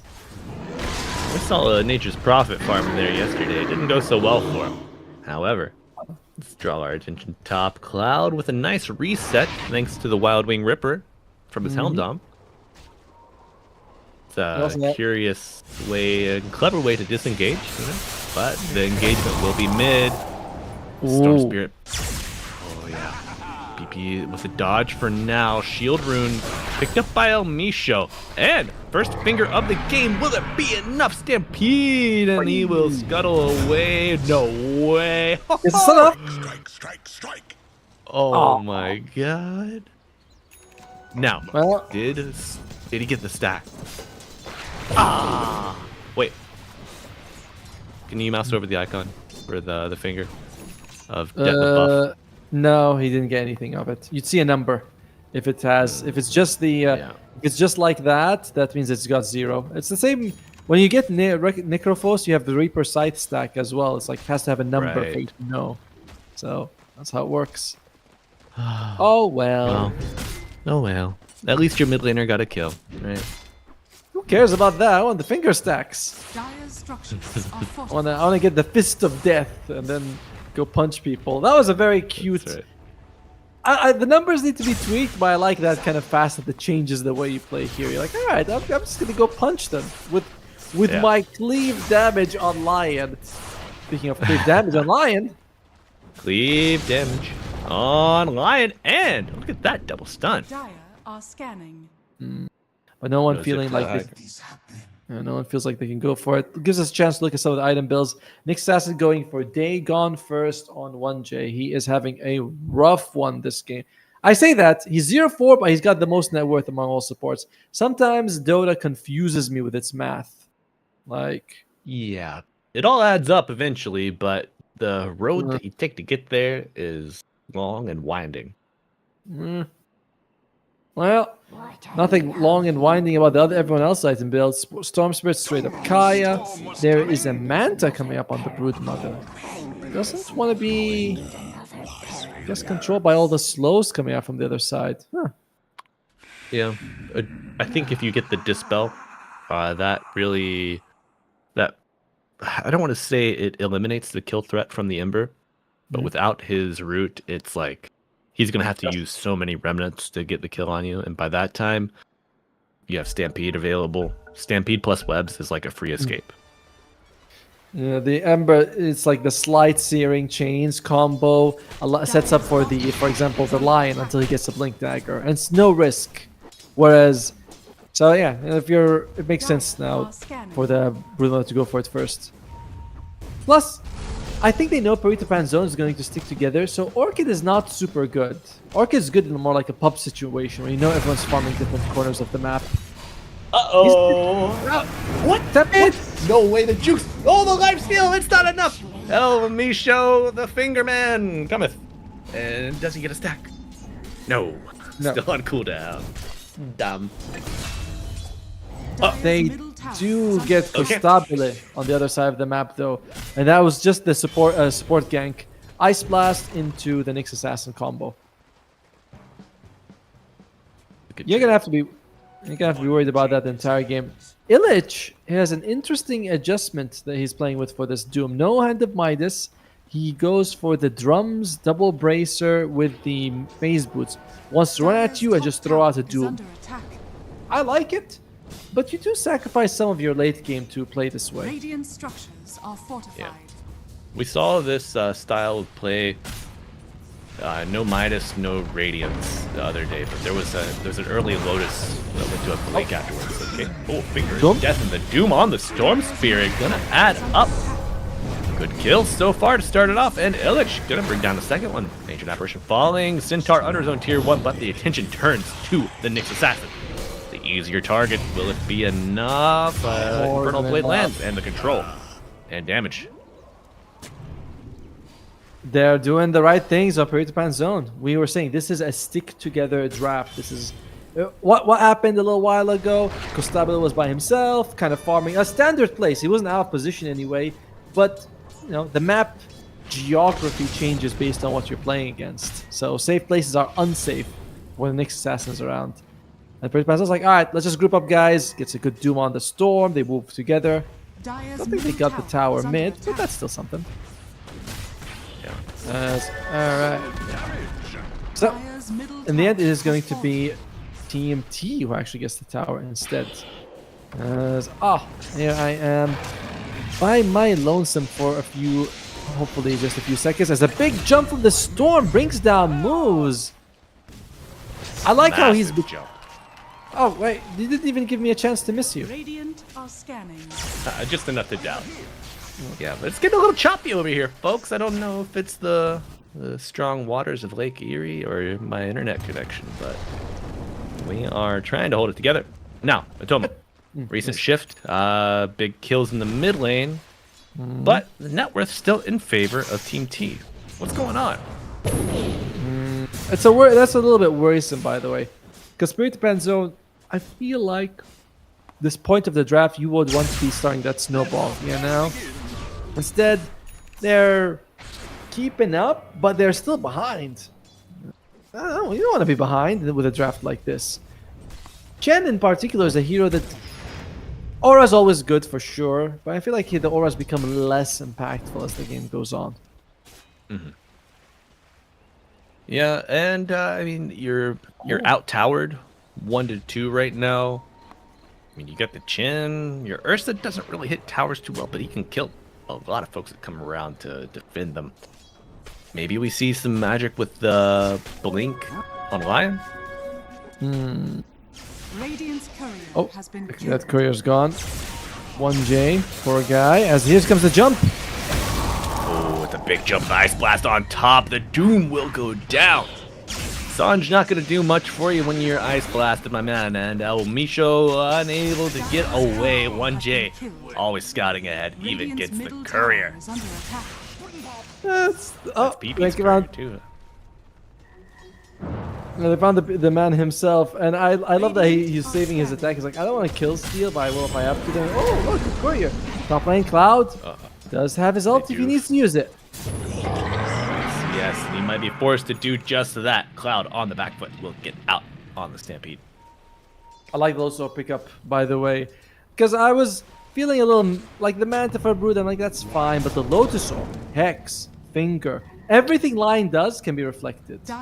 Removes the Doom, removes the reflects the Doom, removes the Searing Chain. So much value. Oh, yeah. These are the big purchases you want to see. And Storm searching, but he will have to settle for El Misho.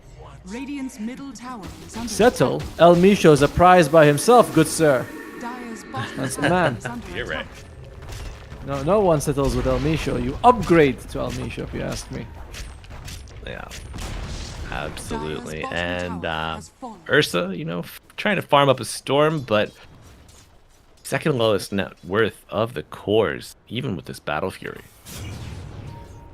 I'm at least happy that PP hasn't gone for the Vessel build in a game like this. He's going for Mage Slayers, a little bit more like consistent damage, reducing everything coming out from the enemy side. I like this a lot from PP. El Misho. Now, this is also going to be a Sanj on the Ember. Is he going Sanj Kaya? Are they just trying to tank up here? What's the deal? Sanj seems to be a common pickup because the Doom wants a Sanj and Yasha as well. So they feel like, okay, more health. Oh, 1J! They have found the bug. Will they be able to squish him? Yes! Radiant's middle tower has fallen. Dire's top I think there's no sentries there, Mr. 1J. He's actually he's kind of suffered a lot. 1 and 6 in this game, but remains the highest net worth support by the miracle of weird math that no one understands. Yeah, it all comes out in the wash here. There's a 4K lead on the map for the Radiant. Meanwhile, mid lane. That's a big zip here. Yes, they have found BP. Hand of God coming out before the it hits. Oh, actually, Theory's already dead. El Misho making sure of that, but they do get BP, the more valuable kill. PP is very valuable. As in a storm, gets the jump, kills Moose, along with Shigetsu. What items are we looking at? Oh, blink dagger on the centaur just picked up. Dire's middle Another tower way, is so under attack. 1J finds someone, you jump in with him with an Ice Blast on top. Because I am thinking that this... El Misho jumping. We find the Brood, but Stampede still affecting doomed units. Waves down, or the webs down, rather. An easy escape for the Brood. And Atomo, you were saying? Will be an easy escape for Costabile. Uh-oh. Oh, a late zip. Unlucky. He knew. He felt it. But... Spidey sense. Tingling. Cloud in the trees. They're going to settle for PP. An icy PP will shatter. Dead for 44. And now Cloud, does he get out of this one? No Stampede. You use it to save your Brood earlier. But you won't even need it. You just walk away. Yeah. Fine fight for you. You know, you traded your support. Especially if Nyx Assassin uses his ulti and then dies after. You're like, well, you know, he got the full value out of the ability. And you bring PP down. Radiant are scanning. Who, you know, we've always talked about this Ember Spirit later in the game. Don't not damage hero, control hero. And that later will come much earlier than usual if his net worth is very low. Amisha's here. Who they find? Okay. Man, they are just hunting this bug. Alright, now if you click on Lion, you'll see a 3. That's 3 finger stacks. That's 120 damage. That's not a little bit. He's about to hit level 12 as well. Quite a big increase in the damage. Yep, the kill power just continues to scale here for the Lion. Tormentor does get taken. Tormy Jr. falls, and 1J is the recipient of a brand new shard. Trying to remember what this shard actually does for a second. Oh, you apply break. Break, I believe. Yeah. Yes. What would you even break in this game? I suppose the Fury Swipes is a nice break, but in general, when you're attacking someone, you want to break a defensive ability with Nyx Assassin, so you can burst someone. It's very rare that you're like, I want to break an offensive thing. No Bristle, no Timber, no real super high value on this shard. Much better on the AA, to be fair. Yeah. Agreed. But maybe we'll just have to pony up a bit of cash. Let's take a look. This Stampede will take us to the OK Corral, where Misha is the first up. Oh, a big blink dagger from Cloud with a zip on top of an Ice Blast on the back line, passing through multiple Doomfalls, and Storm is able to zip right out below. And with that Ice Blast, he's got to be careful. The Ursa cleft in twain, and now PP no more Ice Blast on him. Big sleight of fifth, but he does fall. Dire's top tower is under attack. A cold PP can't hurt anyone. No, he's left shivering in the corner. Poor guy. Even seems shorter than usual, if you ask me. As in the meantime, they just go for Roshan here on Team T. And looks like there might not be even Perrito Panzon. There's no one even alive to contest it. Gonna be Roche going for Shigitsu, and suddenly dooming this Broodmother becomes no longer an option. As Team T, very much in control of this game. We kind of expected something like this, to be fair with you. You know, they are going in as the favorites to win this match. The draft is a little wonky, but we said it has options no matter what. Pick off with Nyx Storm, Nyx AA, team fight with AA Centaur, and of course, split push with Shigitsu. But if we go ultra late, I do believe the pendulum swings the other way, and Perrito Panzon could come back that style. Dire's middle You tower know? is under attack. Yeah, I do. Yeah. I do. I mean, Ursa can get there, but it's a chance of will Team T make the error to hand it off to them. It's not an easy error to make when you have a Broodmother this farmed with an Aegis, right? You're generally feeling like, yeah, let's go high ground. No real reason for us to delay this any longer. We can just try and end it as soon as we can. Dire's bottom tower is under attack. As you, Dire's that tower. structures are fortified. Jeez. Yeah. Putting that Aegis to use, man. Butterfly, 23-minute butterfly, Tomo. Already on the way to the BKB. My god. Okay. This is a tier 3 tower. Dismantled. They bring it down. Now they're starting to work on the barracks.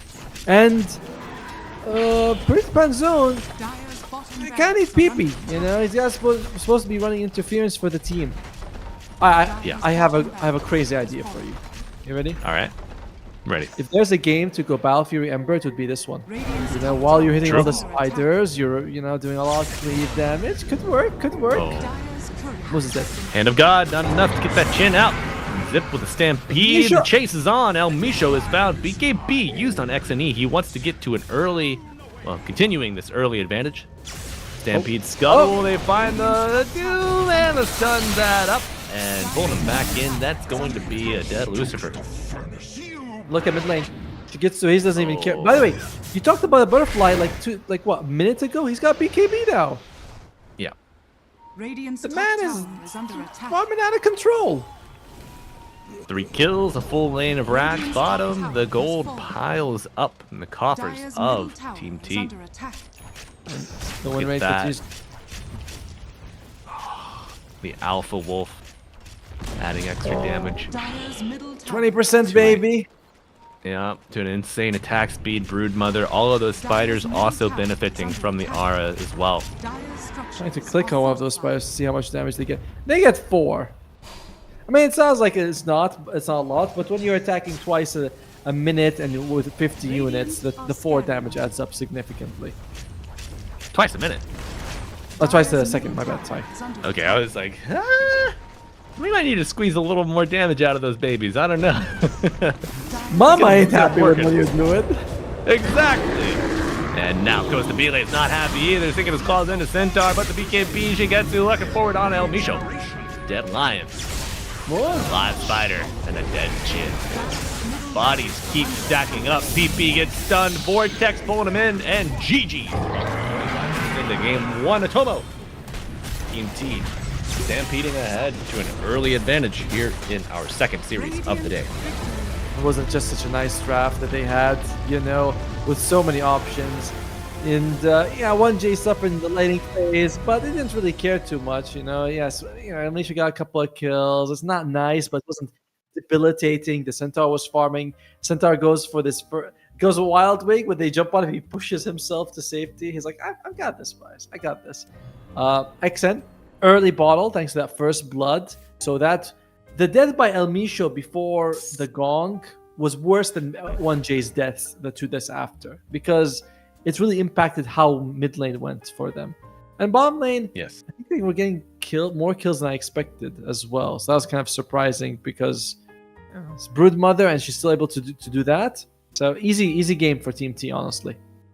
Yeah, the early death on the chin really allowed for that snowball. And you know, with the creep in the mid lane, the Satyr, I didn't really feel a ton of presence from that on the Storm. He still got water runes. Yep. He still had to find time. And then without the creep in your lane, what are we doing?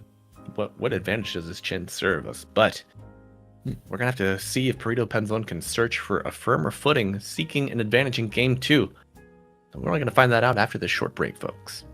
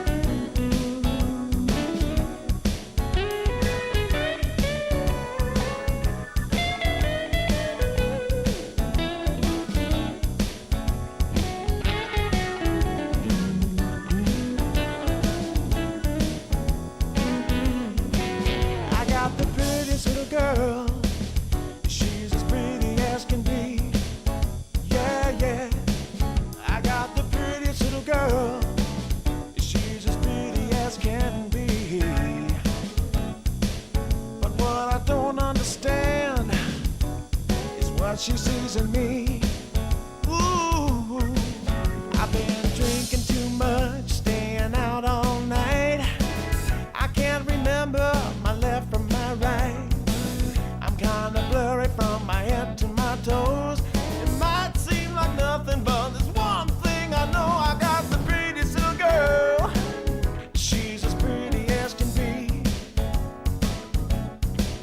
But what I don't understand is what she sees in me. Oh yeah, yeah.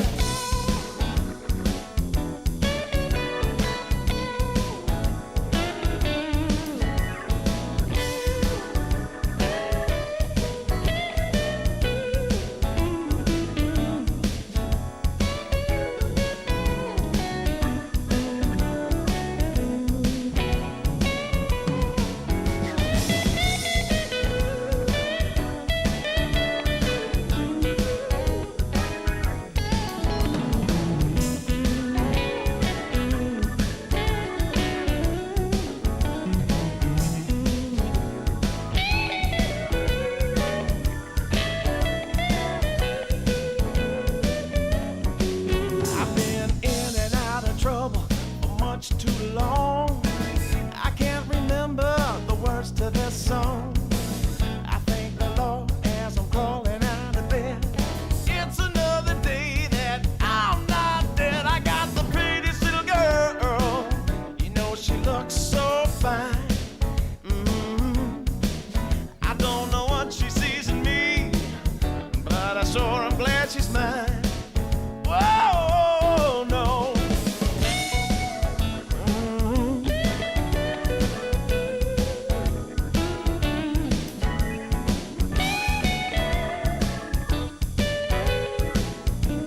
Oh, yeah.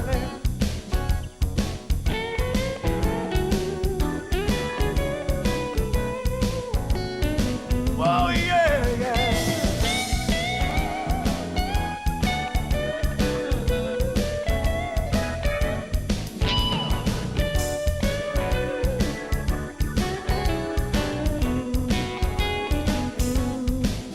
I got the prettiest little girl. Sure I'm glad she's mine. Hey.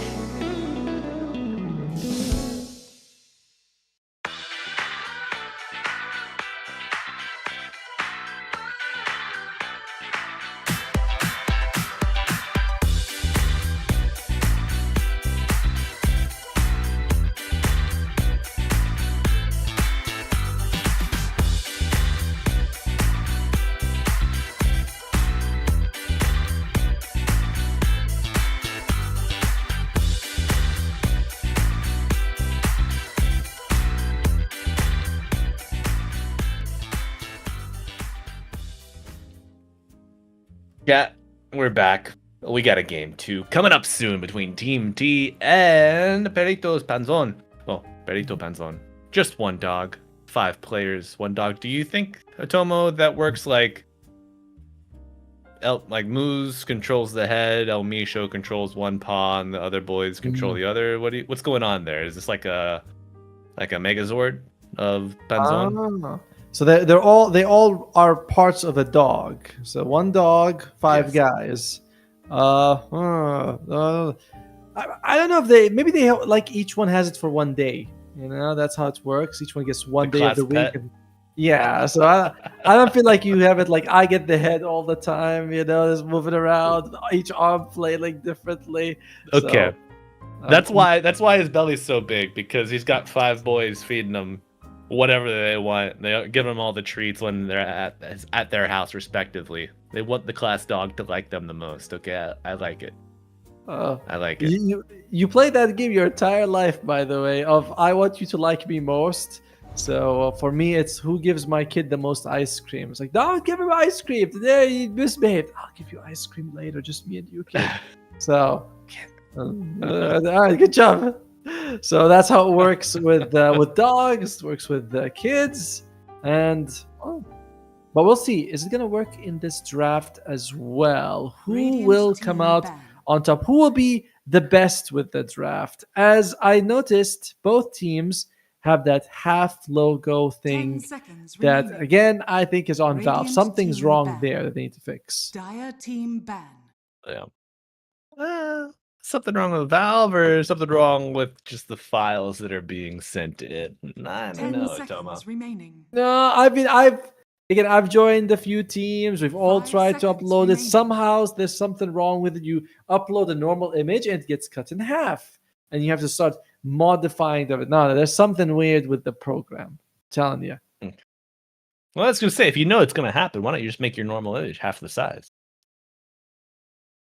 Because you doesn't seem like you need to. Maybe the guy. I got you. No, I mean you do, of course. You have me forever, mi amor. But what you don't have is a point there. I should be able to upload something, and Radiant it looks like team the way I ban. upload it. It shouldn't be cut in half. Yeah. All right. So maybe they should 10 retouch their seconds scaling a remaining. bit. Radiant Possibly. team ban. Oh. Draft. Dire Is it team the ban. question of who will scale better or who can take control early? What's the story here, Tomo? The story is getting rid of 10 some of the most seconds picked remaining. heroes from Team T, Cloud's Timbersaw, as well as XN's Puck. But we 5 saw XN seconds remaining. start off with the Storm in the previous game. He's like, yeah, I'll just take it. I don't mind. Now, Perrito Panzon could, if they want, pick a Huskar, ban AA, pick a Doom after, and suddenly it's a relatively free Huskar game if they go that route. Oh, Yeah, it would be nice, but I feel like you got to grab it early if you want it. yes, that's what I'm thinking. That you Team T, if they decide to go with the opening Storm pick, you're like, all right, we'll take Huskar, ban AA, pick Doom, or the other way around, ban Doom, pick AA. Either way, there are solutions even this early in the draft. I know which hero I really miss seeing. Well, who do you miss? I miss seeing Ogre Magi, man. I know it's firstly he has one of the funniest like personalities in the game where they're talking to each other. Well, it's got two personalities, so that's a little unfair. True.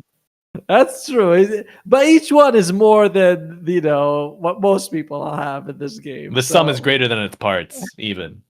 All right. And like when you lose a game and he's like, "Yay, we won!" For the other team, you're like, "Oh, Dire team pick. poor Radiant guy, team pick. sad." Well, the other twin-headed creature is Jakiro, Hey. which, by the way, not as entertaining as Ogre. With the whole fire and ice thing. They're trying to be more like serious and 10 seconds remaining. cool, I guess, but they just come off as like, whatever. 5 seconds remaining. Yeah. I loved Jakiro, man. One of my favorite original supports I started playing. And I'm so surprised that he was out of favor for so long. There were just better options, but the buff comes out, suddenly his numbers look good. We're back to Dire Jakiro. team ban. And I like the hero as a design as well, but Perrito Panzon, they go for the El Misho Skywrath Mage. So I do suspect we're going to get a few, combos with this guy. A Legion Commander, a Mars, something like that to make it work. 10 seconds remaining. And there's going to be Perrito Panzon next pick. What would they want? Dire team ban. Naga. They don't pick a whole lot of like faceless voids or setup heroes in general, So I'm not quite sure what they're going to pair this Skywrath Mage up. It could be just something strong in the lane, like a Centaur or Night Stalker. I mean, we've also. Oh, you're talking with cores. Okay, I was thinking maybe like a Clockwork could be paired Clockwork with could be support good. duo. Clockwork could certainly be very good. If that, and it's a nice combo that doesn't cost you any of your cores. Both heroes are solid by themselves, the Sky and the Clockwork. If it's not going to be Clockwork, I imagine Axe, just also a really good hero to snowball with. Perrito Panzon, huh? It means dogs, apparently. And hey, look at that. A couple of people in the chat saying hello. Hello, everybody.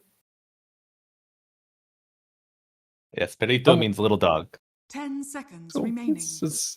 I mean, he looks like a bit of a demon dog. A little scary 5 there. seconds remaining. Yeah, I mean, you need a different in-game banner than you do out of game. Because once they see it in-game, if they're charging at your base, they need to be intimidated. You know, there's reason for fear. They got a little tiny guard dog ready to bite at your ankles. You see many chihuahuas in your neighborhood?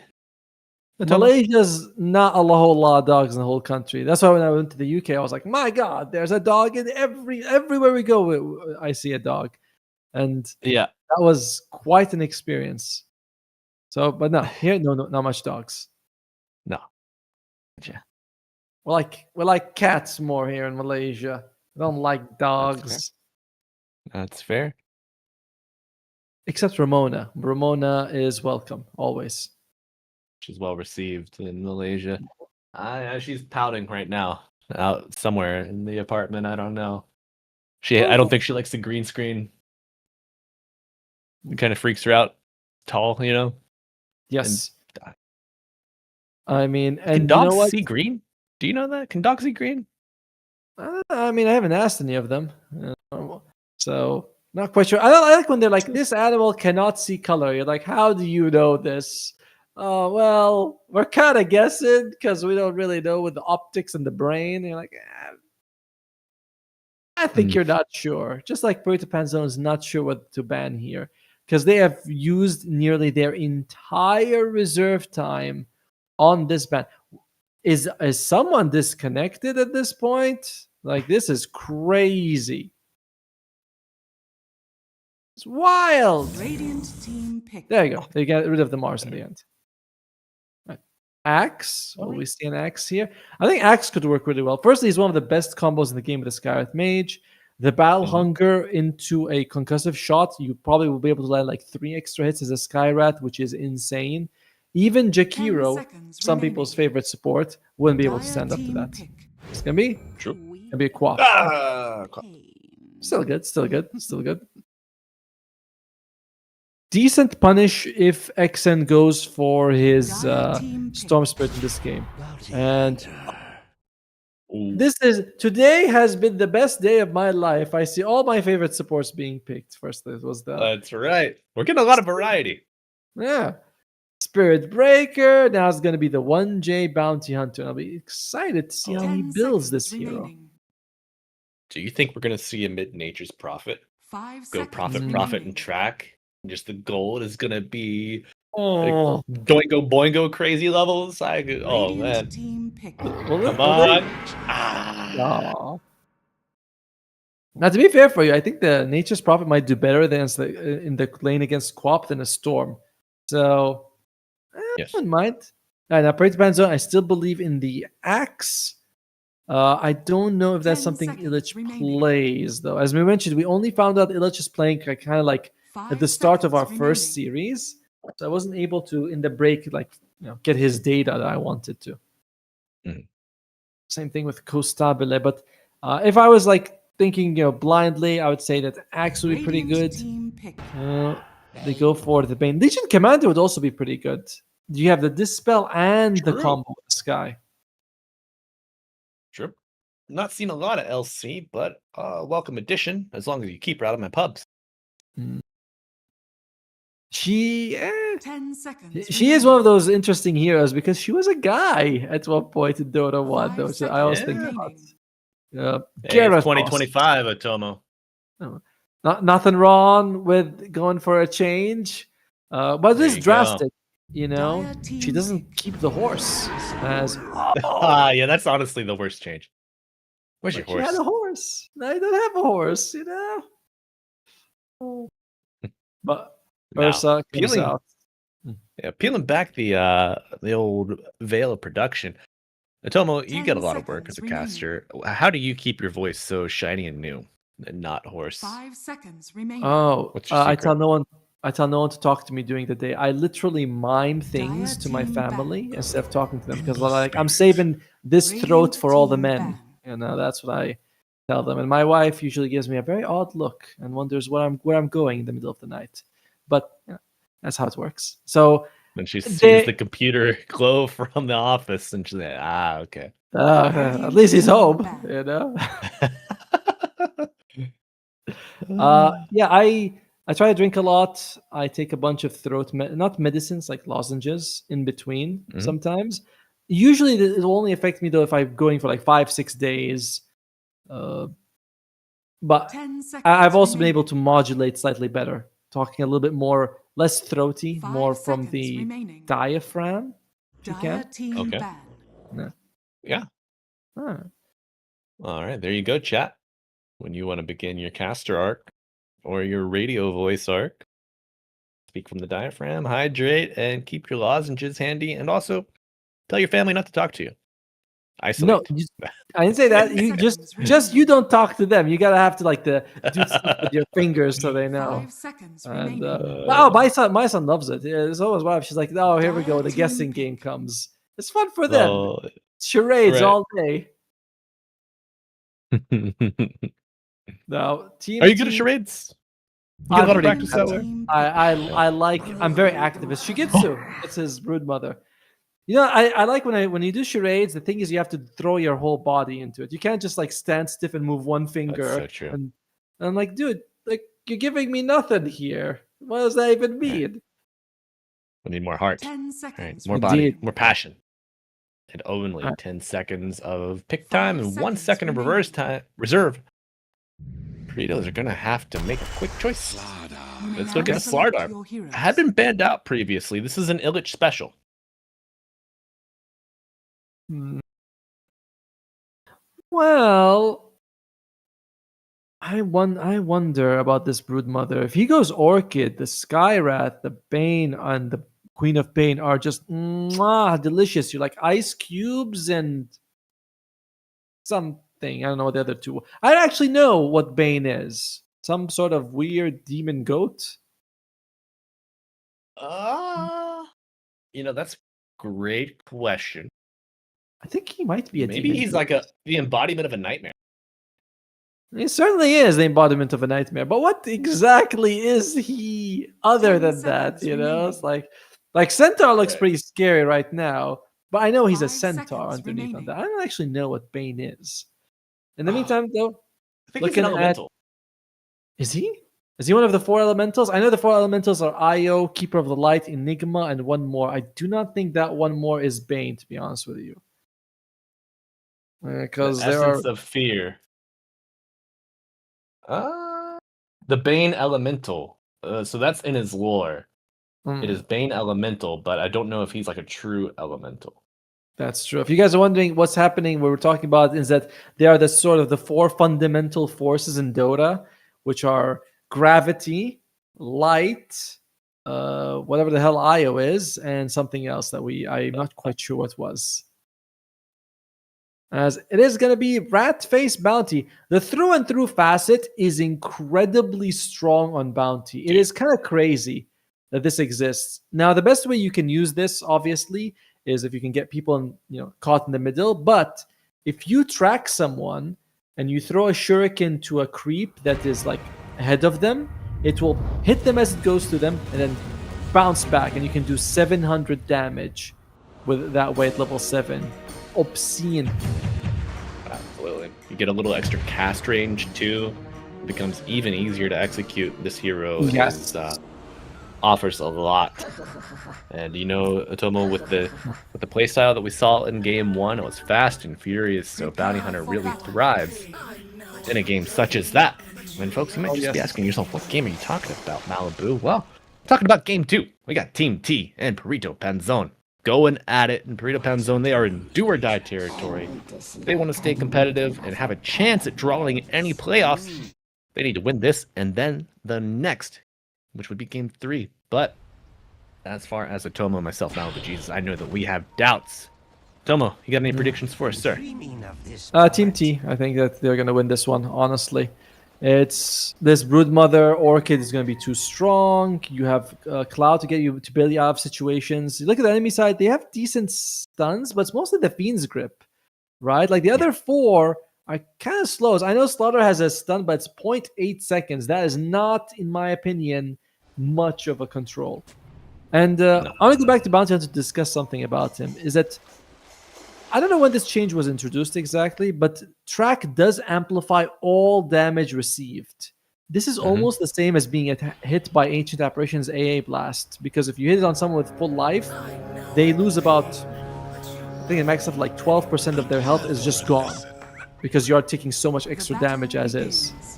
You know what I mean? I do. Okay, thank God. Anything that you pump into is going to be more effective. And Cloud and 1J. The Bash Bros are getting their stuns. One from Invis, one from his feet. And it will go to first blood. Cloud can draw it. My God. Now that might be somewhat needed, to be fair with you, because this bottom lane could go quite ugly. Ursa generally does pretty well against the Centaur. You have the Bane, so you can get a few hits, and then he Moves has now. Sleepwalk. Moves now. Okay. Oh. This was fine. Come on. The man's a pro. It's just when he was face checking the Centaur, I got nervous. Costabile would have run and helped him out. This is a pivotal match for Perrito Panzon. We only have one series left for all teams after this. Going to the finals with a 1-5 score, pretty brutal, I will say. So, while you wish them luck, I always want to see regions that have, not been doing so well do better. I just don't think that this is going to be the place for it. Having the chance to play in a circuit like this is a great training grounds, a proving grounds, Sure, to get these competitive reps against good competition. It does improve you as a team over time, but doesn't mean you're going to win. Might not make it forward. Yeah, you getting pushed back to season 3. Always going to leave a sour taste in your mouth. I mean, when you think about it, it's like, imagine if you take a guy who's like Ancient, and you give him 50 games in like an immortal bracket with the exact same players on his team and the enemy team. By the end of game 50, he's going to have learned a lot about the game. As Shigetsu, taking quite a bit of damage here. Can't really trade too well with a Slardar, and you can see, wait, ladies and gentlemen, more? Uh-oh. Is under attack. That's, I believe, Kaori. He is a Jakiro, not specialist. He plays the Warlock a lot more. But after that, he does play the Jakiro a lot. And he is going for that, Twin Terror, with a skill build that we expect, with a dual breath into the passives. And it's just a lot of damage. Scarlet Mage can't withstand it at all. No, sir. And Natomo, you were touching on the Brood v Slardar matchup. I do like the Slardar draft. You said Crush is only a 0.8 second stun. True. Not great as a team offering. But trading into the Brood, I mean, she hits Incapacitating Bite, and you're just like, I don't really care. I'm just still going to stun you. You're not going to hit me, get the full duration in all the region that you normally would. And sorry, I said Insatiable Hunger. My bad. Incapacitating Bite is the passive. But, yeah. The thing is, they have done a decent job of trying to split them. Because if you go 2 versus 2 in the top lane, Brood and Jakiro versus Slardar and Skyrat, the Skyrat combo is stronger. But if you go 2 1v1s, then the pressure on the Brood Mother is greatly reduced. So I like what how Team T is adjusting with Kaori. Absolutely, Natomo. The magic barrier that you get on the Skyrath kind of gets washed out with the right click from the Jakiro. But Combined Forces is enough to bring down the Jakiro. Will Illich be able to outtrade Shigetsu in the puddle?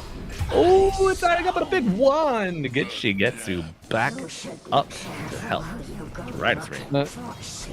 Yep. Unfortunately for him, she actually is he's got no mana. So can't really help his team out in that situation. And that is a common problem with Scarlet Mage. His spells aren't super expensive, and he has very good mana gain, 4.1. But you spam them a lot, and you don't have a whole lot of mana regen early, no matter what you do. CK, Coddle, Wisp, Enigma. Oh yes, CK is one of the elementals. Right. I was like, there's 3 of them. We only got 3 of them. Thank you. Yes. Buttstruction. Hell yeah. And Leet with the elaboration there, and Concussive shot, finding its mark on Kaori. But Elmisho maybe bit off more than he can chew as that bite will sink deep into the hide of Skywrath. Oh, no. Okay, dual breath on Illich as well. Gonna lower his attack speed and a little damage over time, but not enough to really threaten the Slardar. However, Shigetsu in a very comfortable position here in this top lane. You know what I miss about... I was a streamer for some time, you know? It was fun. And I always love when a random person comes in and you read their name and you're like, wait, let me get it. You lick what? What's that? No, Liquipedia. No. So thank you, Buttstructions, for reminding me of that time in my life. It was... that was one of the better things, right? Just what were you thinking when you called yourself this exactly? You know? Oh, Shigetsu. Was he thinking? I could ask Broodmother the same thing. Yeah. Well, Kaori did leave lane to help with the rune, spawning in about 10 seconds. Moose finds 1J. Or does 1J find Moose? Who's to say? But Ice Path and a dead dragon. BP gets a kill, and haste is claimed by 1J. Oh my god. No way he goes back in. He's not that crazy. I mean, he's gonna stay invest. Maybe he's gonna try and find a courier or steal a bounty, but he's not gonna try and engage with anyone. That would be suicidal unless someone's actually very low. So, yeah, stealing the haste, that's good enough. Agreed. Costabile, he's aware someone's around, and Kostaba and PP are way up in this game compared to the previous one. Oh, 1J, gotta be careful here. Maybe he's just hoping to kind of bait more heroes from Perrito Panzon bottom. Okay. So the bait successful. Oh my god! There's not enough snap region to get him out. You may have damned your Centaur. No, a TP away on the Centaur War Runner, but now your Wisdom Shrine is open. Okay, Kiro making his way down there, flapping those wings. Elmisho claims the Perrito Panzon Wisdom. Okay. I feels like 1J was playing with fire for a long time, and then he gets burned. And you're like, well, you know, like what were you really expecting was going to happen at the end? As Shigetsu is not rushing Orchid, by the way. No, staying true to his right-click nature, just believing in his potential to out-carry, trusting his stuns to do the heavy lifting for him, I think. It's not a bad idea. You can remove the Ancient Seal, you can remove the Corrosive Haze with the Manta, so it's not bad. I kind of like it. But the Orchid gives you a lot of offensive power that you're going to be missing fairly soon. Yeah. But I mean, if you get the Orchid and you don't get kills, it kind of falls flat. Right? That is also a fair point. Especially because you have the Ember Spirits. Yuck! Yeah, they could just not go top and just dodge the brood. You know, make her spin her webs, then flip the map again. Oh? I don't know. Maybe I'm just doubting the powers of Team T too much. Yeah, because they do have they have a bounty, so it does make the Orchid extra good, right? True. Very true. But now brood. In interesting spot. Oh my god! PP! Okay. I cannot blame him at all. You've never seen damage like that in literally 3 seconds. How many spiders, man? Well, I don't know, man. It's just in less than 2 seconds he bursted them down. Okay, so maybe Orchid. I don't think you would not get kills if you got Orchid, but doesn't look like it's necessary either, Tomo. PP, again, sometimes when a person dies, like, yeah, it's a bit silly, but PP, there's no way, I think, for most players, we would be like, yeah, I know how much damage a Broodmother will do with 17 Spiderlings in that pass. It's just his life in 2 bursts disappeared. I feel bad for the guy, honestly. Yeah, you need the voice line that beep beep beep beep beep beep beep beep. You've heard that one, right? I know. I was just in awe at the way you say it. That's kind of close to how it sounds, right? I'm not crazy. I think you say it very well. Mr. Cloud. Cloud gonna hit But that guess what? stampede, gets pulled back in with a nightmare. Nice counter, but the dominated creep getting him out of this dream. 1J on the run, Jay. Will he have an escape? Oh my god, he turns back around. What? Ember showing up, I guess, trying to create a kill opportunity. No track online yet, so you're not really reaping the true benefits of this opportunity, but maybe your core is getting 2 kills will be just worth it. And the tower. The bomb tier 1 also drops. So 1J, for the cause, very worth it. That's right. But he is not yet even level 5, and Kyrie is level 7. So at this point, if you are Team T, you're like, alright, Bounty, let's give you some love. Yeah. And who in this world doesn't need more love? Troll Warlord, correct. Yes, that's the answer. Yeah. That's right. Nail, meat head, meat hammer.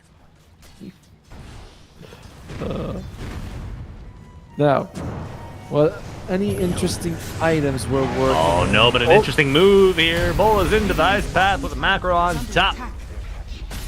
My god. Dire's structures are fortified. A wise hunter knows patience. Radiant's middle tower is under I like Bounty attack. Hunter's personality. It's kind of... Radiant's It middle feels tower like he is trying a little too hard, but that makes me like him more, you know? It's like, you're not really that good at killing people, but you talk as if you are. Like, you know, you're catching people all the time. It's just kind of an edgelord a little bit. But he's a cool edgelord. I'm alright. Cool edgelord. Oxymoron of the day.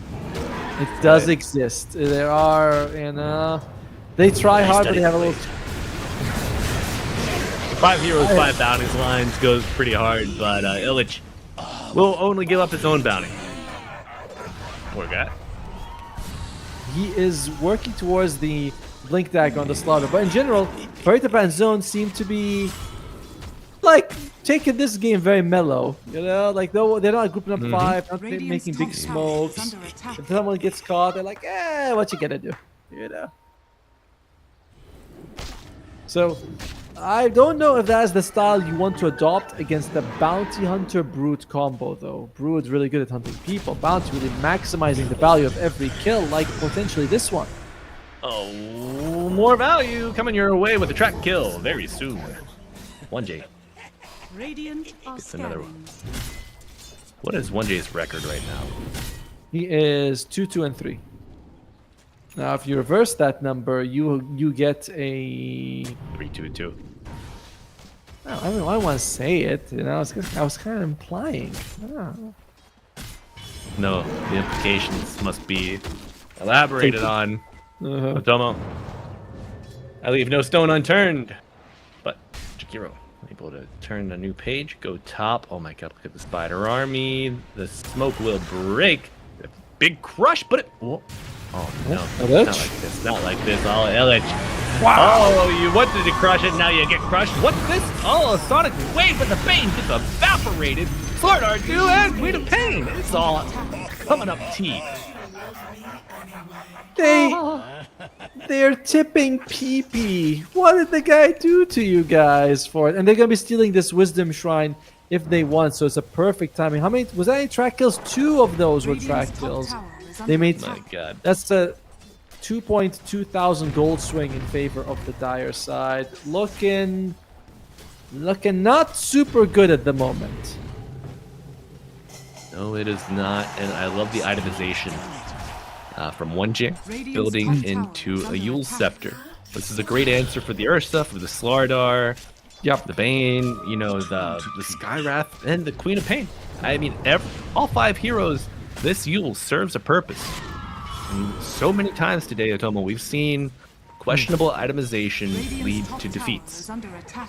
1J And learned his lesson from those that came before him. Radiant's top tower has as fallen. long as he's not the only one, Kaori is also going for a Yule Scepter. He might get his before him, in fact.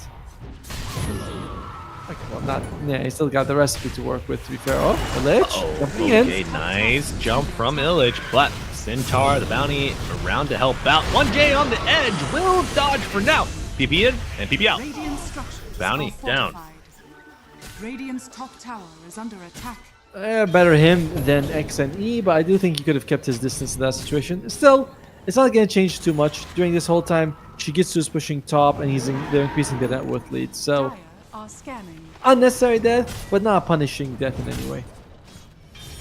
But if they lose more... If they lose more. things Well, can get ugly. Both the B-Lay going first, that Macro Fire with the Remnant coming in, and Sonic Wave pushing him back, but XNE jumps in just to get grip. Moves into the grip, but that's only because the Ember is dead. 2 kills going the way of the Radiant, and now Big Bad Mama's home dodges it with, oh my god, Manta online. Illich low, silence on the Broodmother, no Manta to dispel now, but 1J back in, get the track vision. Likely the stun's coming up, and you get Croaker! Wow, with the creep, you love to see it. Illich in, and Illich out. Bounty dead, and now Brood Mama, Centaur looking to clean up whoever remains. I like the patience coming out from Moose to get the Fiend's grip. He kind of could have gotten on Cloud, but he's like, I don't want Cloud, I want to catch XN. And he does. And then a brilliant move happens. El Misho silences the creep, the Centaur creep, to prevent it from stunning them. I was like, damn, El Misho's on fire. So, good move. Cuts the network deficit by 10%. Yeah, the players and the teams have high ceilings here.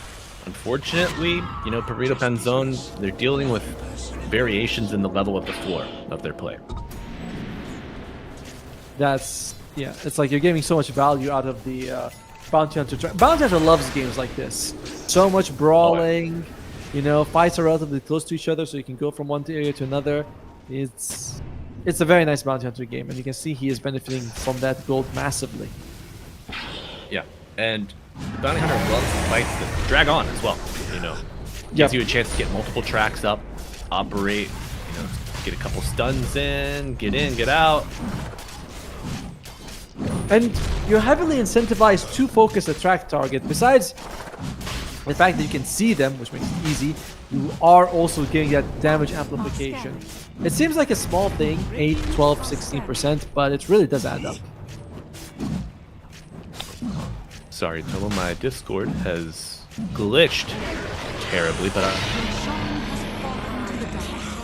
I did not confess any feelings I may have.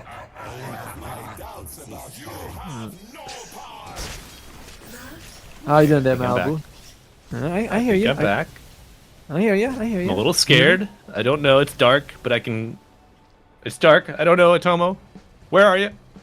I'm here. Do you hear me? I do. I'm just. Yeah. Sorry. Okay, so I do see the Aegis. Dire's bottom tower is under attack. You know what? I'll be back, folks. I'm gonna restart my Discord at the advice of our producer. So Tomo, I'll see you in a few. Please take over. Yeah. In the meantime, looks like they're thinking about jumping here on Costa. Be like, can they make it in time? He's got the Yules. Catches him, and now, the track comes out. Gustavo wants to go out of here. He gets a kill on 1J before it's over, but that kill might be all that he gets. It's not really worth losing his life, but he makes the most out of a bad situation. Meanwhile, on the top lane, Illich is gonna be eaten by Shigitsu. You want to go for more? Can they catch Moose? Moose doesn't have his ultimate. Moose looks pretty dead to me, and they might go for more. Skyeth Mage, he throws out the signs. It's not gonna make any difference. He just walks out there on Xen. PP! PP, no! Is the PP gonna be down? PP is down! Oh my god, Atomo, I leave for 30 seconds, and what the hell has happened? I come back to this. I come back to this. 5 dead. Age is still in hand. A tier 3 dismantled.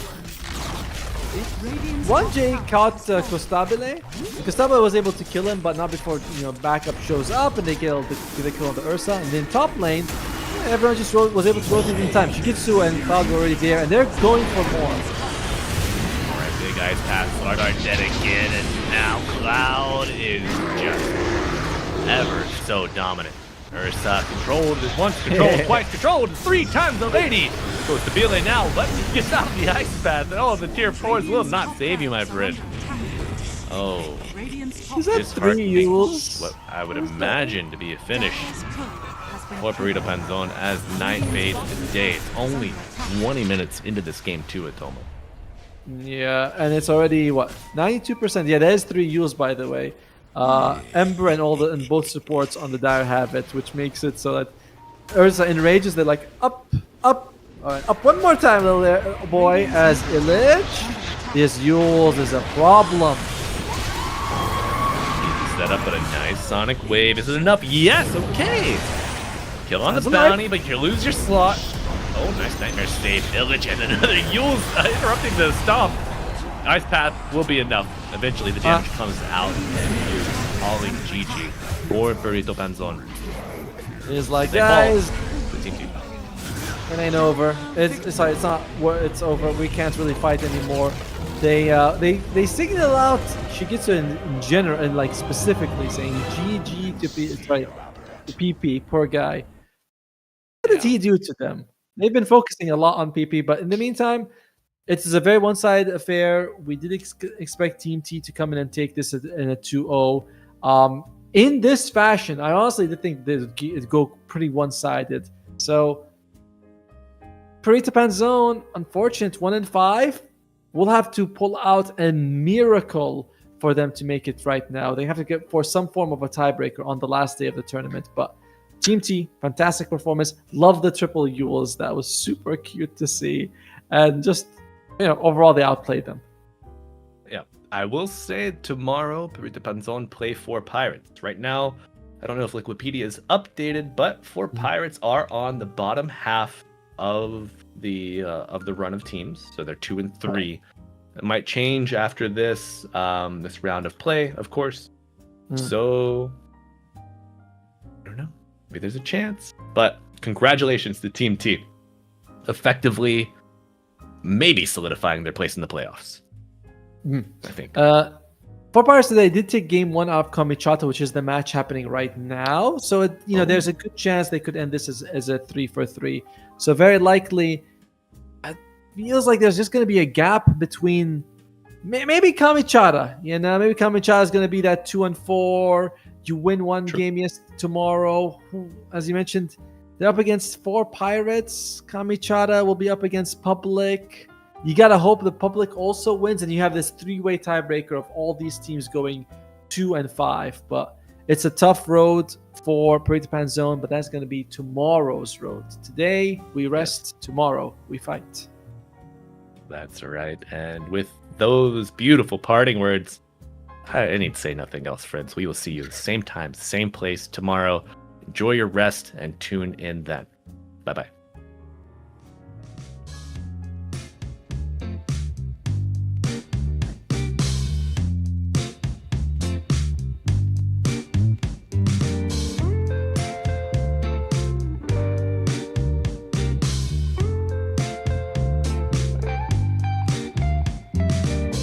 Well, I can tell just by the way that you're smiling that you're still unsure.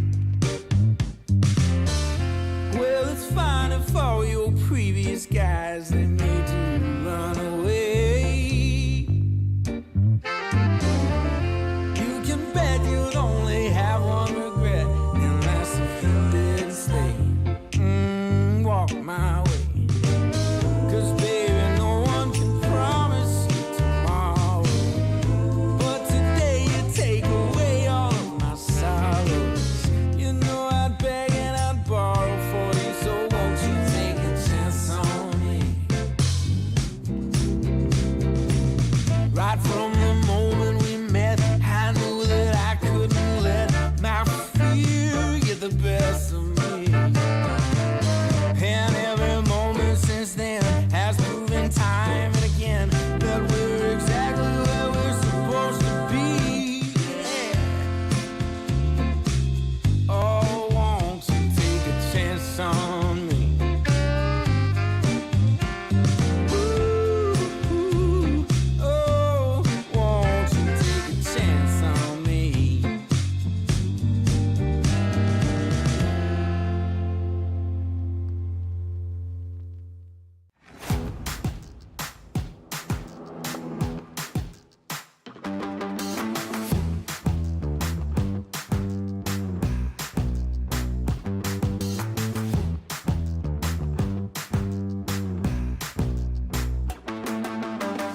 Let's go, get the party started. You know how to get it going. I'm so fired up, I'm ready to go. The music's moving my soul, I'm busy going. 1, 2, 3, 4. I really feel like dynamite. I really feel like taking flight.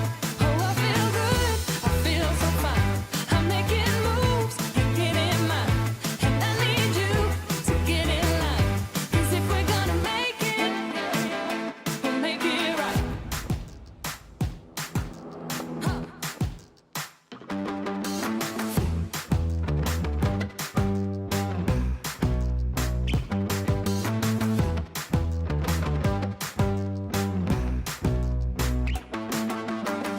Let's go, get the party started. You know how to get it going. I'm so fired up, I'm ready to go. The music's moving my soul, I'm busy going.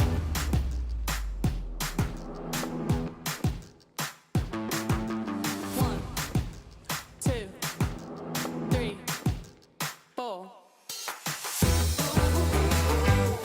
I really feel like dynamite. I really feel like taking flight. Oh, I feel good, I feel so fine.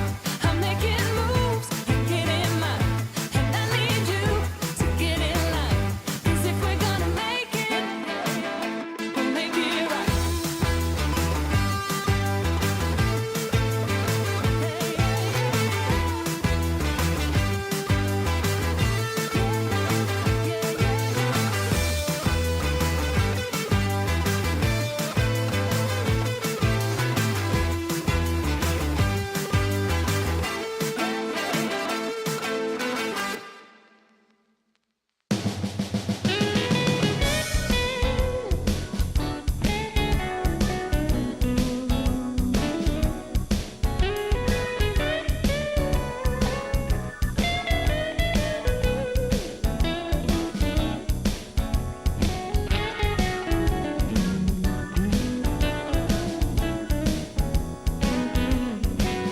I got the prettiest little girl.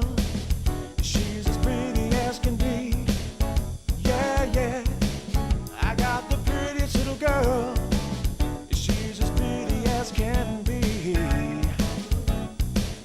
But what I don't understand is what she sees in me.